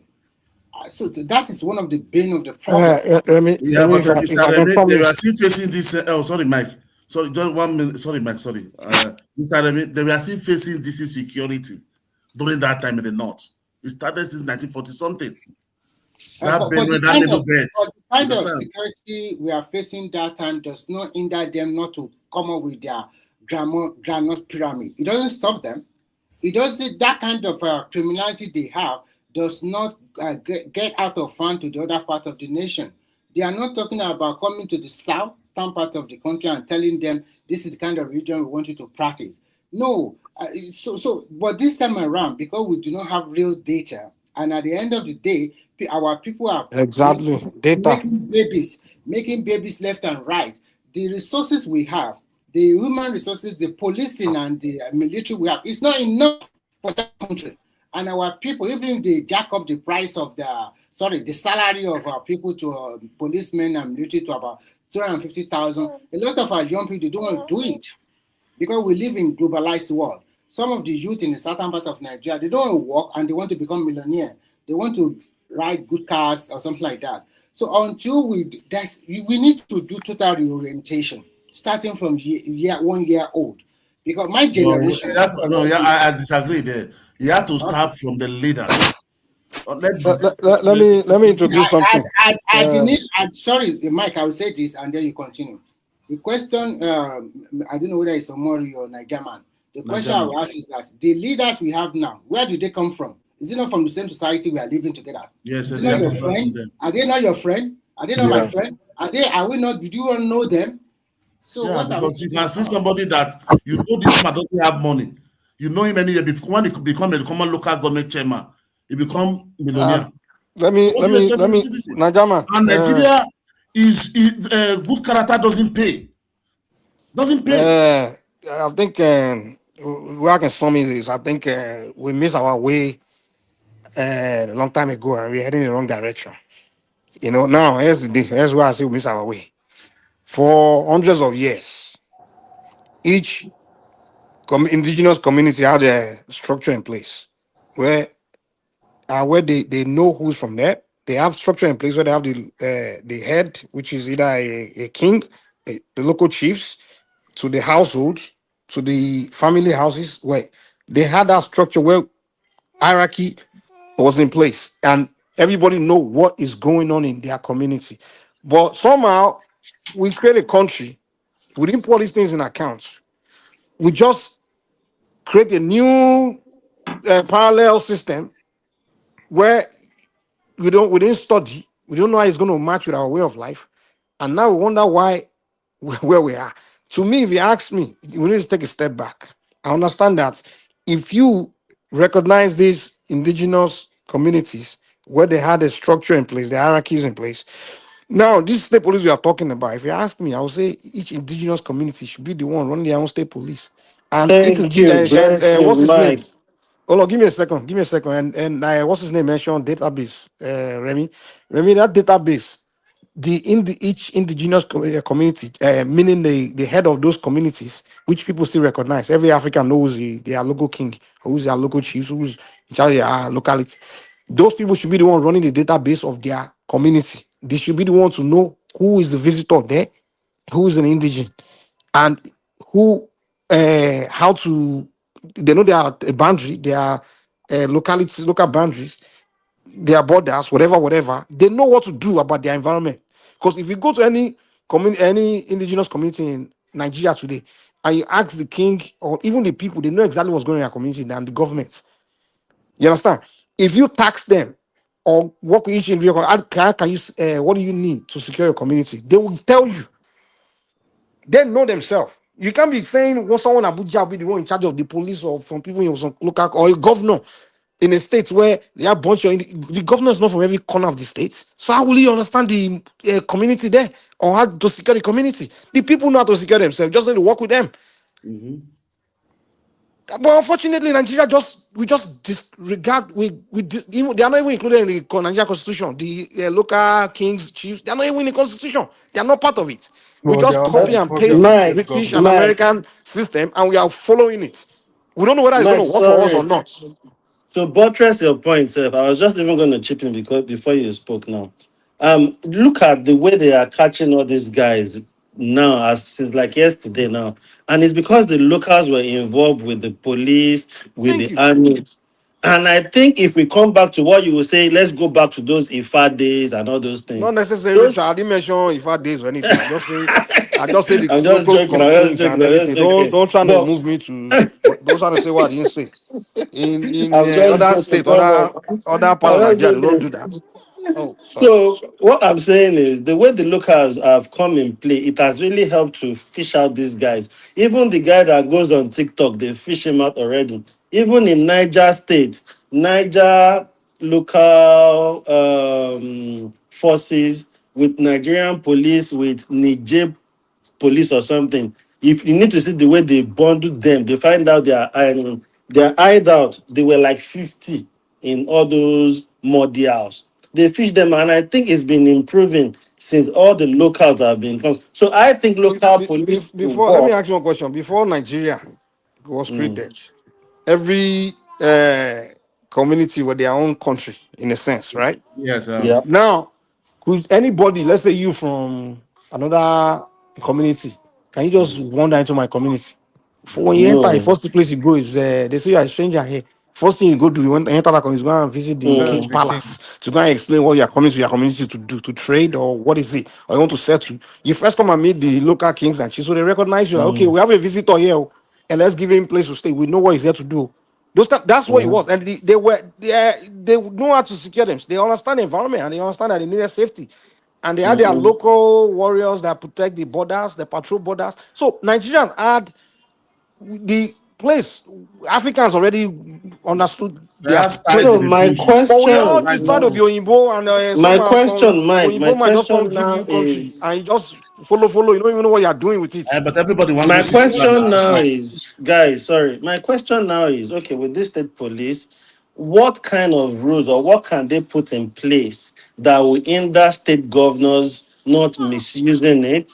Because what do you and see, think they will come up be? with the No, framework, the but law. they The cannot thing say is that this: to the when to the you evidence. constitute, I think what they're trying to do, is this.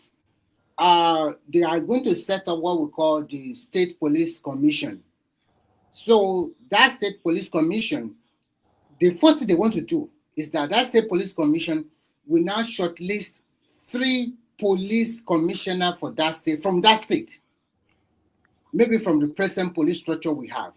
Or maybe the government will also have an import. They will now shortlist that people. So it is that police commission service that will shortlist them and also do their own normal investigation. Mike, Mr. Woman say you should check your private chats. Okay, so as I'm trying to say, but at the same time, it's still a gray area. They are trying to find a way so that the state governor will not misuse them, will not misuse the police there. But I ask myself a very good Why do question. people just believe that state No, police the will question I asked myself. why do people believe that state police will necessarily be under state governor? No. The question I asked They myself. say you pay the piper. I don't understand. Let me ask you guys this question. The question is, who is going to fund this state police? That is the question. That will be the way for it to control it. Whoever is funding will be. So if the federal government is not allowing for state resource control, if the federal government are going to be the federal government cannot fund state police now. That would not be the right thing. But if the state police, the state governor are the one going to fund this police, there's no way they will not have a kind of control. No, there's no way. No. There has to be police budgets. That's it. Whatever you are going to say, you are still going to use them one way or the other. No, you can't. No. The only thing that can give you power to control the police is a constitutional power. If you don't put that in the constitution that governor has this power to control the police, then you can't control I'm it. trying to talk about But at the end of the day, if you call them state police, are they not going to be under the state governor? They don't have to be under the state governor. But what So that's what I'm saying. My question is,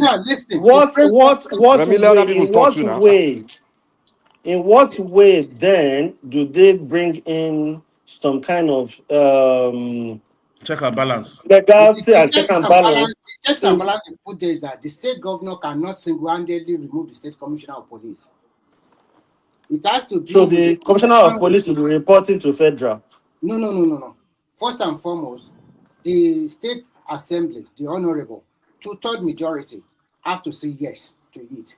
And then the service commission have to also say yes to it. And the state chief judge also have to say yes to it. That's why it doesn't work in Nigeria. How did they That's what I'm saying, that there's no How way did they to remove remove Emefiele? Did they go to No National way. Assembly to God? I bet they'll be removing people like that, Charlie. I don't see that. When the president Because I think that's really the hindrance in that thing. For them, how to navigate things. But when we look at the advantages, I know that there will be problem in the initial stage.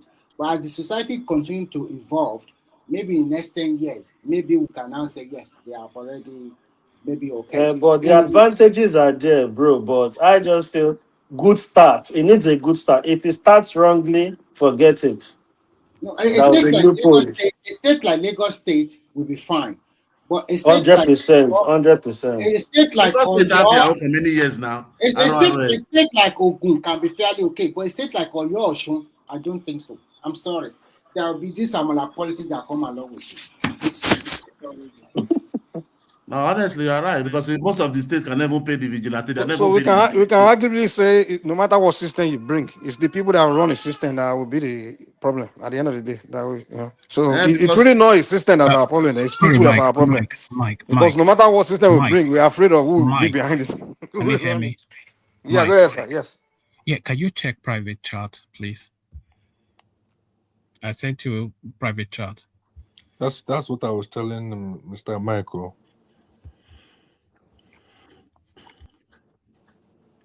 Mama, this is our time now. This is our people's time. Why are you still coming up? I think probably you want it to be structured, but unfortunately, we are not doing any submission anymore. Is you that rob the structure, Remy? You just come, you just bought it. All of us. No, I did not, because I've been here before you, so I was here before you. Why are you be here before me? See this Simba. You come this before here. I'm here before you now. Really? Prince Daddy is actually after me. Let's very soon. Okay, you guys do 5 minute monologue. That is actually I think it was someone. Prince Daddy is after me. Was supposed to go after that person, Prince Daddy is supposed to go after. Who was the person? I forgot the other woman made it. Who was going? I think after AKO, Prince Daddy, Baba. I think Anek or something. No, Prince Daddy. Okay, let's. Okay, Prince Daddy, you want to go? AKO, have you done? Are you done? I think you are going already. I've said everything I need to say. Then we should ask this guy that says before me, Nigerian, or who is before me. Oh, if Prince Daddy is not ready, hold on. hear me. Okay, I hear you from my other device, but I can't hear. Okay, go Oh, ahead. Okay, go ahead. Talk. no, I don't see what I want. Echo already made his submission. I don't make my own submission. I don't get Well, let him speak for himself now, Remy. And yeah, Remy, please. I don't know if they hear me, but I don't make my own submission. Why they reverberate? What's in the apple? AKO, are you done? Yes, I don't finish now. Okay, Prince Daddy, go do your 5 minutes monologue. Is Prince Daddy there? Me, I can't hear him. Okay, Prince Daddy is not here. Yeah, he's muted. Okay, who was supposed to go after him? Oh, I think the Baba is after him. Baba, are you there? Mike, the echo. Not be only me where they hear the Everybody echo. the echo. Everybody the echo. Okay, Mike probably want to shut down his Oh, Prince Daddy is back. Yeah, the thing is, one of my Yeah. devices, I couldn't hear AKO. I'm hearing everybody else, so I had to increase that volume on that device just to. But I've heard him now since he has spoken. So, can you guys hear me, Sha? Sure, yeah. Okay, so who wants to? I think Baba is not here either. So, who wants Prince to go Daddy then? is back. Or should we just open the damn floor? I know this 5 Back. minutes thing. I don't know. But, okay, Okay. Prince Daddy, are you ready? Yeah. Let me just Okay, ask. do your 5 minutes. Tell us something we never heard before. 5 minutes. Go ahead. Okay. Actually, my question was to what you were saying earlier, Mike.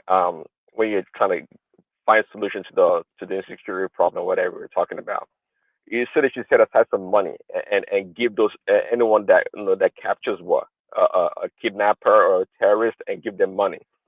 I'm not sure how that's supposed to work really. I don't think I understood what you were talking about. And You said based what? on what I heard, Can you? I didn't hear you. You said, I said what? they should put some money aside, and anyone that reports a kidnapper, or if a kidnapper turns in another kidnapper or terrorist, they should give them money. Didn't you say that earlier? No, I said what? Okay, in the United States, for example, whenever maybe a fugitive is out there, they come or the government or whoever usually the sheriff will come up and say, okay, we're looking for this person, and whoever can give us information to capture that person, there's a $5,000 reward on that person. So that's what I'm saying. Like, it's a similar thing. Like, you give Nigerians something to do, like to make money. Like, hey, if you can give us information about anyone that you know that's a bandit that will help us successfully prosecute or capture the person, then there's a reward money for you. That's what I said.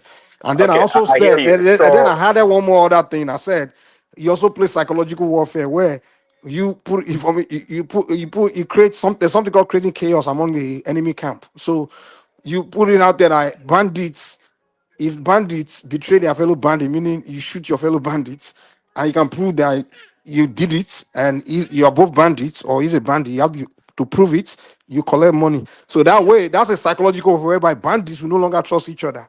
So they are gang, the idea of working in a gang will probably disappear. So bandit will want to be working alone because he knows that he can't trust the next bandit because there's no honor among thieves. So this next bandit next to me might shoot me because there's somebody that will pay him money to shoot me.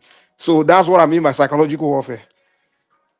Did you get my point now? So if you said that, that means yeah. you agree with them saying if bandits hand over, they can integrate them into the system. No, and don't and also it doesn't mean you even pay them. You understand? You get what I'm saying? It doesn't. It Uh, does. No. Listen. What I said is, you put it out there. Like, if you're a bandit, you shoot your fellow bandits, and you have evidence, meaning you kill your fellow bandits. You kill, and you can prove that to us. You just it's just information, but it doesn't mean you pay them. And Okay. once, I got your point. So let me it's give it. called But how much do psychological you want to warfare. pay Okay. them? How much do you Hold want to on. pay each of them compared to what they make in See, groups? what you said. What you said reminds me of a story I heard back in the British control of India, the country India, right? They Okay. used to have an issue whereby they had this poisonous snakes that goes around biting their people, right? So they made a incentive program to give anyone that catches any of those snakes, they come forward and they'll give them money. Guess what happened? Then later, after a little while, the British people realized that all of a sudden there are more of those snakes around than before. What is that? What is the point you're making? Well, did anybody hear what I said? You know, Yeah, I heard you, but what? So did there are anybody more else of the hear what I said? snakes. It's very simple. So what you're asking to, if you put an incentive to start paying people for turning in terrorists or this and that, of course that's going to increase the number of terrorism or whatever you're talking about. They're trying to curb. It's going to Okay, go way up. explain how that will increase the number. Explain it. I mean, just Well, explain, huh? because people, I mean, number one, we have a very loose structure. People among themselves, they're going to connive together and they're going to game the system. It's very simple. They are going to game the system. Okay, Okay, explain it's it. never going to work. Whereby, Just say the thing about you guys is just talk. You can't do explain what you're saying. Put your stuff in context now, like so I can understand it. How well, is it not going to work? I hope somebody else heard what I Okay, said. The so in the analogy that I United gave States, was hold on. In the very United States, simple. where they hold on. In the US, where they said if you have information about who we're looking for, you get reward money. Did people not gaining system? I mean, I don't understand. So me telling Nigerians that hey, if you have information about anyone as a bandit that can help us to catch Well, or to okay, you make successfully it sound prosecute a like bandit, everybody is you well will collect documented reward in our money. And you society. are telling me Hold on, you make it that sound will like create everybody's more. well documented in our society. You say You know, what? like in America, well, if they look for somebody, more likely they have a lot of detail about that criminal, for example. So somewhere in the villages or wherever where people are not documented, yeah, somebody can go find somebody from Nigeria or some people say, oh, this is a terrorist that we caught and killed. There you go, give me my money. Well, see what you're saying. I'm not Okay. against what you're saying, Mike. I'm not against There's what you're two saying. things I But what I'm said. There's two things I said. Which one? Hold on. Are you against both or against one? If you're against the second one, with the psychological warfare one, I can understand that one.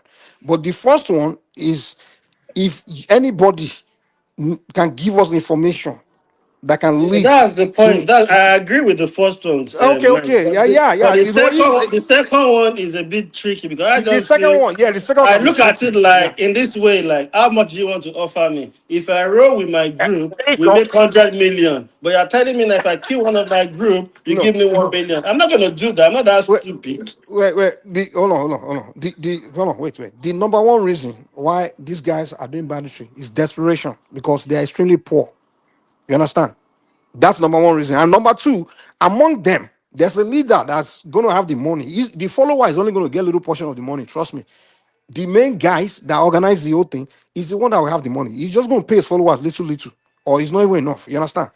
So now you create a situation where those followers, in fact, Okay, Mike, those I only got a couple of minutes left. So, yeah. to my point, I don't know if AK or somebody else understood what I'm saying. Say in again, you cannot prove who is a terrorist or not. We don't have that capacity, the database. We don't have it. Who the hell do you know who is a Prince Daddy, terrorist? which part of my Anybody can, point are you disagreeing? Is it both or one? I don't get it. no. I'm simply talking about the one that you have to pay people, the incentive for paying people, not Okay, psychological part of it. someone that give information that leads to prosecuting a bandit. What is wrong with that? But there's Let's say, nothing let me wrong. give you an example. Let me give you one There's example. This is nothing my wrong with that. so you said there's something wrong with it. So what is your argument?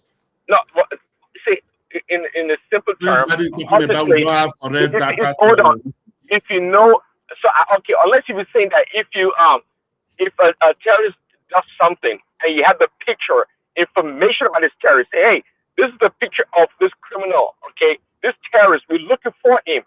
Anyone that can produce information to capture this person gets 100 Okay, give me million. a second. That is Okay, fine. There's nothing wrong with that. wait. Hold on. There's nothing wrong with that. If that's what you're saying, that's very simple. There's Prince nothing Daddy, wrong with that. Prince Daddy. Let's say you are into illegal activity, usually, and you live the same house as your mother, and your mother can see it. She can see that you have gone, and she can see maybe she heard you and your friends talking about the plans of things you are doing, right? And then your mother decided to give you up. And then she called the government or the police that okay, oh, I think my son is doing this and that, and I know their movements. And this is I know they were discussing this, and I think they have seen gun with them, they keep gun in the bedroom.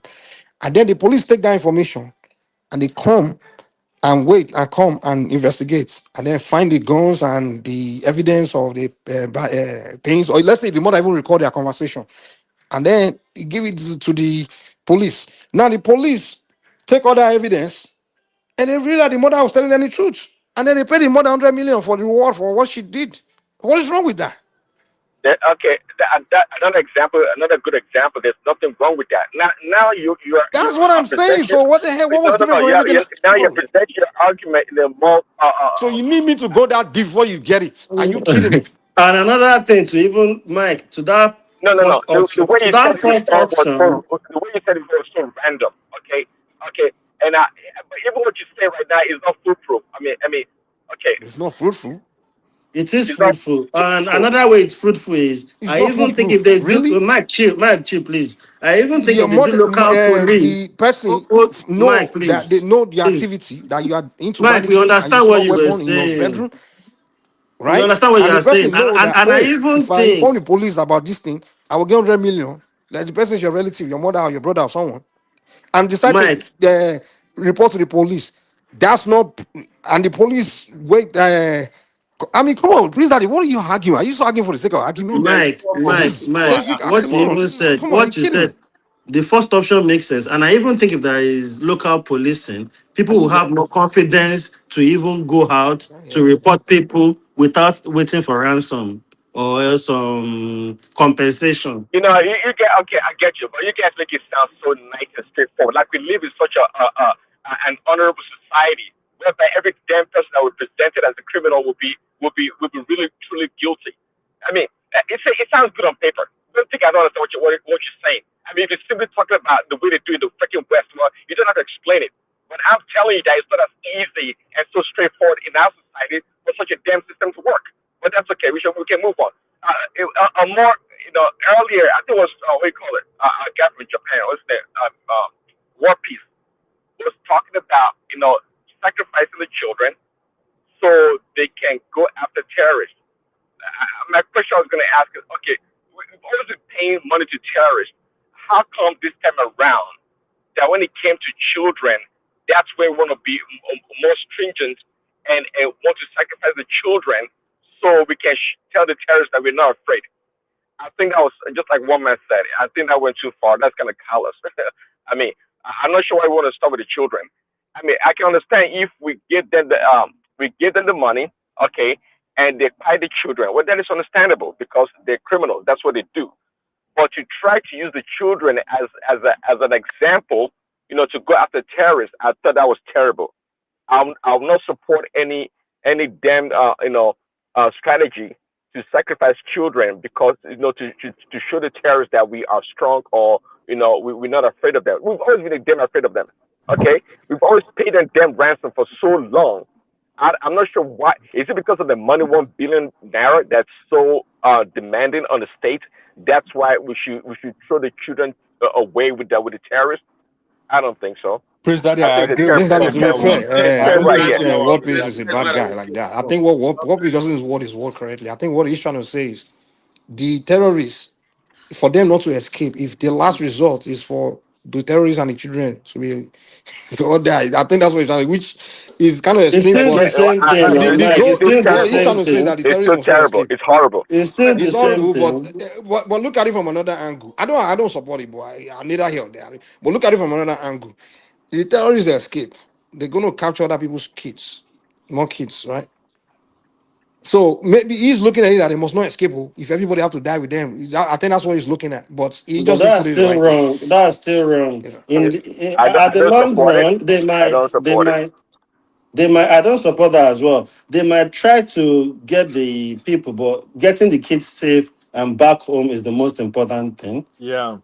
Come on now. Exactly. Come Even if on now.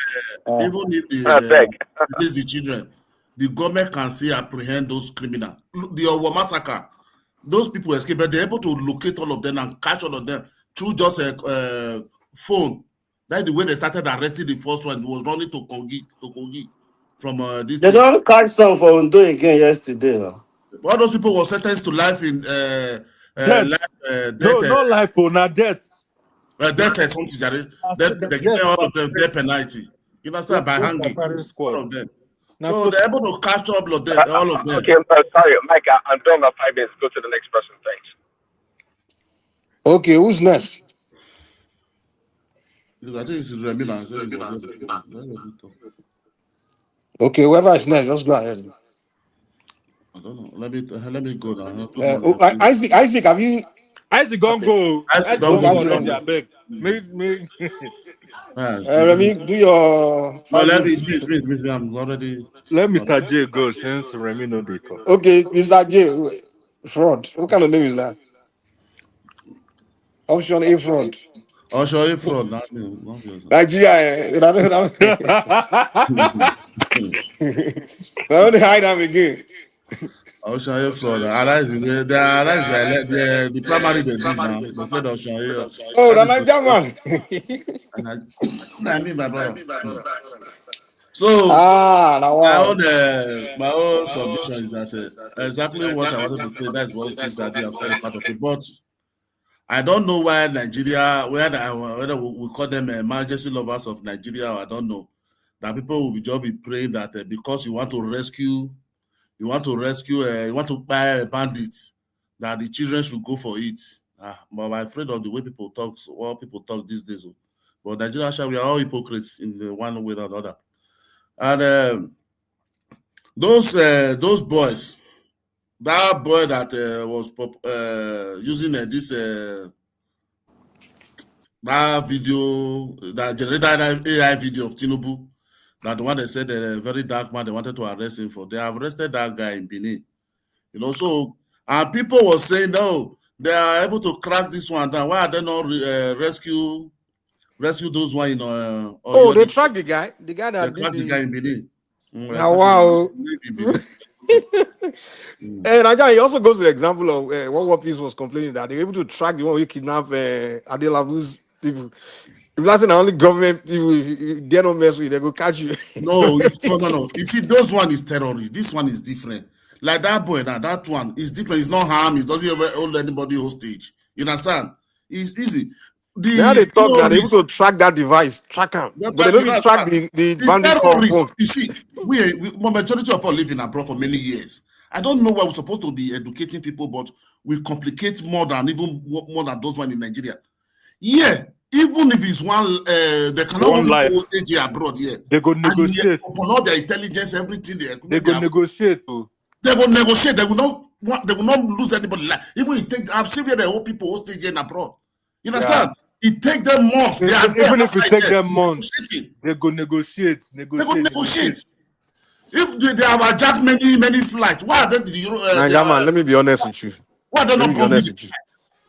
You see, in Africa, there's something. Fella say, say when colonial mentality. Let me explain something to you. When people become politicians, they feel like they are filling the shoes of the colonial master. You understand? Meaning that when the British were in Nigeria, they are their office space where they stay, their residence. If you come there, be monkey. If you don't, black man, you're not allowed to come here. You understand? Like they don't even want to associate with you. You understand? So they see you as a second-class human being, like subhuman people, the population, right? Now the only people allowed now people where the Africans, the elites where they work with. These are the only people allowed in that space. So now when the British left, the people who can occupy those filling that British space, they can't continue that same mentality. Like once this Aso Rock area, this government area, the masses there, you're all monkeys. Don't come near here. You're worthless, So even people where we say we're part of the people before, once there was in fact, if you're just ordinary person, if you open your mouth, you won't become politician. They will say, what gave you the audacity? There was a man here that under EACC wants to run for governorship from those states. And somebody asking, what gave you the audacity to say you want to run? You're just a regular person, so that's the way people did that place. And even we ourselves, we see those people, so they don't see ordinary Africans. It's like they look at ordinary Africans from the eye of a colonial master. Yeah, in a nutshell, you see, Nigeria, I've seen one thing in us. What we fight against today, what we condemn, not really that we don't like that thing. We are just angry because we are not the one doing it. Exactly. We are just angry.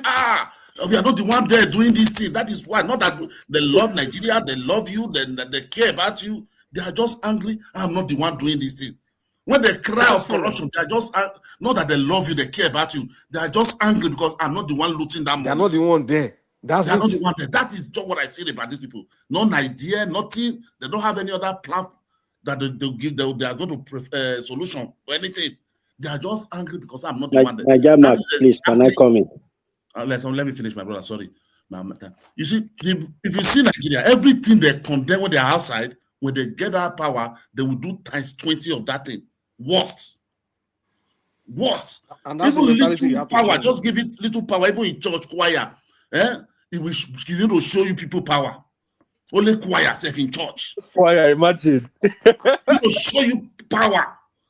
Power So to be honest, Nigerian, one thing I know is about Africa, or just we black in Let's say general. We see when we say poor black people, we see them as parasites. Like we really don't see them as human beings. Like you understand? Like we see them as something that's like just no important, like a parasite. Like just we don't. I don't know. Maybe we say ourselves on the highs of Wimbo. You see how Wimbo they see blacks as some dirty skin animals. That's the same way when powerful black people see other poor blacks, like the masses.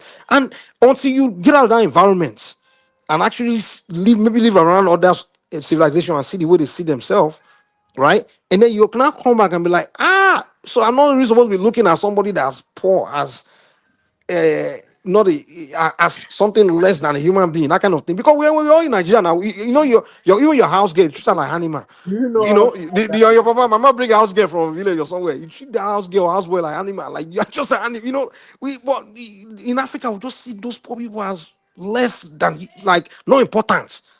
So when something bad happens to them, we don't think less human being, you know. So they bring and out that's the way the rich elite. That's why they see those people. Like, just look at the Nigerian man character. Just go if you want to know them, go to their we see the way they treat their driver, they treat their cook, they treat their hitman. You now understand this one. They treat them like trash. Like who are you? That's why we always use that word. Who are you? That's a human being. We don't want to ask somebody who are you. This is a human being. What the hell is who are you? Does he have to be a powerful person to you to treat that person like a human being? To see him as a human being, to give him that dignity? You are talking. Najama, please, Najama, I'm not coming in to take over the conversation. I only want to just drop something. Can I? Yeah, come in, Mr. Yeah, it was when you guys was talking about the guy they tracked, the one that generated the audio. Okay, the AI video of audio. Yeah, that and then you were now comparing it to why are they able to track that guy and they are not able to track No, you misunderstand me. I say people we are comparing it, not me. Yeah, that's what I'm saying. When I say you, I'm not saying you exactly. All right. That's what is in the space, you understand? So I just want to bring this in so that you can also have something to, you can brush, put your own ideas on it. So from my own view, what if I am a bandit and then before I go carry out my operation, now you are comparing me with that guy that made the audio, who bought a phone, an iPhone, and then that iPhone is going to be with him for like 2 years before maybe he will not get money to change it. You are comparing him to me, a bandit. Before I go carry out my operation, I already have like 12 different phones. The first one I'm going to use for the attack or for the first call is going to be, I'll have, by the time I change my first location, I'm going to destroy that phone because you can't, I can't hold that phone for like a week. I'm going to destroy it, either burn it. Then, because I already have 12 phones for that operation, I will slot in the other SIM card because I already have the numbers I'm contacting, maybe in a paper or somewhere. So I'll slot in the other card, use that because these people, they call for ransom. Say, bring ransom. They never told you that the first number that called them is the same number they are using next week. As long as those people will be with them, maybe 2 months, that they will be using one single number. I don't think that's what they do. They use So what anonymous. I see the way they break this thing down. Police go to suspect we bandit too. No, I'm just trying to bring it in because the the way way some you know, people, will be the way you know talking, this detail about how like bandit they do things. yeah, no, wait. I'm not bringing it in because some people, when they just talk, they are tracking content creator. So content creator that will have his phone for like 3 years, they can't track bandit. A bandit that will have that strategy because before you can go and do such harm, such evil, you have to guide yourself now. So, guys, that's what I want to drop there. So, So But people Isaac, could. Isaac, Isaac, to be fair, Isaac, you sorry, won't tell me sorry, say Mike. if not government official children they kidnap now, then they go don't track them. Isaac, I want to tell you this, Isaac. No, they will When pay you the ransom on time. when Not that you they not track them. They will pay on Isaac, time. sorry, Isaac, when they make a So phone this thing is call, a big business in the, Nigeria the now. phone call have to be routed through base station. So if if they really want to catch them, that base station will be close to that area. When to make a call in a matter of milliseconds, it goes to the nearest base station, and from that base station, it continues to transfer to where the receiving call. But what they are really doing, they are using their kidnapped victim phone to call their people, so they can track it. But because there are so numerous of them taking place at the same time, we don't have the manpower to quickly go and free all of those people. And then there's America is the manpower. You kill again. there's also local collaborators. When they want to receive their ransom, these local collaborators, they put them in different positions. As the person that is going to deliver the money, they are also monitoring, okay? So that is why for this Ogomosho abduction now, So you are saying some Yoruba people are part of I've their seen, no, collaborators. listen, Mike. As they have posted the picture of 6 people that collaborated with these terrorists to abduct these girls. 4 of them, all of them are Yoruba name. Wow. Yes, all of them are Yoruba name. Only one bear Muslim name, but the rest are pure Yoruba name. Their picture is all over now. They posted their pictures. They have already arrested them. And then another thing I want you to know, recently they want to go and free them.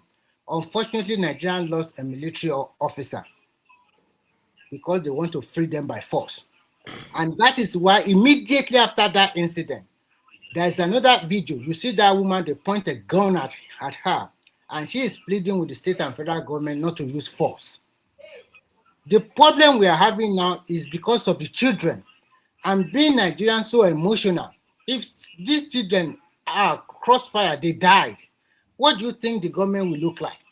Don't you think you already abused all your governors, your president, everybody abused, insult them? Don't you think Nigerians are quite emotional people? So this is a very delicate situation we have ourselves. They need to put on their thinking cap. If they are going to pay the ransom and release all these girls. Because at the stand now, you cannot force them. No, Maybe Remy, no ransom, I beg. That ransom thing, please. Okay. Remy, So they should fight the little kids. They should fight all the kids. No, they have not filed the case. But recently, we also had that. Remy. Listen for this information, you can continue.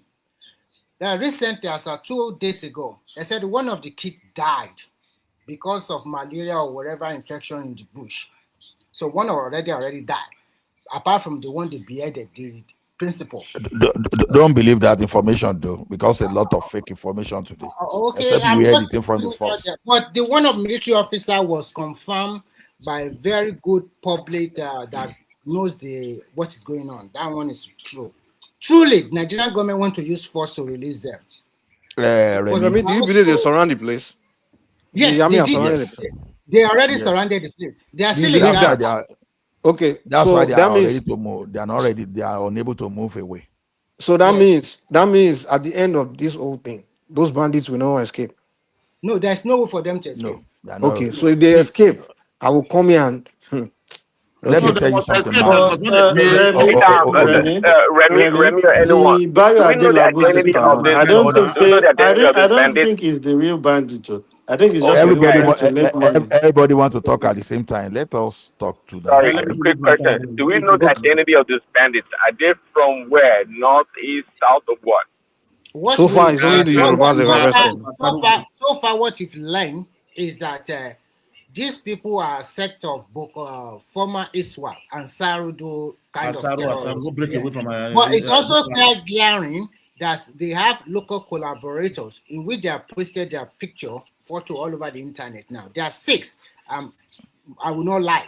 They are Yoruba people. Okay? No, they capture the local collaborator through telephone conversation. So they Yes, were with able them to because they are track all those collaborating with them. people. Yeah. So the thing is this. Sorry, If you look brother, at the operation sorry, of the brother, military, I beg you, may I beg I you. talk now? May I Wait, just come now, here No, let me begging me? finish May my I time. talk They too? don't hijack me. brother, Oh, wait, no, I beg. let's do it this way. Let's do it this way. Let's let Ola. Isaac, are you just trying to make a statement for Ola Yes, to just a respond? statement. Okay, Just a Ola just statement. finish his statement. Okay, And Mike, I then didn't next finish one. my time now. I beg you. Yeah, you call. I just want to say something and go back to your I beg floor, you. Najaman. Isaac, maybe that statement. Don't make it a long, just one statement. No, No no. story. Yeah, Yeah. I beg you. Yeah, well, Remy came in because of Prince Daddy. Prince Daddy came in, said something to me that if Duana wants the children to go, I need to address it. No, you Prince can't Daddy. address. No, you do that later, man. You don't want to make. Ola was ready to say something. You cannot wait for you to address something. You come back to you. You come back to you. Let Ola say what he wants to say, and then we Okay, can. Prince We will Daddy. just be Prince stuck Daddy, in this. anytime you come back to me, I will clear down your thoughts. Thank you. Yeah. Ola, go ahead. If you've watched the military operation recently, they don't pay.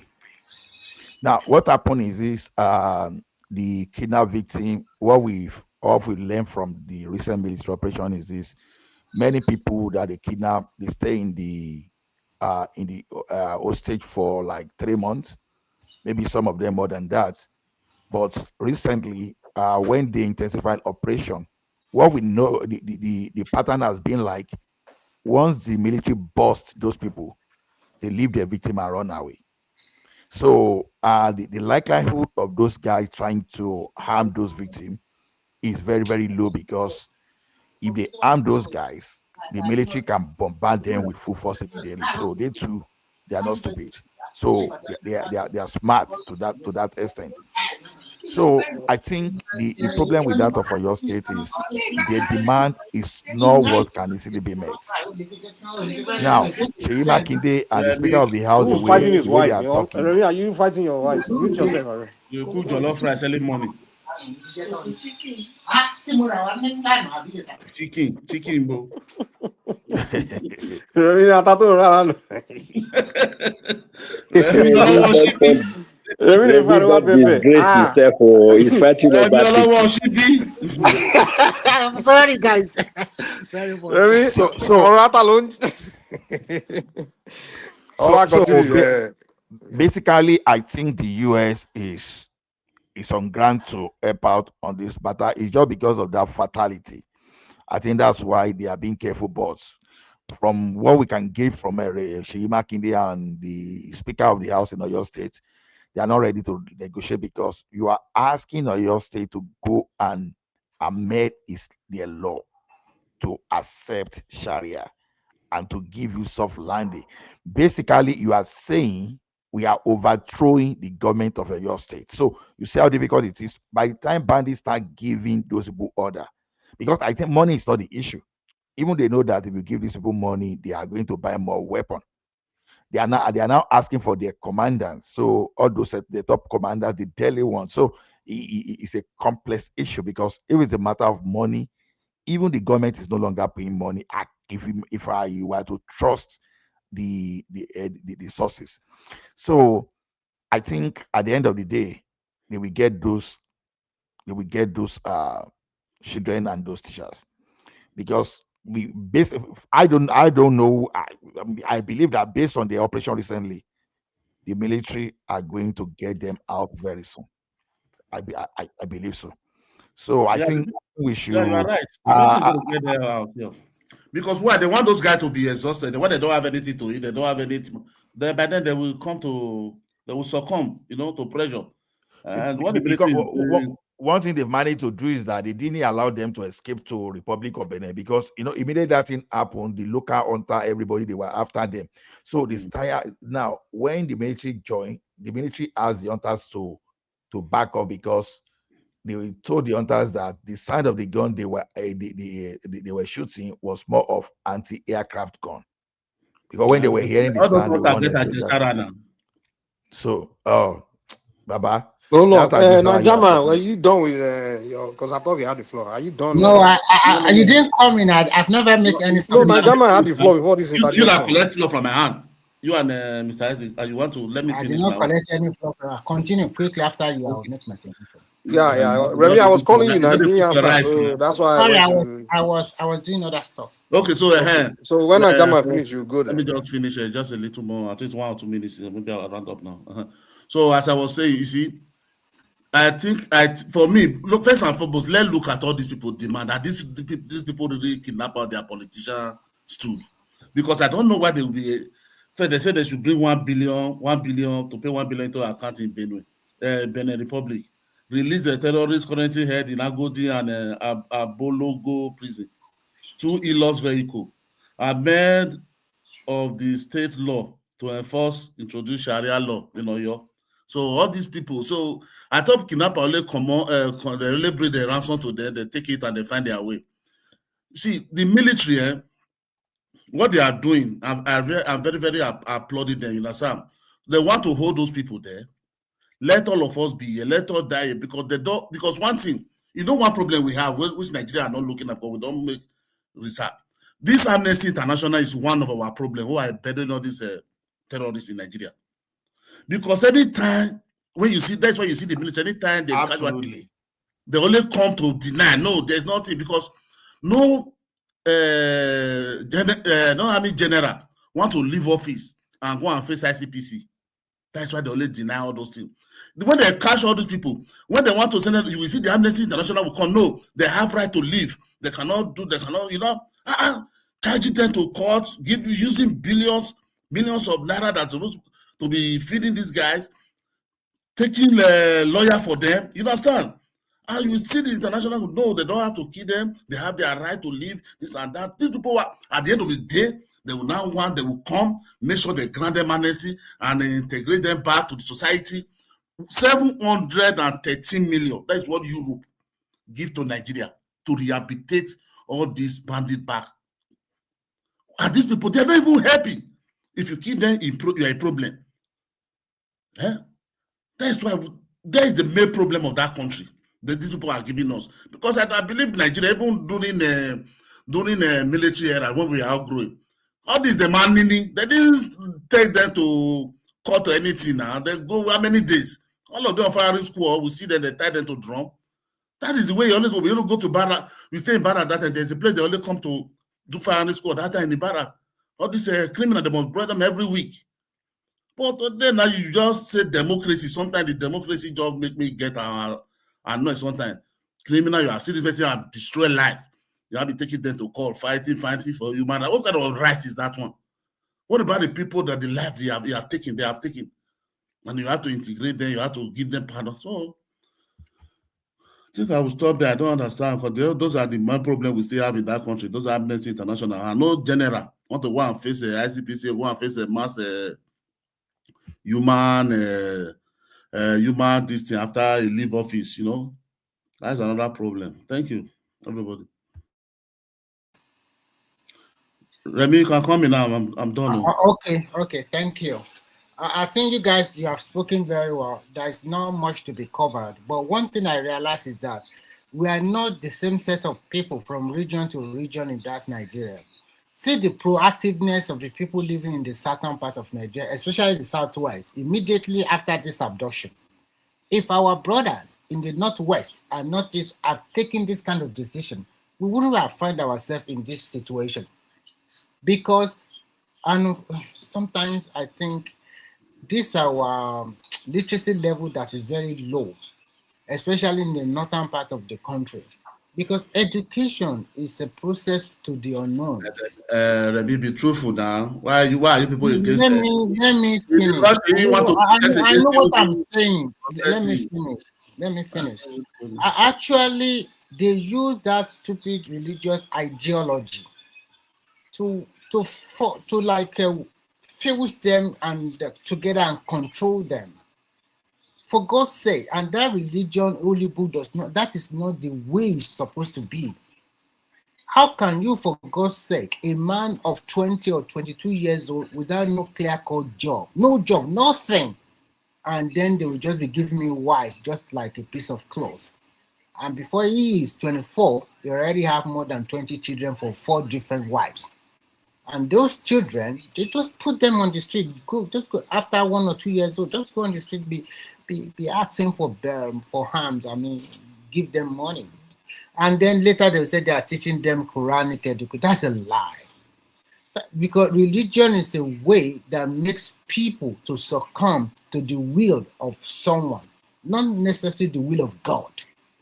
It's also happening in the southern part of Nigeria, and our own is even more mumuish.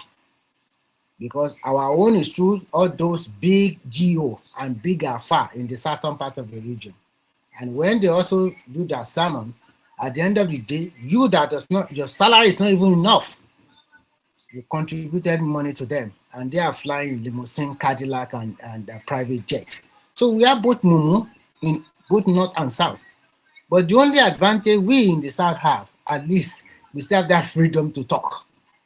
At least we are expressing our grievances through social media, through TV and the radio and whatever we can. But I don't think it's the same thing in the northern part of the country. So that is the difference that you can clearly see, that people are not using their phone. Immediately that abduction of those Adeleke sister and the children, people use the phone, and before the police swung into action. Security is, we should all take care of ourselves. It's not only the government, but as it stands today, the Nigerian government, the police and the military, they already surrounded them, that old Oyo National Park. Remember, that old Oyo National Park used to belong to the federal government. But is it not Buhari or Jonathan, I don't know, any one of them that gave it back to the state? And then we have a governor who is so docile, does not know what he's doing.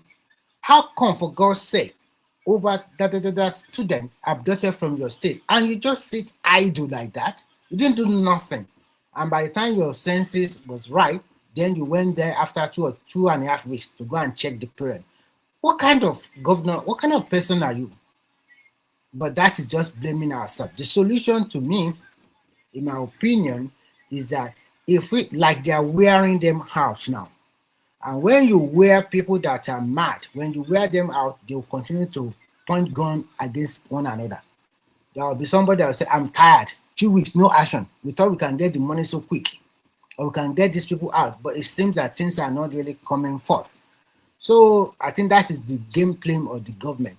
They have attempted to release them before by force, but they shot one of the Nigerian officers who died, who passed away, unfortunately. And that's why you see the second video where the woman, one of the women is pleading to the government not to use force. But one way or the other, I'm sure that the Nigerian government will get them out. Because being Nigerian so emotional and sentimental, if most of these children continue to cry or die, Kasala will blow in that country. Everybody will just be shouting unnecessarily. So we should get them out. We should get our state police informed as quickly as possible, on ground as quickly as possible. And then this one, you might not like it, but I will say it. It's high time the Nigerian government regulate social media. How do you regulate?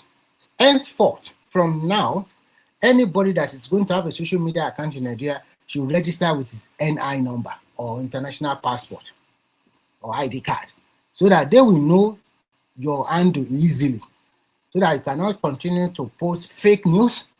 You cannot continue to use propaganda. Do you know that some people like Showore Party are using propaganda with what happened? They are going to marketplaces, showing them video of abducted children, telling the market women, showing them some gory videos of what happened and telling the market women, see, collect your PVC and vote for us. Vote the ruling party out.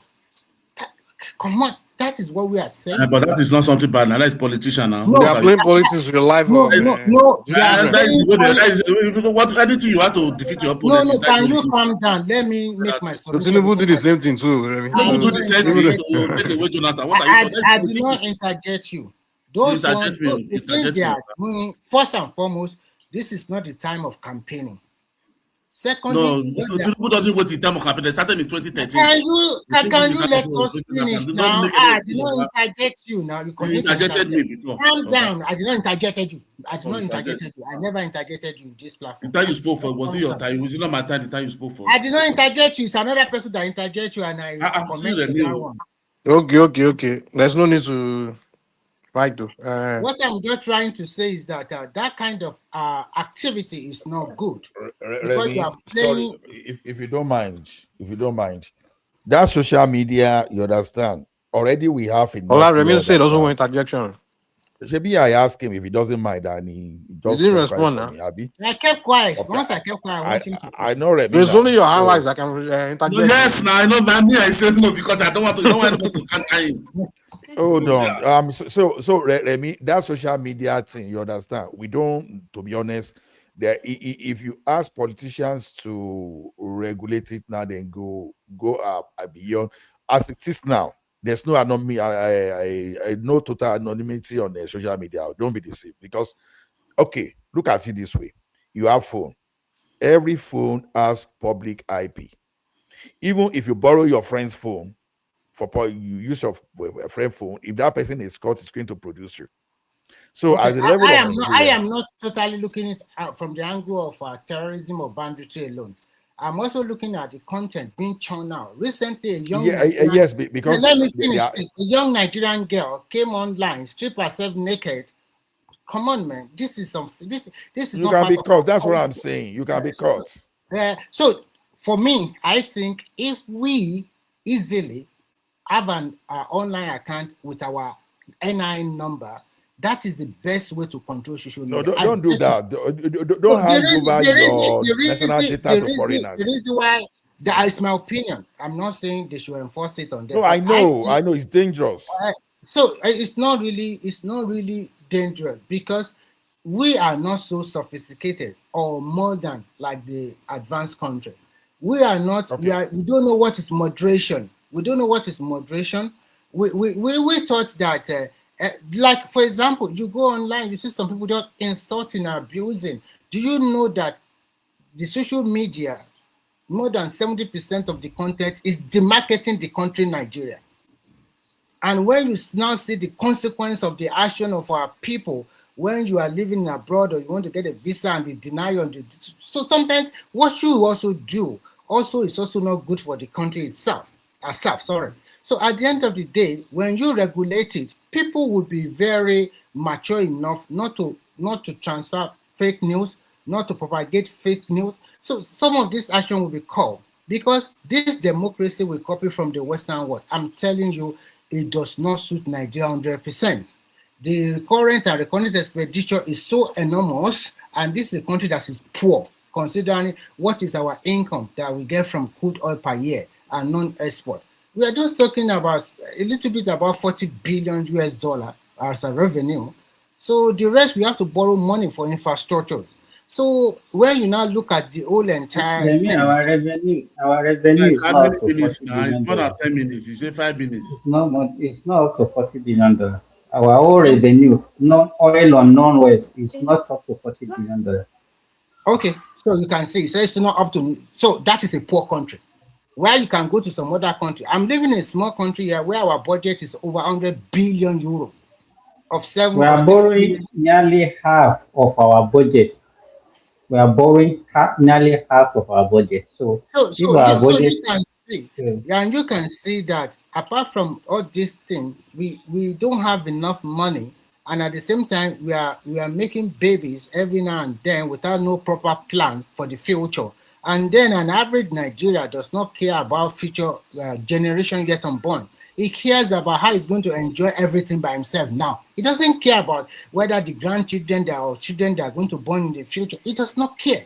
So when you put everything on the table, how can you solve this problem? Because the way it stands now, that everybody rushed to Abuja to collect money, and also at the same time, the president is so powerful that at the end of the day, everybody look up to the president. But when you start to devolve power to the local government or to the state, and then nobody goes to Abuja to collect money, the agitation force will die down. So nobody will be interested. Even if you go to some country, they don't even know their prime minister or their president by name. They don't care. Whenever they have problem, they go to their local government or they go to their state to ask for whatever they want to ask for. And the state is also responsible, can regulate how many people it can employ, or how is it going to get investment to his state.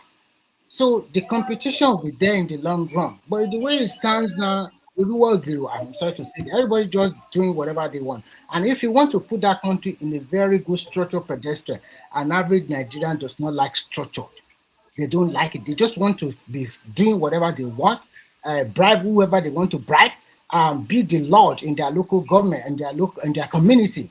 Everybody must respect me. Everybody must listen to me. So we still have a long way to go. But finally, in conclusion, I hope and I pray that those children will be released as soon as possible. Thank you, guys. Amen. Please just give me 1 second, please, Mike. You say with your last submission, you say Nigeria doesn't like structure. After Nigeria doesn't like structure, you start from you too, because when I was talking, you just come in, you start talking. You too doesn't follow structure. Everybody, all of us are the same. Okay. Let me make my own contribution, if you don't mind. Now, you see one thing why I said when you are saying we should regulate social media, we should be very careful. Just imagine the like of Eli Mohammed, that man would not care if he shot every youth that was making money on social media down just because he wanted to control. I don't understand though. You were the one talking. Then I wanted to talk. They said you have to finish first. They will come back to me. Now you are coming back. They've not come back to me. See, I will not do 5 minutes. Have we not done your 5 minutes? No. Yes, when I wanted to talk, you were the one talking. Guys, Isaac wanted to talk earlier. Let's give him a chance. And you were the one talking. They said when you are about finished, they will come back to me. And now you want to talk again. They've not come back to me. That's what I'm saying. Let's let Isaac talk. Contribution now that matter. That was not submission now for Mr. Isaac. That was not submission. Okay, sorry. He's going to do his submission now. Sorry, no, I'm not dragging space. If it's the submission, I thought he was submitting that time when they said who's trying to do submission now? You ask a question. You ask first one. The Mike now say let him to ask another. Let him ask. You have already asked one. That was it. It was not a submission then. Mike, now me want to do submission. Okay. Your own submission, na presidential submission. Mike, don't start that. And let Mr. Isaac go there first now, so you have time to talk. No, Mike, don't even start that, because you see your own be like Fitila. He doesn't see his own base. Your own be like Lantern. Lantern will never see your own space. You that when you host show, you dominate, but you don't see that, but you quickly point to other people's errors. So you don't know. Oh, so you don't know. That's when was the last time I host you? You were doing the same thing before I joined you this evening. So don't even go there. So dominate. What I'm saying is this: be slow to criticize others, especially when you do the same thing. No, I didn't criticize you now. I didn't praise you now. No, I know you are joking with it. That's why I'm hitting back at you too now. Are we fighting? So the thing is this. So the thing is this. See, if you are saying that for underage sake, that you should use ID to verify so that the social media can limit the content you have access to, fine. I agree with that. But you should be mindful of the danger of the data you are releasing online too. You should be very careful, because when you say the government should regulate, you should know that we are using this thing, people are using this thing for business. So you don't want government to, especially when you have government that can be intolerant. So you have to be very careful. So I don't advocate for such kind of regulation you are talking about.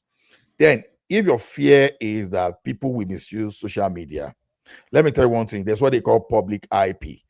Now, it's only when you invest in VPN that will be difficult to track. It's just like, okay, if you want to know whether your IP can easily be tracked now, just go and infringe one IP, one intellectual property that is golden. You understand? I can guarantee you, if you do it tonight, the following day, they will knock at your door, especially those people that are really ready to go after you, because they will ask for your IP from your ISP. They will get you. So Ola, do you don't know that those guys, those bandits who used to parade money or the ransom on TikTok, the three of them have been captured. Of course, very easy, because you have phone. Your phone, we have is public IP with is either you are And using Glo, you know the MTN, funny thing, whatever. do you know that they are asking Nigerians to submit their account number and they are sending money and Nigerians are taking money from the bandits. Oh my God, So, very pathetic. No, that thing is annoying. Oh God. That thing is annoying. And you know that these people are bandits. You know these people they are getting blood money, and you are begging. Oh my goodness, gosh.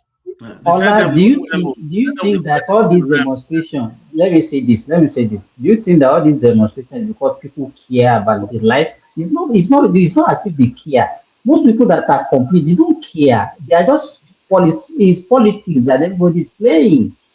It's politics. They don't care. I've seen, let me tell you, Ola, I have seen somebody that told me that he's even happy that the thing happened in the Southwest. That they're happy that it happened in the No, not even that one. If you go to all Southeast airport, all the old Southeast, they are this thing online. That is, they are the most happiest on it. They are the one they put it in for air like gala. Like say nothing. You are a medical professional. Do you think everybody you see that sound listenable? Do you really think everybody you see that sound listenable are mentally okay? No, what we are trying to say is the double standard. When IPOD were killing all of them over there, do people even make guess of them? And we are trying to. Some people are going through serious mental illness. That is why you will see. So that is why I'm saying that we are totally different set of people in that country. Because you know some people they like that thing just because for the sake of Shebi, I told you, just to feel good that Shebi, we told you. That is why I don't like some Nigerians. Let us give Ola his time now. Let's give him his time. Okay, no, let 5 o'clock now. We can open it now. Let I see submit his own this because he got to submit yours so that we can open the floor. When you are there, we can target you. Mr. Isaac, okay, thank you. Sorry for my being rude. My own is not like submission. You know, Prince Daddy, are you still there? Prince Daddy have left. Is Prince Daddy your girlfriend? Because the way you always ask about him now, wow. Wait. I mean, like Ola and I don't know. They suspect you that these days. Ola and Beno, they are something. And you and Prince Daddy are something. Remember, Isaac, you know that sweet voice of Prince Daddy. That's what he fell in love with. Ready, at the old man, my penny is not the work again. So it's a lie. Old man like sweet voice. You know that one. Okay, let me come. Okay, since it's no more here, what I actually, you know, I said that I am not subscribing to paying ransom. So he took it like, and he was throwing back this question to me like, okay, you want the keys to go, you know? So that's what I actually wanted to address. Now, when I say I don't subscribe to paying ransom or, you know, coming so low to these demands that all these wicked people they throw to the federal government or the state government or to even individuals, Nigerians, that I don't subscribe to this ransom, encouraging them with this ransom. It's not that I want those people with them, the ones they've captured. It's not that I want those ones to be bite. No. What I'm trying to say is I don't subscribe to the, what do you call it, ransom, so that we should start educating the public also. That even though the government is going for that ransom, now there are ransom that are not ransom. I've watched some movies whereby these people, they adopt people, and you see, you learn from these things. You see the way they will pay that ransom. That ransom is not really ransom, because that ransom you are going to send to them. Okay, the federal government can just go to central bank. If they say we need 1 billion, you can go and just print that 1 billion special money. Put the number. This kidnapper, where you take this, if they say they need it in cash, for example, sometimes what I say doesn't make sense, but I know you guys will help me make it make sense. You understand? You can just go to central bank, print that 1 billion purposely for that. You understand? Now that ransom you are paying is no more. Isaac, we are in 2026. Nobody they carry cash like that. Transfer now. No, Yeah, okay. 2026 now. Wait now, but we see. Wait, Praise that your wife is here. Wait now, but we see these people displaying the money, cash that they brought to them in the bush with they load it. They do it in Nigeria. You understand? So whether that transfer, like they say they should go and transfer in a Benin Republic. Isaac, That one, one question. Why can't the government follow the money? yes, that one. They don't have the brain to follow money. They don't know how to follow money. When they do it as transfer, whether in Benin, Niger, or Even cash, either way, you can follow money now. Money is the easiest thing to follow. Even within Nigeria, if they do it by transfer, that one is easy to track. I know that one. So that's why most of them, they will say, but how do they give this? Mike, this is a big chain business. Everybody they gave for this thing, big men in government everywhere. No, you're not. No. The law enforcement, whoever is in charge of going after them, all these things, they can follow the money. Yeah, okay, Mike. I don't like taking. Are they the one that want to follow the money? They will follow the money. They will not get results. Mike, I don't like taking too much time. So that is the point I just want to drop. So I think I've dropped it. I just dropped something. Then people that know it better, they will now analyze it. So that's the thing I just want to okay. I think, Joe, let me tell you something. 360 women and children just been rescued from the operation that the Gosa operation that the military conducted. You see, like I said, the military operation these days, you understand, does not allow Nigeria government to pay ransom. Because look at it, how do you look at it? You understand? Trump is on you, whether we like it or not. Trump is on Nigeria. Now they have over 500 men in Nigeria trying to assist us, and they have some American aircraft and their weapon and intelligence to support us. And if the only thing we are going to do is to frustrate that effort, what exactly do you think? How do you think they will fail? You understand? How are we frustrating the effort? Now, okay. Good question, please. Now, recently, when America came, they've been able to help Nigeria eliminate over 200 ISIS fighters that Nigeria was unable to eliminate before. Now, they arrested some commanders of all these people, the Ado Oloro makers. Though I don't know, I don't want to say that kind of thing because of YouTube algorithm. Now, okay, let me see. The Americans arrested them. Who arrested them? During the time they came, you understand, there've been a lot of arrests. You understand? No, they are Americans. working with Nigerian military. In conjunction with the Nigerian military. Nigerian military. So what I'm telling you is that what they've never recorded before, they'll be recording all those things seriously.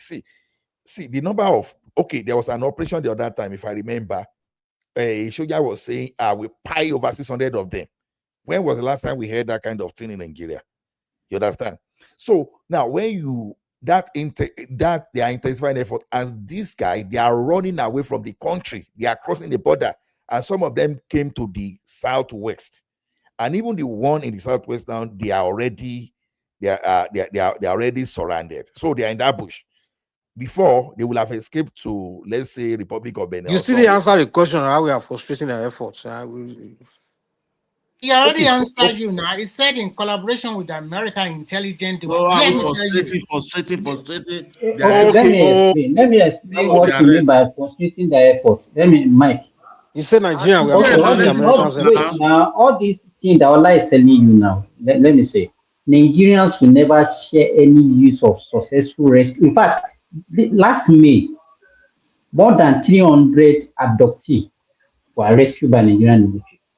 Yes. The only one that But were Allah is saying exercising Nigerian is military are 45. frustrating the Americans' effort. That's what I'm trying to understand how. That's not what I said. He said he didn't want them to. He said they should not. He didn't say they are frustrating. He said they should not frustrate. That's why they are not paying ransom. That's what he's saying. Are you ready? Yes. Okay, let's. Oh well, maybe I misunderstand what he's trying to say. No problem. I thought he was saying the Nigerian No, military you government are didn't ask what frustrating he's the American trying to effort. No, the say. citizens, not No, Nigerians. Mike, that is what he's saying exactly. That by the time now, Nigeria will now encourage ransom payment. Now you are sending a signal or a message to the Americans that what they are doing, we don't. That's you now. The Americans are not paying ransom, but Nigerians want to pay ransom. So it will be like. Okay. Let me give you this. The horses is Now, here now. Nobody just hold on. The people they arrested, they are their major logistic and their strategic leaders. One of them is one of the explosive and bomb maker. He has technical expertise. So, and those people that coordinate their command and the operation. So, those one you are now asking because you are now asking the government to release them. So, when you release those one, you understand? You are simply saying, okay, go ahead and keep making your bomb. Okay, go ahead and coordinate your forces better. Because as it is now, it is glaring that they are in disarray. This American that is on ground, he has already dealt them a very serious blow. So you don't want a situation whereby the American operation is leading you to arresting of so many of these guys, and the next thing you are arresting and you are releasing them. You don't want to do that because they won't see you as serious people that really want to fight. Now, not now. Okay, now let me give. If I remember very well, I think I was on a Sagazola. I was reading that comment. It's like they went to a particular place when they were holding some people, a victim of kidnapping. You understand? As they fire shot to as they pie two of those people like this, the remaining people they didn't even with the pick race immediately. That's how they were able to rescue those guys. So the rescue operation this day, one thing we've seen, the pattern we've seen these days is that ransom payments seems to be disappearing gradually. And when you don't pay these people ransom, what does it mean? Number one, they won't be able to buy a weapon and reinforce again. They won't be able to pay their fighters. And if they are unable to pay, because there is this, was it BK or someone that was listening to, I can't remember the journalist that said, okay, some of those guys, based on information, some of them are getting like 70,000 because they have motivation to go and commit atrocity. You understand? Go and do this so that you end this. Go and do this, you end this, all those stuff. So now, as it is now, they are frustrating both money, both food, both motorcycle, both gas, everything. They are denying them of all those stuff. You understand? So that's why you see some of them that they escaped, they came to the southwest. Southwest is where they want to form another base now. So if you give these people money and you yield to their this thing, before you know, that national park you see is going to be the next battleground. They've been trying to test that place for a very long time. They were trying to come through Kwara because they are already decimating them through in Kwara too. They enter Ekiti, you understand? Somehow they were able to decimate them to some extent in Ekiti. Now, that Oyo National Park now is a fertile ground for them because it's an that forest is very expansive. So, and it's a thick forest. So hiding there is going to be like something that is going to give them something, but they are surrounded presently. If you give them that 1 billion, you give them ELOS, they are not stupid. They will say, okay, we have to guide them out of that country. You should not touch them. So you guide them out of that country. What do you think we do with 1 billion? They will go and reinforce. They will wait for you to lose guard and they will come back. So I think the best thing is for these people to find. It's unfortunate that kids are there. I know all those things because when people saying they should make those people, no, I don't support that. But I believe there is a way you can safely carry out that operation. And I think the thing that I think the game they are playing, I'm not a military guys. This is just my suggestion. I think the game they are playing is that who is going to blink first. Yes. The military is trying to frustrate them they are going to give, they will be angry, they will be hungry, they won't be able to move out of that place.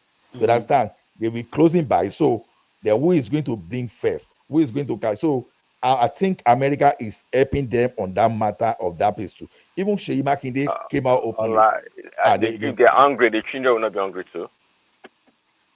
I think they're also finding a way to charge them. Prince Daddy, I don't want to. I understand that emotional sentiment. You understand? I understand it properly because the people that are affected, they are the one that can really understand. You know, we that we are talking, we don't really have that feeling. So, but I don't really want to. I don't really want us. I don't really want to. Online, in a nutshell, what you are trying to say is that there's going to be a kind of collateral damage. Just say it. If we want to really free these people, Nigeria must accept one or two collateral like what I damage. told Prince Daddy. Some people have been in the captivity in captivity for 3 months, 4 months. That they just I asked one question earlier. I say when the first time they kidnapped a bunch of school students out of school, when they matched them somewhere, was the Chibok girls, and that was over 20. No, sorry, about that was 2013, something like that. So it's about 2014. So it's about 12, 13 years ago. So after 12, 13 years, you telling me that the government couldn't have saw what happened and put, or whoever is in charge of Nigeria put measure. Calm down. Just allow me to land and put measure in place where something like that, if it happens again, they already know steps to take. I mean, this is disgraceful, man. You know, I'm telling Mike. you. Let me chime in. Mike. Okay, guys. So Absolutely.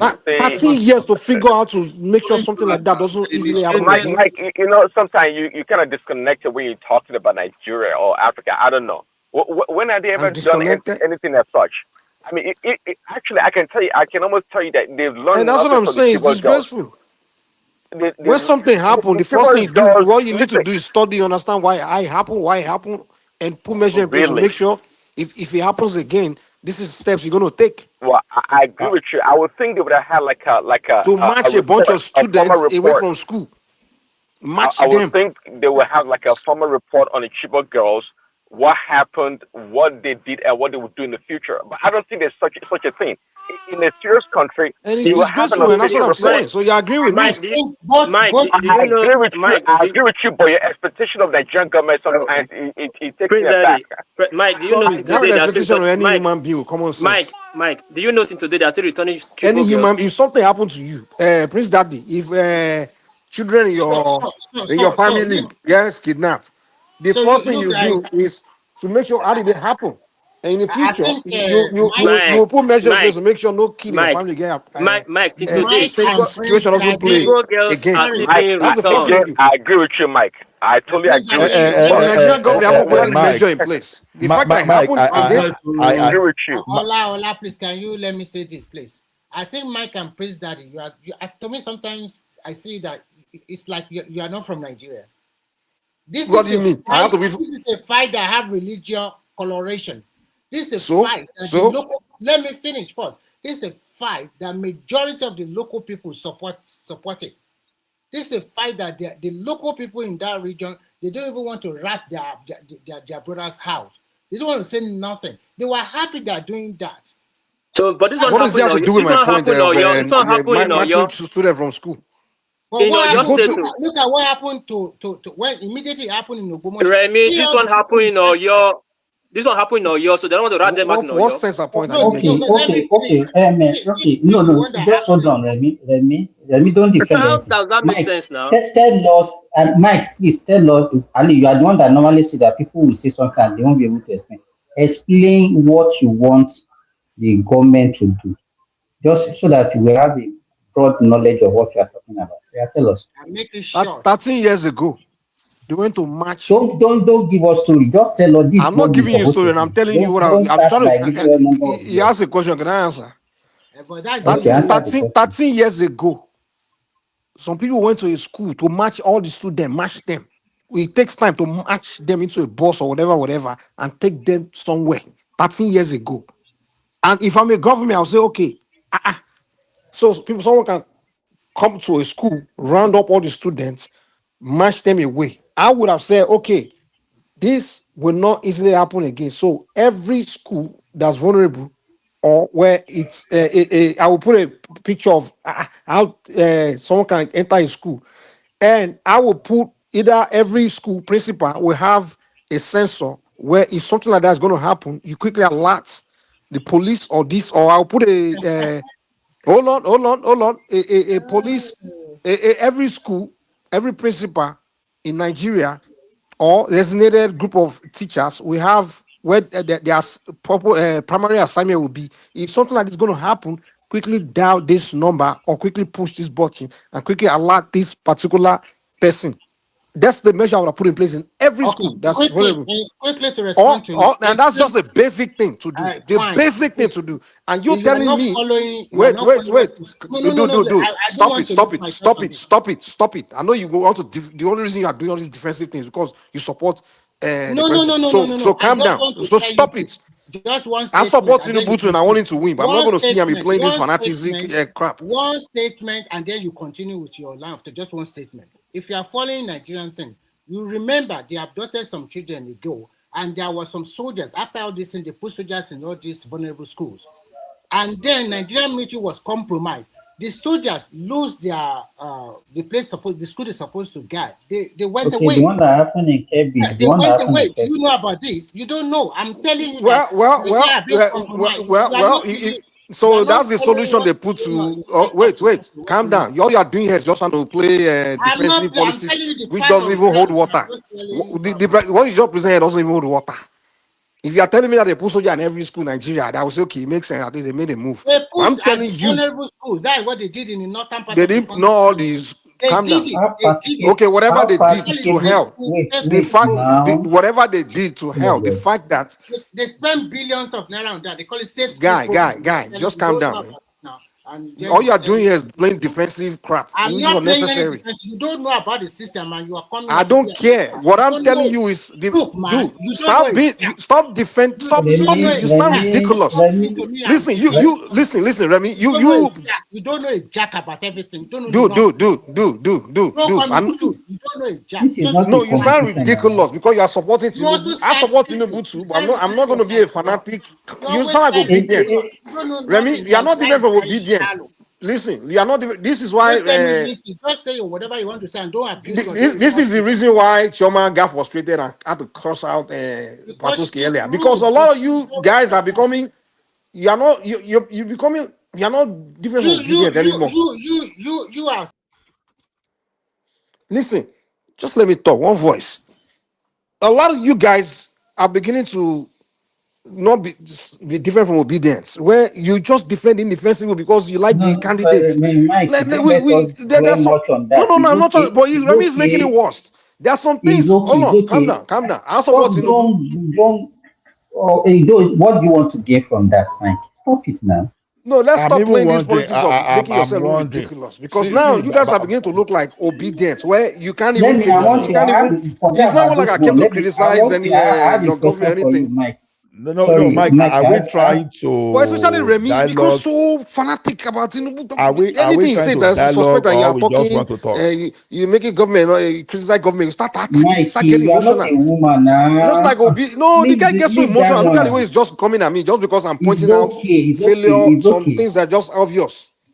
It's He's Can beginning I to okay. can take It's it you as I'm okay. speak? attacking his candidates. Can I speak, please? Can I speak? I've been talking I about mean, talking, that's I how talking, want talking, to obedience talking. talk. behaves Finish. Oh, I now. want to talk. That's why I'm trying to calm him down. I want to talk. That's why I'm calming him down. Yeah, go Okay, ahead, Jerry. Mike.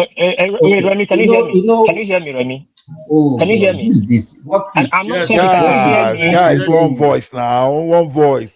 This is rowdy. Go ahead, Simba. Okay, Mike. Okay, you know, Go ahead, man.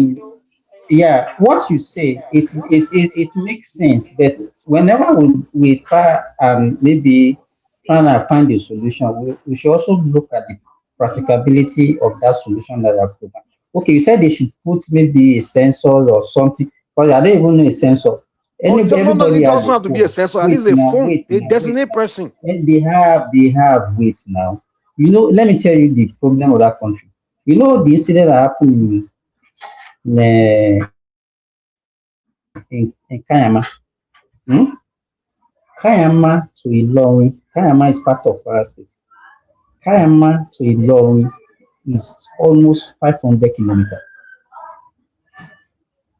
You understand what I'm saying? Mike has left, Mr. So Simba. how? Mike has left already. Mike has left. What do you say? I We know. are I just think talking. it's Anybody can look at it. yeah, he's coming back. Don't worry. So, Go ahead. Go ahead. so if now say, okay, somebody should call some, maybe it's only when we have military location that's very close. Because if you are talking about 500 kilometers, how long do you think it will take somebody looking at the terrain, looking at bad roads and everything?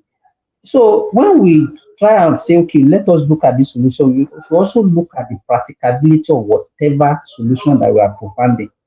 It's not as if you just say anything and think that, okay, this thing can work. To me, calling somebody is only when you have somebody near. It's not like you are in. Right. Simba, what This happened to your thing. mic? Okay, because I think I'm using. Even myself, like my system is like sometimes somebody I won't be able to hear one or two people anymore, and then Yeah, I don't know why. that's why I I was don't know if asking it's if people only can hear me. That's why I was asking so if people can hear me. Like I'm not hearing you guys, or you like guys are like not even hearing even me. That's how. earlier, I wasn't hearing what's his name, like AKO. Then I'm hearing everybody else. Then when he was talking, I didn't know he was talking. So then when I increased the volume on the other device, and then I started hearing him, I'm like, what the hell is wrong? Yeah, I think it's one man system. I don't know because this didn't used to happen I before. think the Can you hear me practicability. better now? Can you hear me Yeah, we better hear now? you, Simba. We We hear can you. hear Yeah, you. yeah. We can hear you. We can hear you now. I think I'm using Bluetooth. That's why you cannot hear me. So, Mike, do you understand what I'm trying to say? I understand what you're saying. I agree. Of course, there are excuses and reasons why things It's are not one way. an But excuse. where my So frustration it's not. comes I'm from, not giving. no, where my Let frustration me. comes from is some people now, like you can't even trying to point at something going wrong, and they start abusing, trying to get really emotional. Like Remy, I know so many other people like that. I'm not They are If you are, Tinubu. you are let me always tell They you. Let take it me as if give you're you. attacking Tinubu's don't call government. my name again. Don't call my name. You finish. Don't call my It's Guys, name. not to You guys, are fight rude. now. see, You are rude. You guy. are rude. Don't call my name. We are trying to They're discuss beginning to jump at important you issues like here. they Don't cut let you off. They us don't want lose you to Don't solution. talk. you are like that. You talk like that. If And you call Yeah, your that's the name way now, obedience behave. you know there. What happened now? Adam, That's the way obedient and hyper behave I now. don't. You're I sounding don't know like what we them. are You can't discussing. even. Nobody is paying anybody now. so why should you call me obedient or hypo? I'm not That's the behaving way like you've been Guys, behaving, and I've been guys, watching I'm this show. You've been telling doing now it a you. I'm lot. telling you. hold on. Now men there, now no be women there. Now why you they Yeah. why una they do like woman like this? Anybody, man, Why is I've it been you watching this to show call my for like, name? I don't well, I know haven't been what's wrong. coming on, and I noticed Mikey, he's been doing Mikey, that a stop lot. it now. Mike, No, stop mama, it. Mike, building your stop it. combat It's or okay. anything. But Mike is saying It's the truth okay. now. It's okay. Anytime you want to attack me, Remy always come after you. I don't know It's why. not that I did not. I did not. You see, No, you don't even you see attack this Tinubu. If you say anything as if Niger man. maybe When it's criticizing supposed government, to you not settle you matter, state you it are as putting attacking Tinubu fuel. as Hold on. You are adding to it. One voice, guys. One voice, guys. One voice, guys. It's See, okay. Mike and Remy, if you fight, we are Ola, going let to me send speak. one of you. Let's change the Hold topic. Let on. me speak. Hold on. No. We are going to. We are trying to sort it out. You are saying you want to speak, guys. Remy and How Mike. If the important two is of that your you speech, Seth, that you are just you want to speak, Let the trap what do you boys want come to inside speak? now to die the hold tension. on, Who is talking there? Is that hold on, Simba? hold on. What kind of nonsense talk is that? Why is important with my speech? How is important that you than me here? What are you saying? You people don't want to respect us seniors in this platform anymore. Guys, hold on. Senior, Don't what mute is? me. Let me talk to Simba. Let me tell him. Let me tell him. Said, what's wrong with you? You know the fear.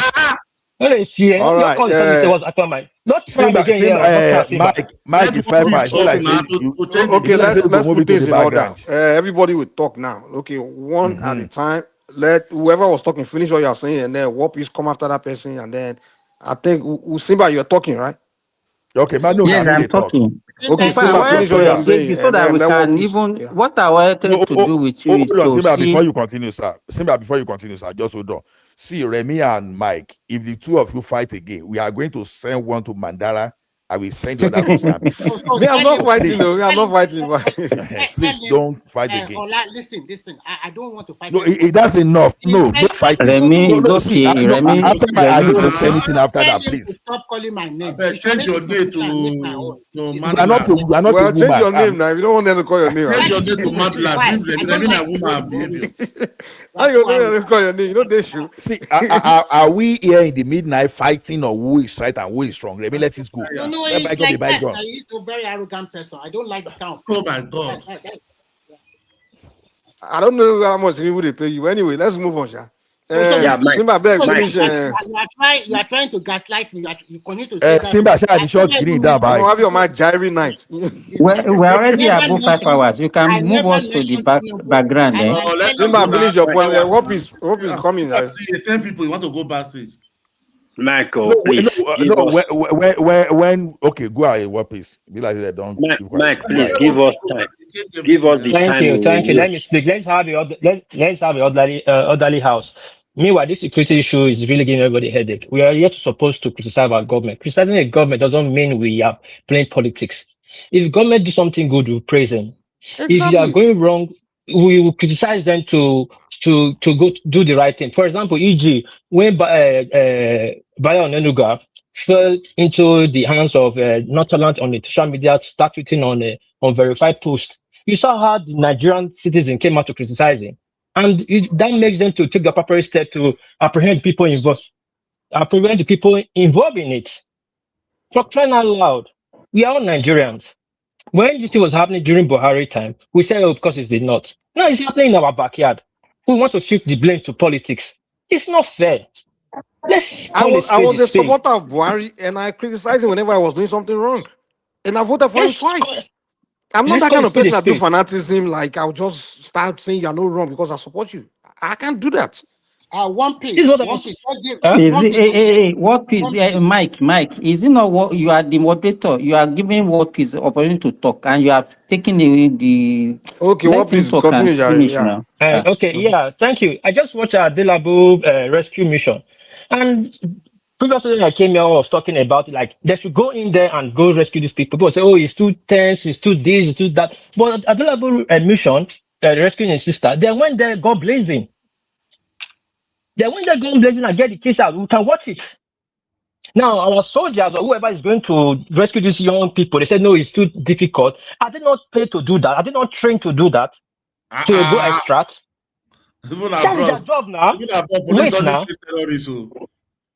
Wait now, hold on, please. This is their job. This is what they're trained with. They go to war front. They go to other countries to go extract another person's president and bring it back. Look at Venezuela now. They went there, gun blazer, brought the president to America. That's what they are trained for. Now you're not telling me not that Malaysians, there's no one to 20 or 50, whatever number it is in the bush. And a military that will have more than 1 million personnel, they can't even send a battalion there and get these people out. Fucking along, let's call a spade a spade. The delay is dangerous. If we don't hold this government accountable. Uncle Office, Uncle Office. Hold on, sir. When those guys initially attacked, the local hunter and many people they ran after them. It was military that cautioned them because those guys were firing anti-aircraft gun, not AK-47, not you understand. That's how they know that the guy. Hold on, I'm just telling you, okay. Okay, That's go how ahead now. they Finish. now manage. That's how they now look at, okay, these guys, they are not your regular bandits. And these are the guys they have gadget, they gather intelligence. Even at a particular time, at a particular point in time, they were flying drones too. You know, there was a time they were flying suicide drone in Nigeria until America started rescuing Nigeria from that kind of rubbish. Okay, let me respond now. I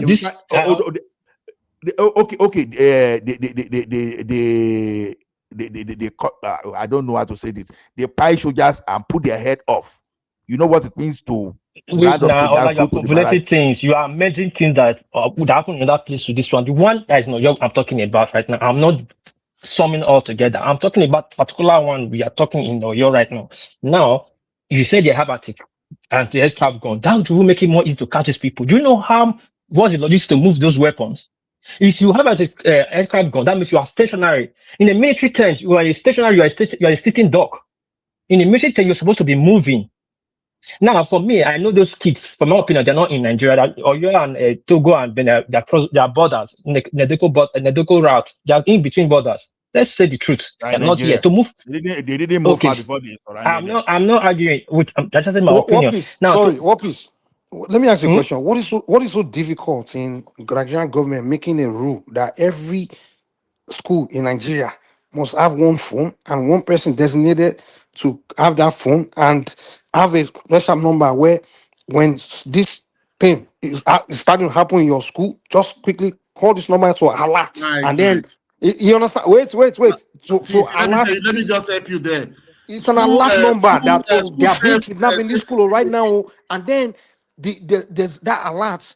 We now alert some this someone somewhere, and then they know that he's going on there, and they do something. That's what they should have done since Chibok to stop this thing from happening again. I mean, there's no way people should Then just walk around introduce with school packing. safety initiative from the There's local something leaders like that. Thank to you. help Something them. like that. It's not difficult now. 480 billion.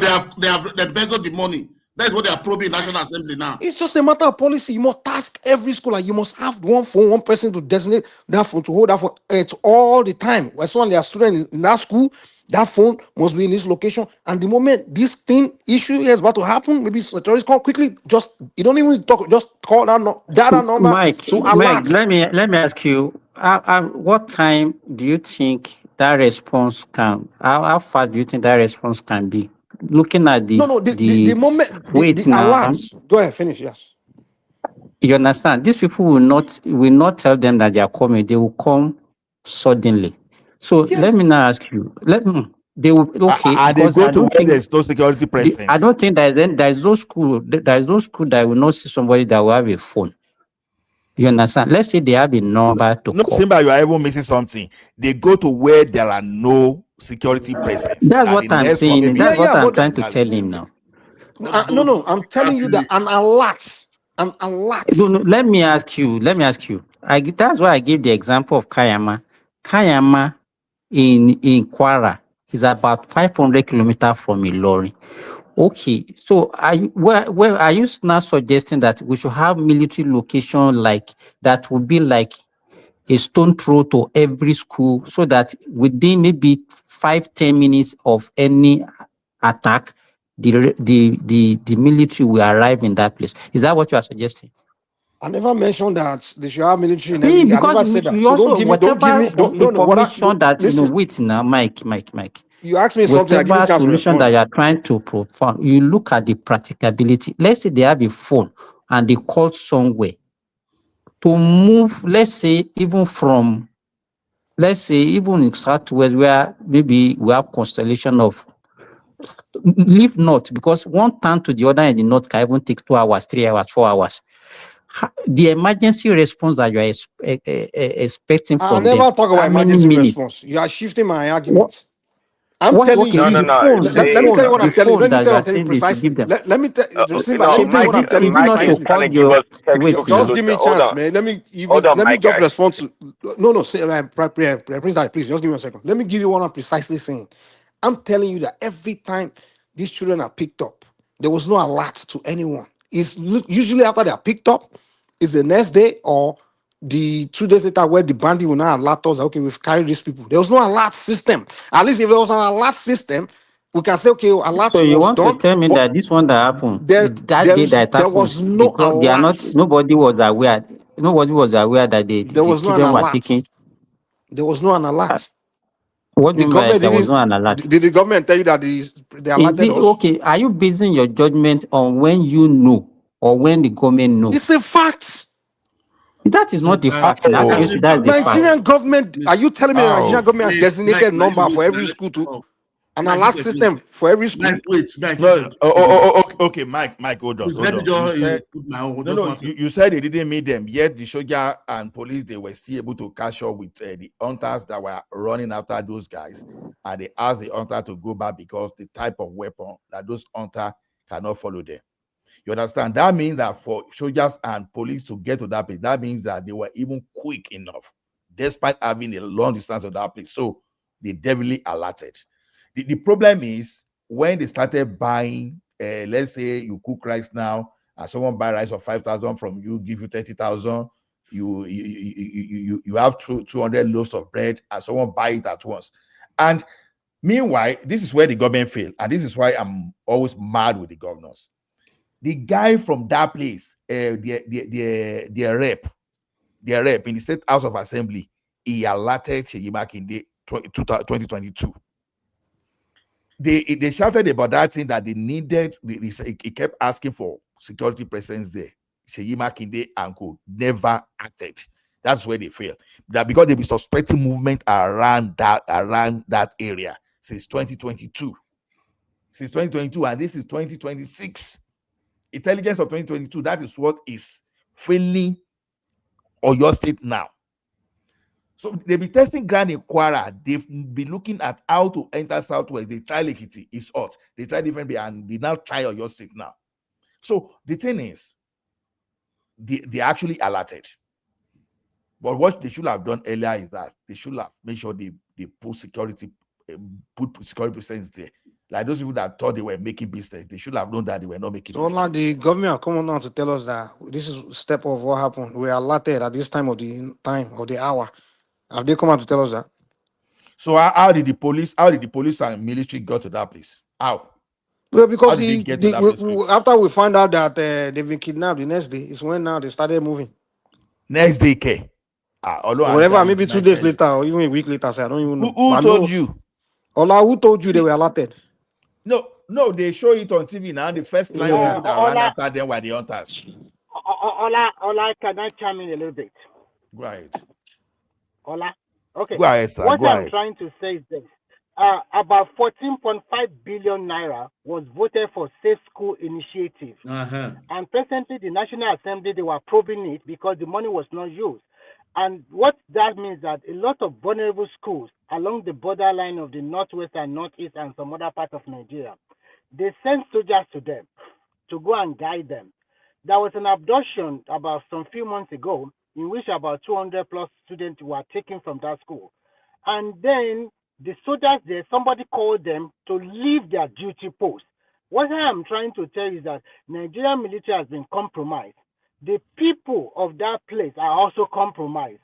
This is not about, I'm not defending any government. I never mentioned Tinubu at all. That's all what I'm trying to say.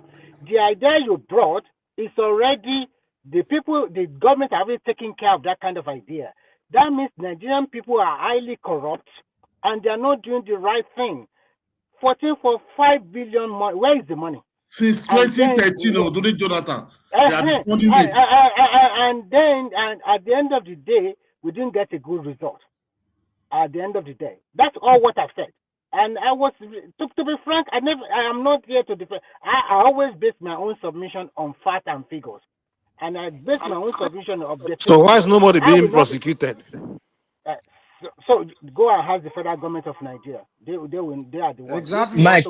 Mike, good question. When failure becomes the ordinary, 13.something billion is being missing, and nobody is being prosecuted, nobody is being arrested, nobody is being jailed. The National Assembly That's why the National Assembly, they just started probing it last week now, this week.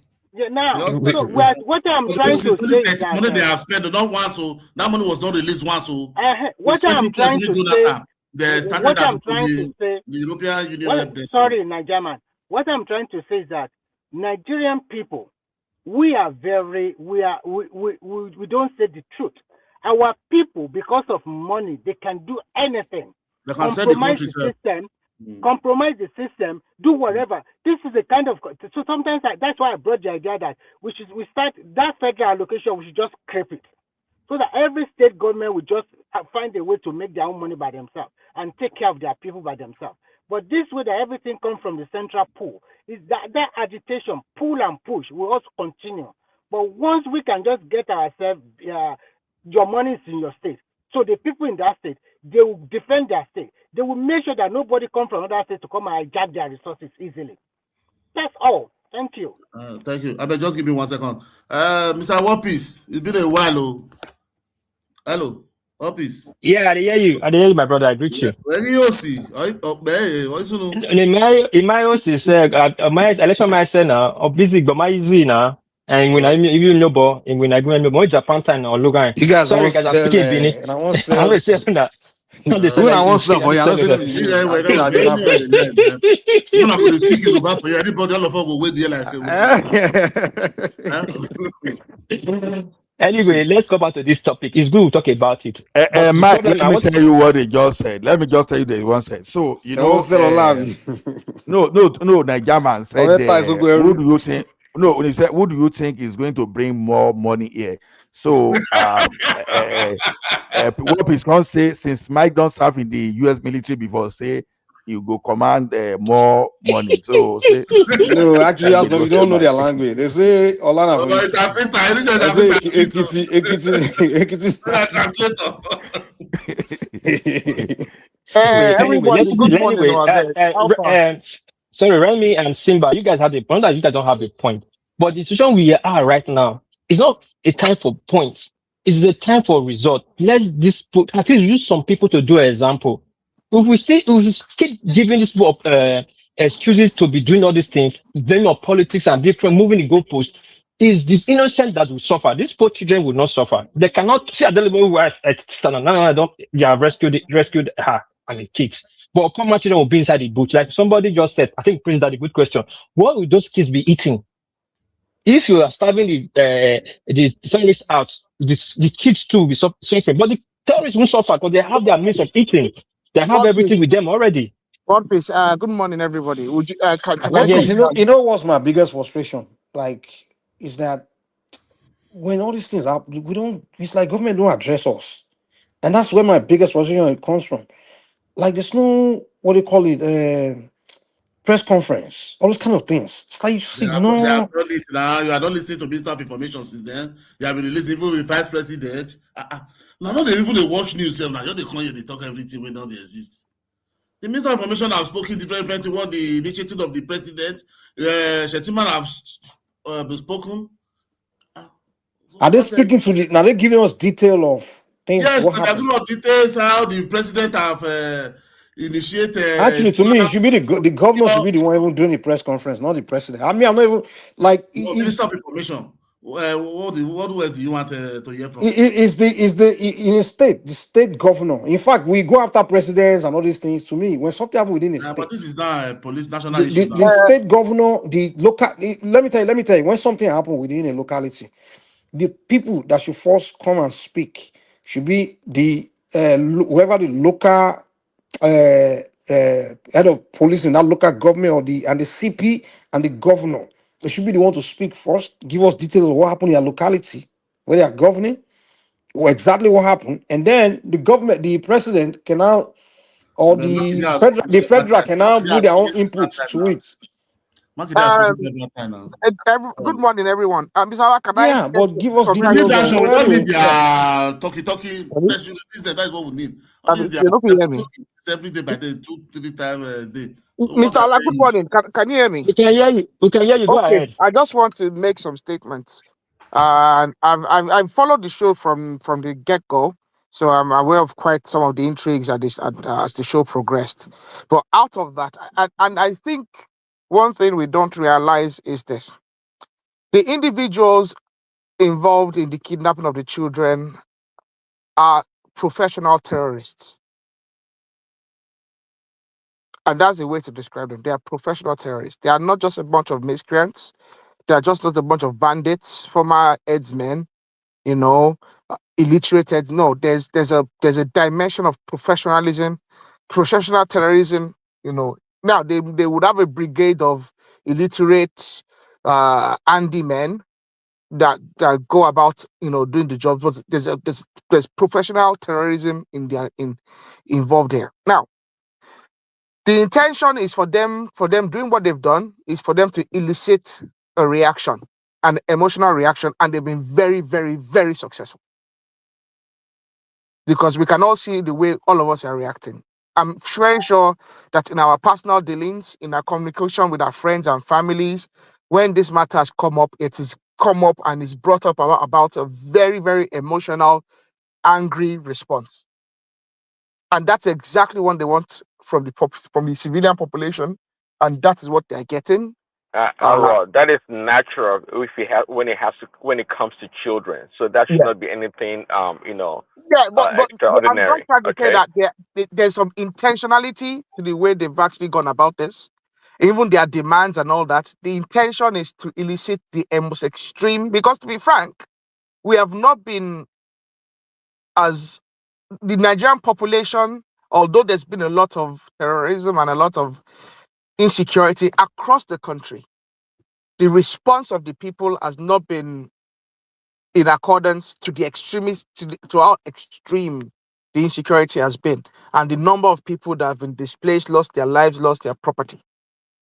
Now, one thing I want us to understand is this. There's also the Adilabu incident. I'm not convinced that has anything to do with anything else other than opportunism and individuals that want to make a quick buck. Possibly a political angle, but I wouldn't compare it to the kidnapping of the children, of the school children. I think it's just a matter of some ragtags that want to make money, decided if we pick this person up, we can make a demand from the brother because the brother is wealthy and make money. I don't think they are sophisticated as the individuals that kidnap the school children, and that is why they were possibly more easily, and obviously there will be an angle of elitism involved as well. This is the sister of someone that is an elite member of the society, a former CBN governor, a former deputy CBN governor, a former minister. So obviously there's angles of that there, but I just want us to separate those two. And then from the technical perspective, I think someone mentioned it earlier, and it's a problem that we've done for a long time, and it's something that Nigeria as a state needs to curb. Nigeria as a state needs to stop rewarding criminality.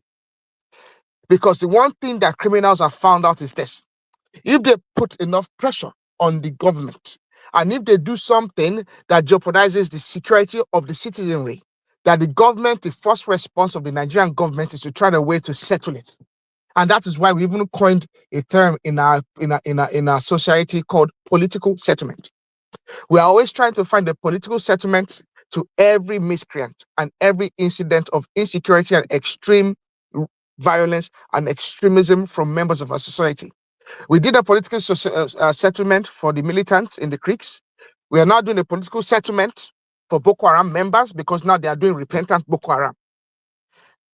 There are people like Gumi asking for political settlement for bandits. They've been asking for political settlement for Nnamdi Kanu. At some stage, we need to put a hand to political settlement. Violence needs to be met with violence. I think what we need to adopt is the system that the likes of Brazil and some of Colombia and some of these other narco states have developed. When you are a narco state and you are dealing with extreme violent individuals, and we need to look at banditry and criminality as an economic crime. It is not a crime it is not a religious crime. It is purely economic. Individuals have decided to inject religion because religion is something they can use to motivate the common fodder that they need to perpetrate the criminality. The Nigerian state needs to respond the same way Brazil, Colombia, and some of these South American narco states, Philippines, react to issues that they have. Extreme violence. The Nigerian state needs to develop the military, needs to develop their police system so that we have community policing, so that the army can be used and special forces can be used to perpetrate extreme violence against these individuals that do not want to learn. It's as simple as that. Paying people off would not solve it, because we saw in the militants in the creeks, they paid off the militants, and what did the militants do? They just went and bought more guns. There's more guns in the creeks right today than all the militants up north have. Paying them just makes them, emboldens them, and they go out there and they buy more weapons. That is the same thing that's happened with the narco states. Sorry, did you hear Mike's analogy or example earlier, by any chance, about paying people off for? No, I didn't. No. Okay, go ahead. So what was his analogy essentially? Can you tell him what I said? No, you have to tell him yourself, Mike. What did Mike say?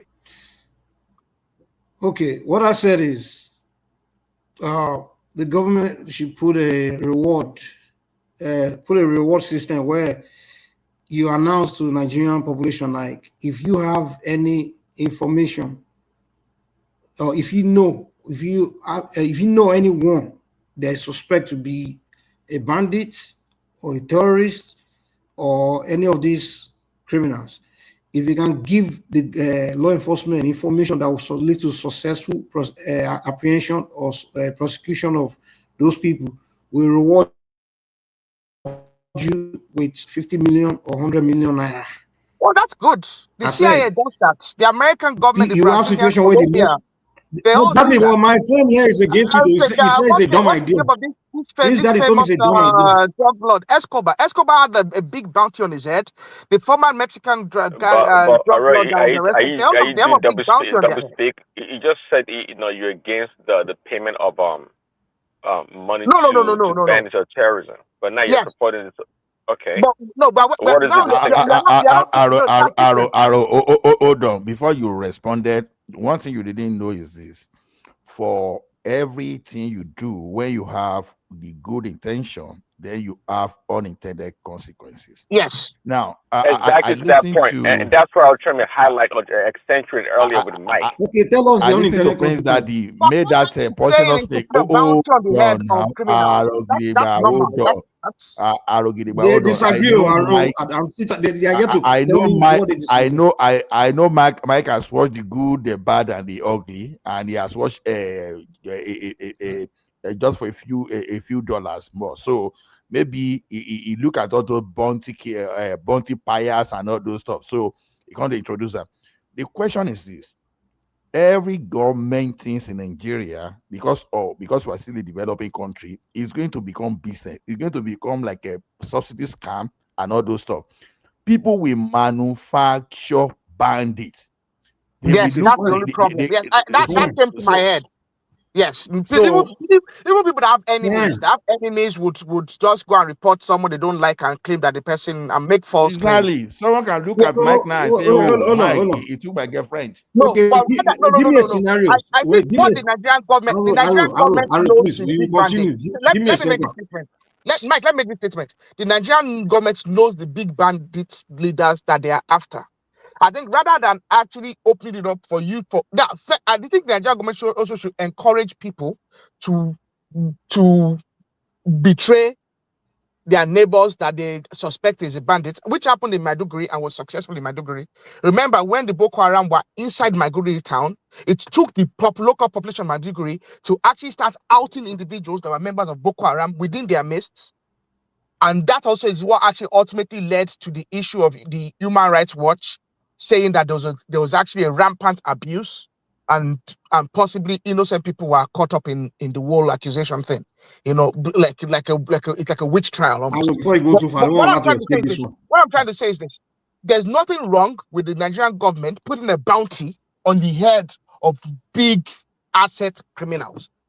The CIA do it. Give me a scenario. Sorry, before you go too far, and they've been successful at it. Can you hear me? Mike. Yeah, Mike. I just want opinion on this.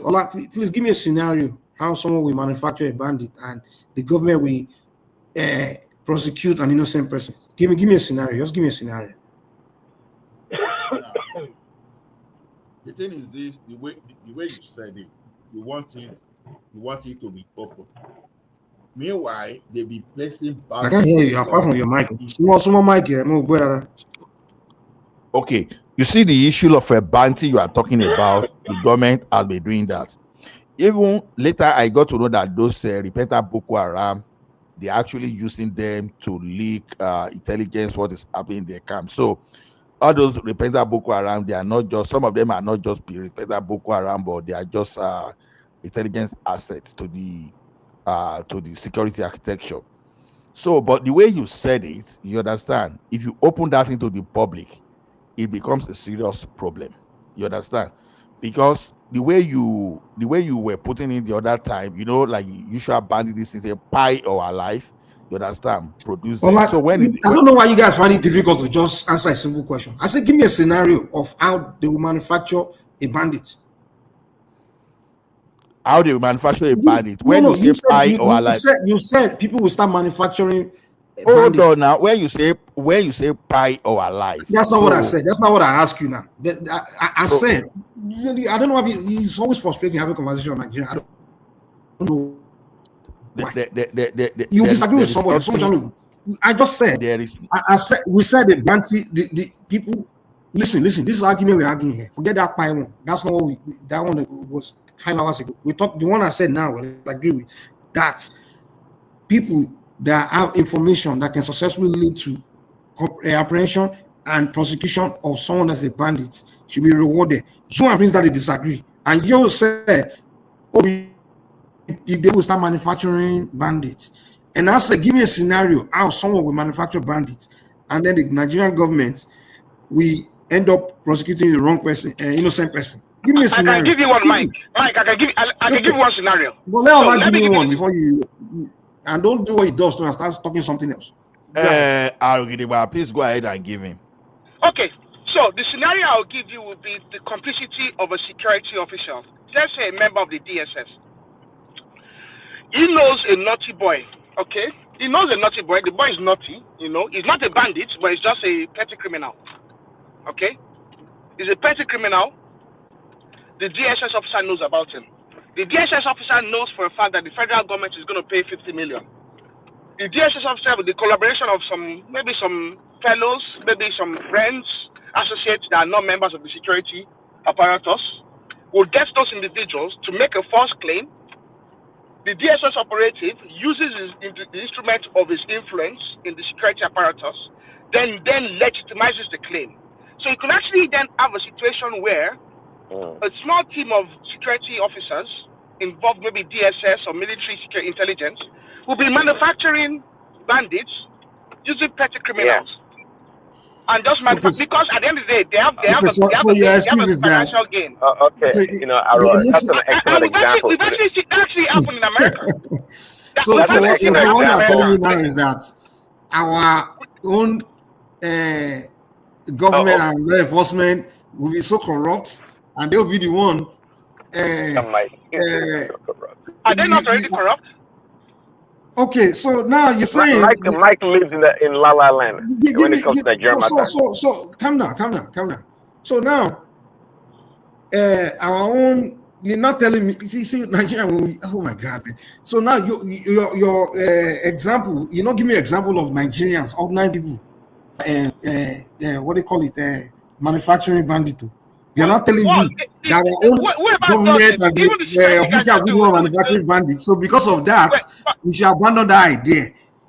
No, I'm not saying abandon it. You actually give me an idea where it could be because our own government and law enforcement will be corrupt. I'm not asking you to abandon the idea. I'm just giving you a scenario that actually shows that happened in other countries where they've actually had the bounty system.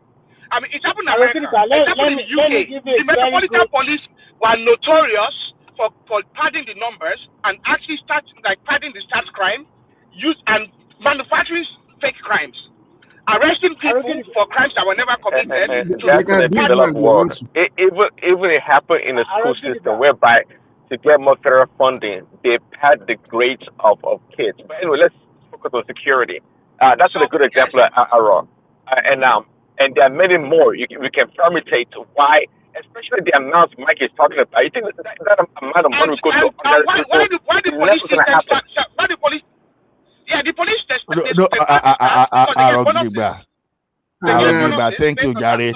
Thank you, Mike. You are talking of police whereby 178 rifles are missing from their armory. That you see, they are very credible, right? 178,000 rifles missing in our police armory. Do you know the number of our soldiers?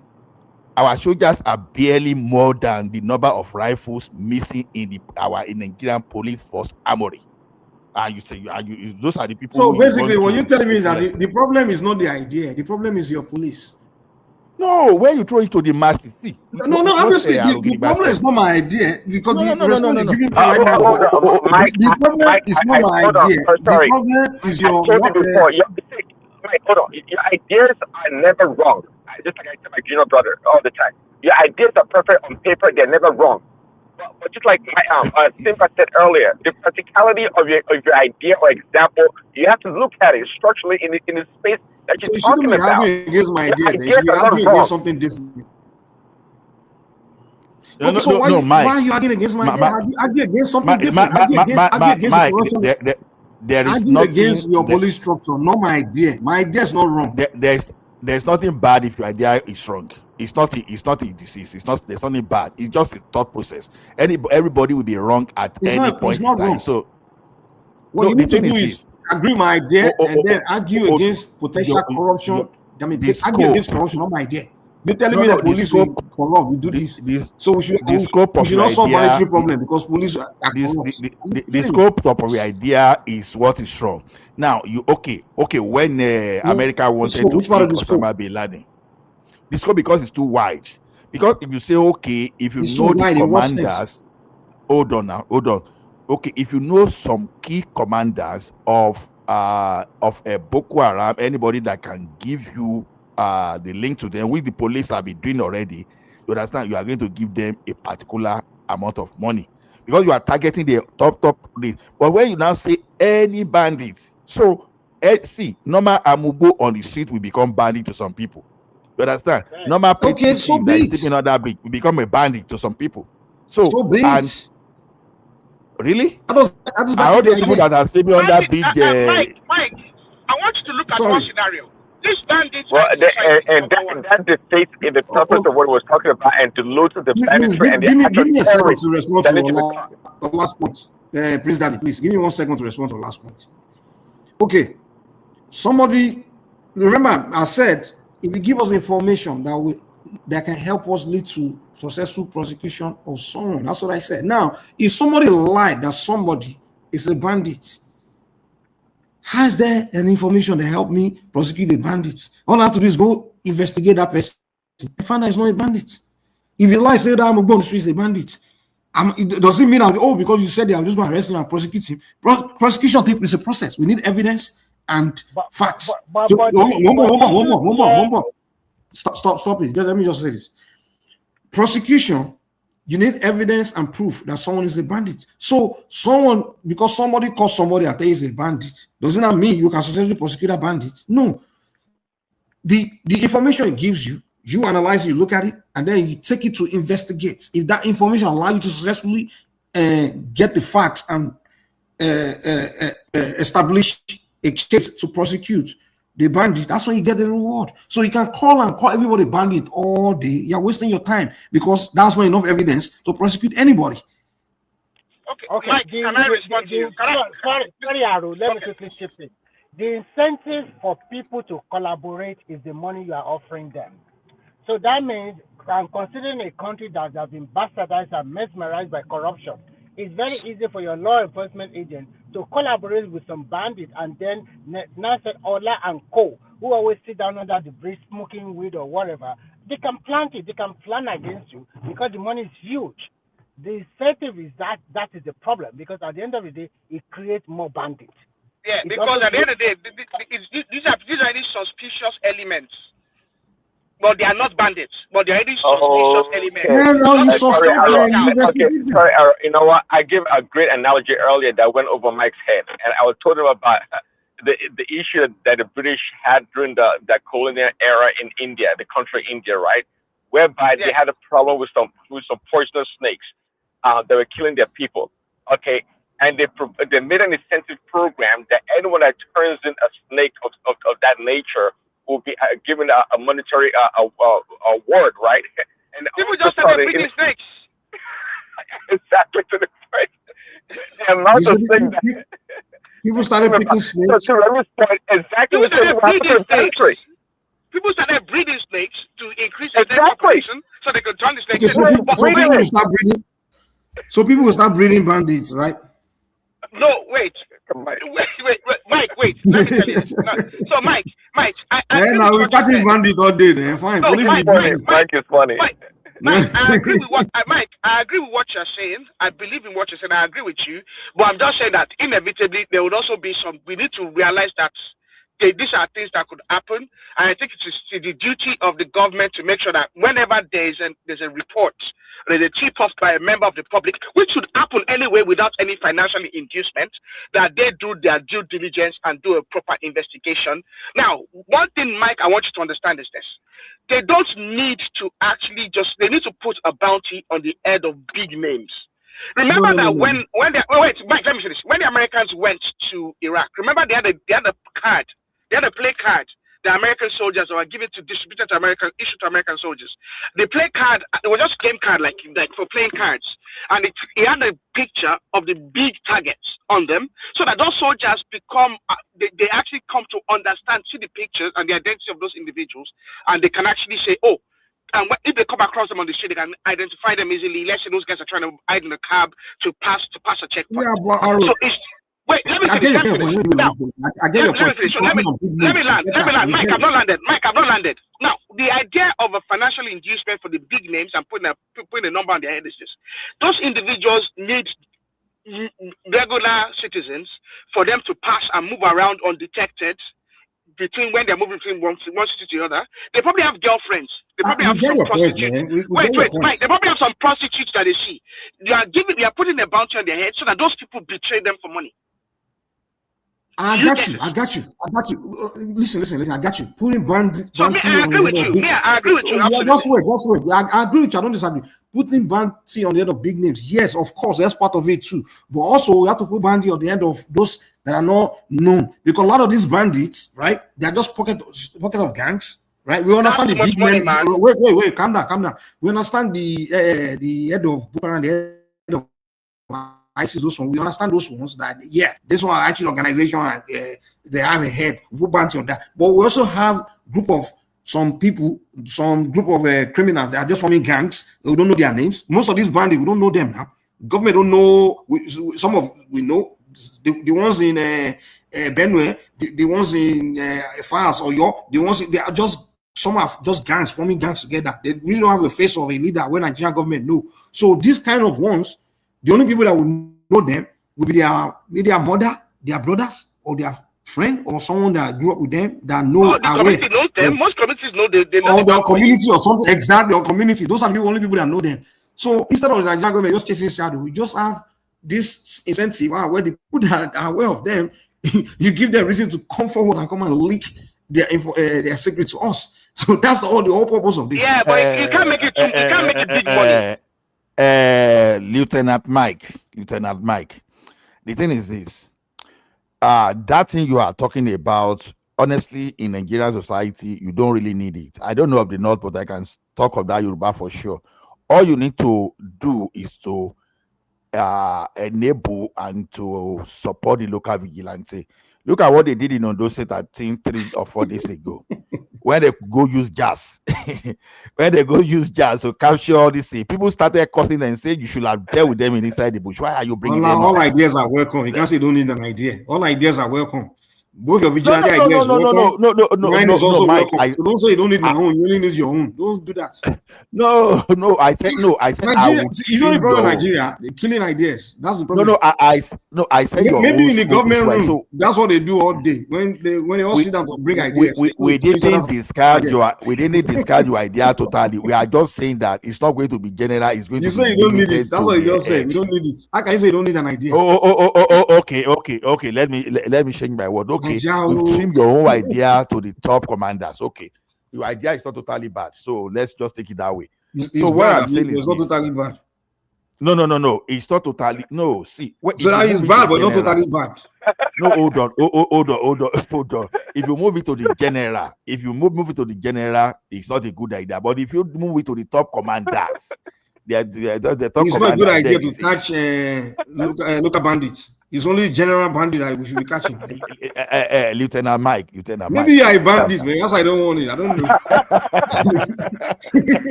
You don't want us to catch local bandits. Maybe you are the local one terrorizing the kids. Come and tell us. Lieutenant Mike, hold on. See, the thing is this. The thing is this. If you are targeting their top bosses, good. I don't have any problem with that. No, we don't know them now. How many? No. How many bandits do you think? Who's the boss of those ones that just did these things on you? Tell me the name of their boss. No, there are. Go to tell me the name of their boss. Hold on now. There are some information from the DSS there that they publish. Those people that they wanted people. Bola, what is the name of the boss of these guys that just kidnapped those? Mike, I'm just an ordinary business and IT guy. I don't know. Thank you. So why are you asking me a question? So the thing is this: the DSS, Amotekun and Co. They publish the name of those people they are looking for. That's the one they found. But they don't know all of them. if you are if you are Eastwood, if you are Clint Eastwood, or you are Val, you understand, maybe a good bounty killer, you can go to that place and look at them and find them. So, but what I'm saying in the essence is this: your idea is not the way you are looking at it in general. We help you trimming to the top. That's the difference. Okay, I think our problem is we just like to be contrarian. That's all it is, man. We like to be contrarian. Mike, do we have to be correct? And I don't have to it's be unfortunate. correct. I'm just giving my idea. You understand? I don't have to be correct because I know I can only talk about the information I have. So I'm happy to be wrong and to be corrected. So I don't have to be right. What I present is something widely practiced in America, in every advanced country in the world, reward system. In America, the moment somebody is wanted, the first thing the government says, hey, there's a reward on anyone that can give information to catch this person. That's it. They do it. So it's not a big deal. And I say in Nigeria, Mike, let's do the same thing. America is still paying several billions. You can say you disagree with the amount of money, whatever, but reward, it helps. It helps. America is still paying several billions of dollars on for subsidy to subsidize some items. But in Nigeria, the same subsidy almost crashed that country. So what does it have to do with? What does it have to do with? What the hell does it have to do with? I mean, it has a lot. When you throw that into general, you understand. People see advantage, they start gaming it. So that's why we are giving you the poisonous sick and British. Well, you got to put you put mechanism in place for them not to game it. For example, let me tell you. For example, the people, you create a new what do you call it? A new force that are independent of the regular police or army or even government, like a new set of people, like in the secret environment. For example, if I become president of Nigeria, first of all, I'll create a new unit of armed forces. Like just to create a new unit. I can call them where they are so hold on, mumbo, where their sole task is to fight, is to deal with the issue of the banditry and terrorism, like a new unit of armed forces, and they will be away from the regular police and regular everything, and they will be kind of like in a disclosed where all they do is just investigate and get findings of information, all those things. So there will be a new unit independent of this corrupt police and army that we already have. Complete new people. In fact, I will even go and hire them from another country, so where they are not even Nigerians. So that way I know that they can't speak a language where someone can bribe them or something. So there are many ways to deal with the things, to go around possible corruption. There are many ways to go around it. That's why it's what we propose instead of just killing the whole idea. No, Mike, I'm not killing your idea. You know, any idea, you have to look at the environment as well. See, let me tell you one thing.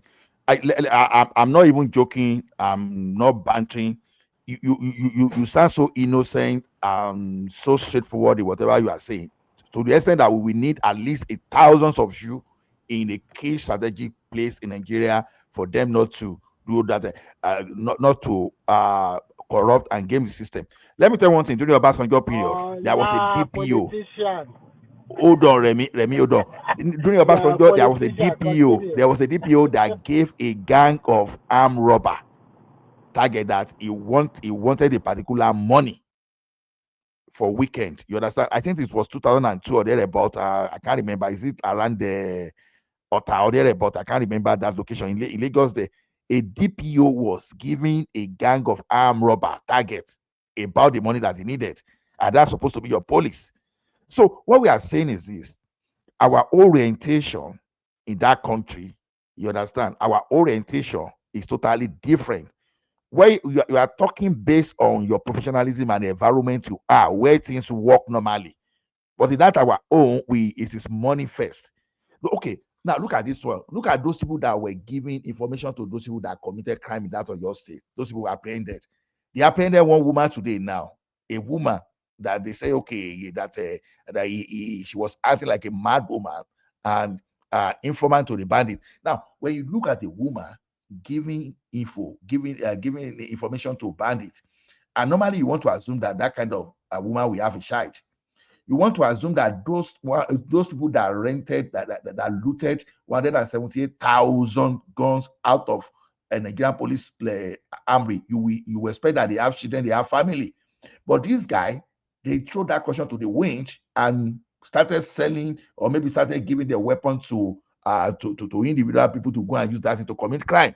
without even thinking of their family. They never even thought whether that thing is going to happen to their own family.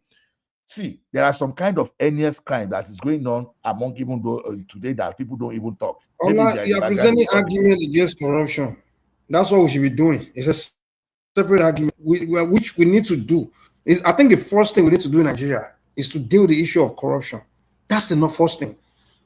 We have to deal with that before anything else. The corruption within every facet of society, particularly the key places, particularly a place like the law enforcement, there shouldn't be corruption at all. That kind of place, the kind of people should recruit there should be like literally some of the best human beings. And you have to go and create a culture in that environment where corruption should not even be tolerated, where you just eradicate it. First of all, and there's so many mechanisms you can put in place. You can just inject new kind of people into the police environment or the military to just study what's going on there, study the culture and environment, and they started facing corruption. Just Mike, so you cannot there's so many ways to solve this problem. Mike, You can said? you hear me? Yes. You cannot eradicate corruption. You cannot look to eradicate corruption in a society. In China, No, of course you cannot eradicate corruption. In China, what's the consequence for high corruption? You will be killed. There's absolutely nothing can eradicate it. Hold on. There's nothing you can. You know, sometimes all those things you read on Western media, they are not totally true, to be frank. There's corruption also in China, but what they do is that if your leg is shaking, that means you don't have Baba Saleh. There is possibility for you to go to jail or they will buy you. But if you are well connected, you might not even touch your jail cell. But what I want to say is this: when you talk about insecurity, look at America. They went to Afghanistan. Were they able to defeat the Taliban? They even went to what do you call it? They even made them stronger. The Taliban are even stronger now than before. Friend at the end of the day. So sometimes this kind of fighting, what we should do is like, I like what the Southwestern people did. Everybody came out to condemn it and then put more pressure on the government to find a way to bring out the girls back, the abducted people back. If to say the way we did in the Southwest is what they are also doing in the Northeast and Northwest of Nigeria, we wouldn't have found ourselves in this position today, to be frank with you. But the Northwest and Northeast situation is even more dicey because they use religion the to people cover they're their entrenched now, they are talking about people that are entrenched within their society. In our society, and then, unfortunately for Nigeria too, today a northerner is a northerner, a Yoruba man is a Yoruba man. So in a we can still separate them. Heavily. Yes, if we can find a way, Yeah, I mean, first of all, I apologize where I came at you earlier. Right. Don't worry, we're trying to get to that one, Mike, now.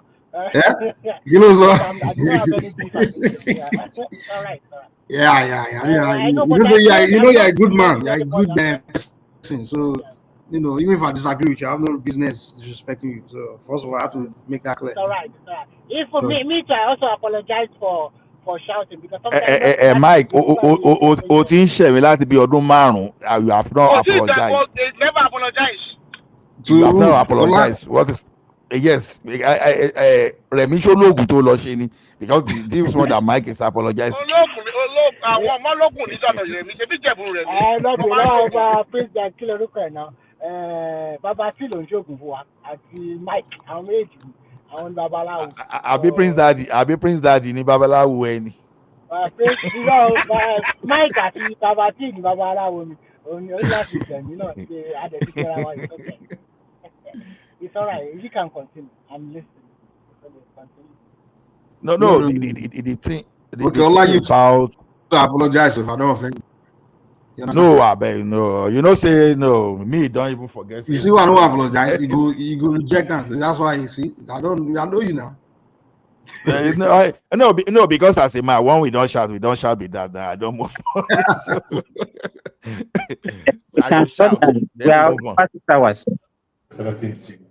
Oh yeah, move to the background now.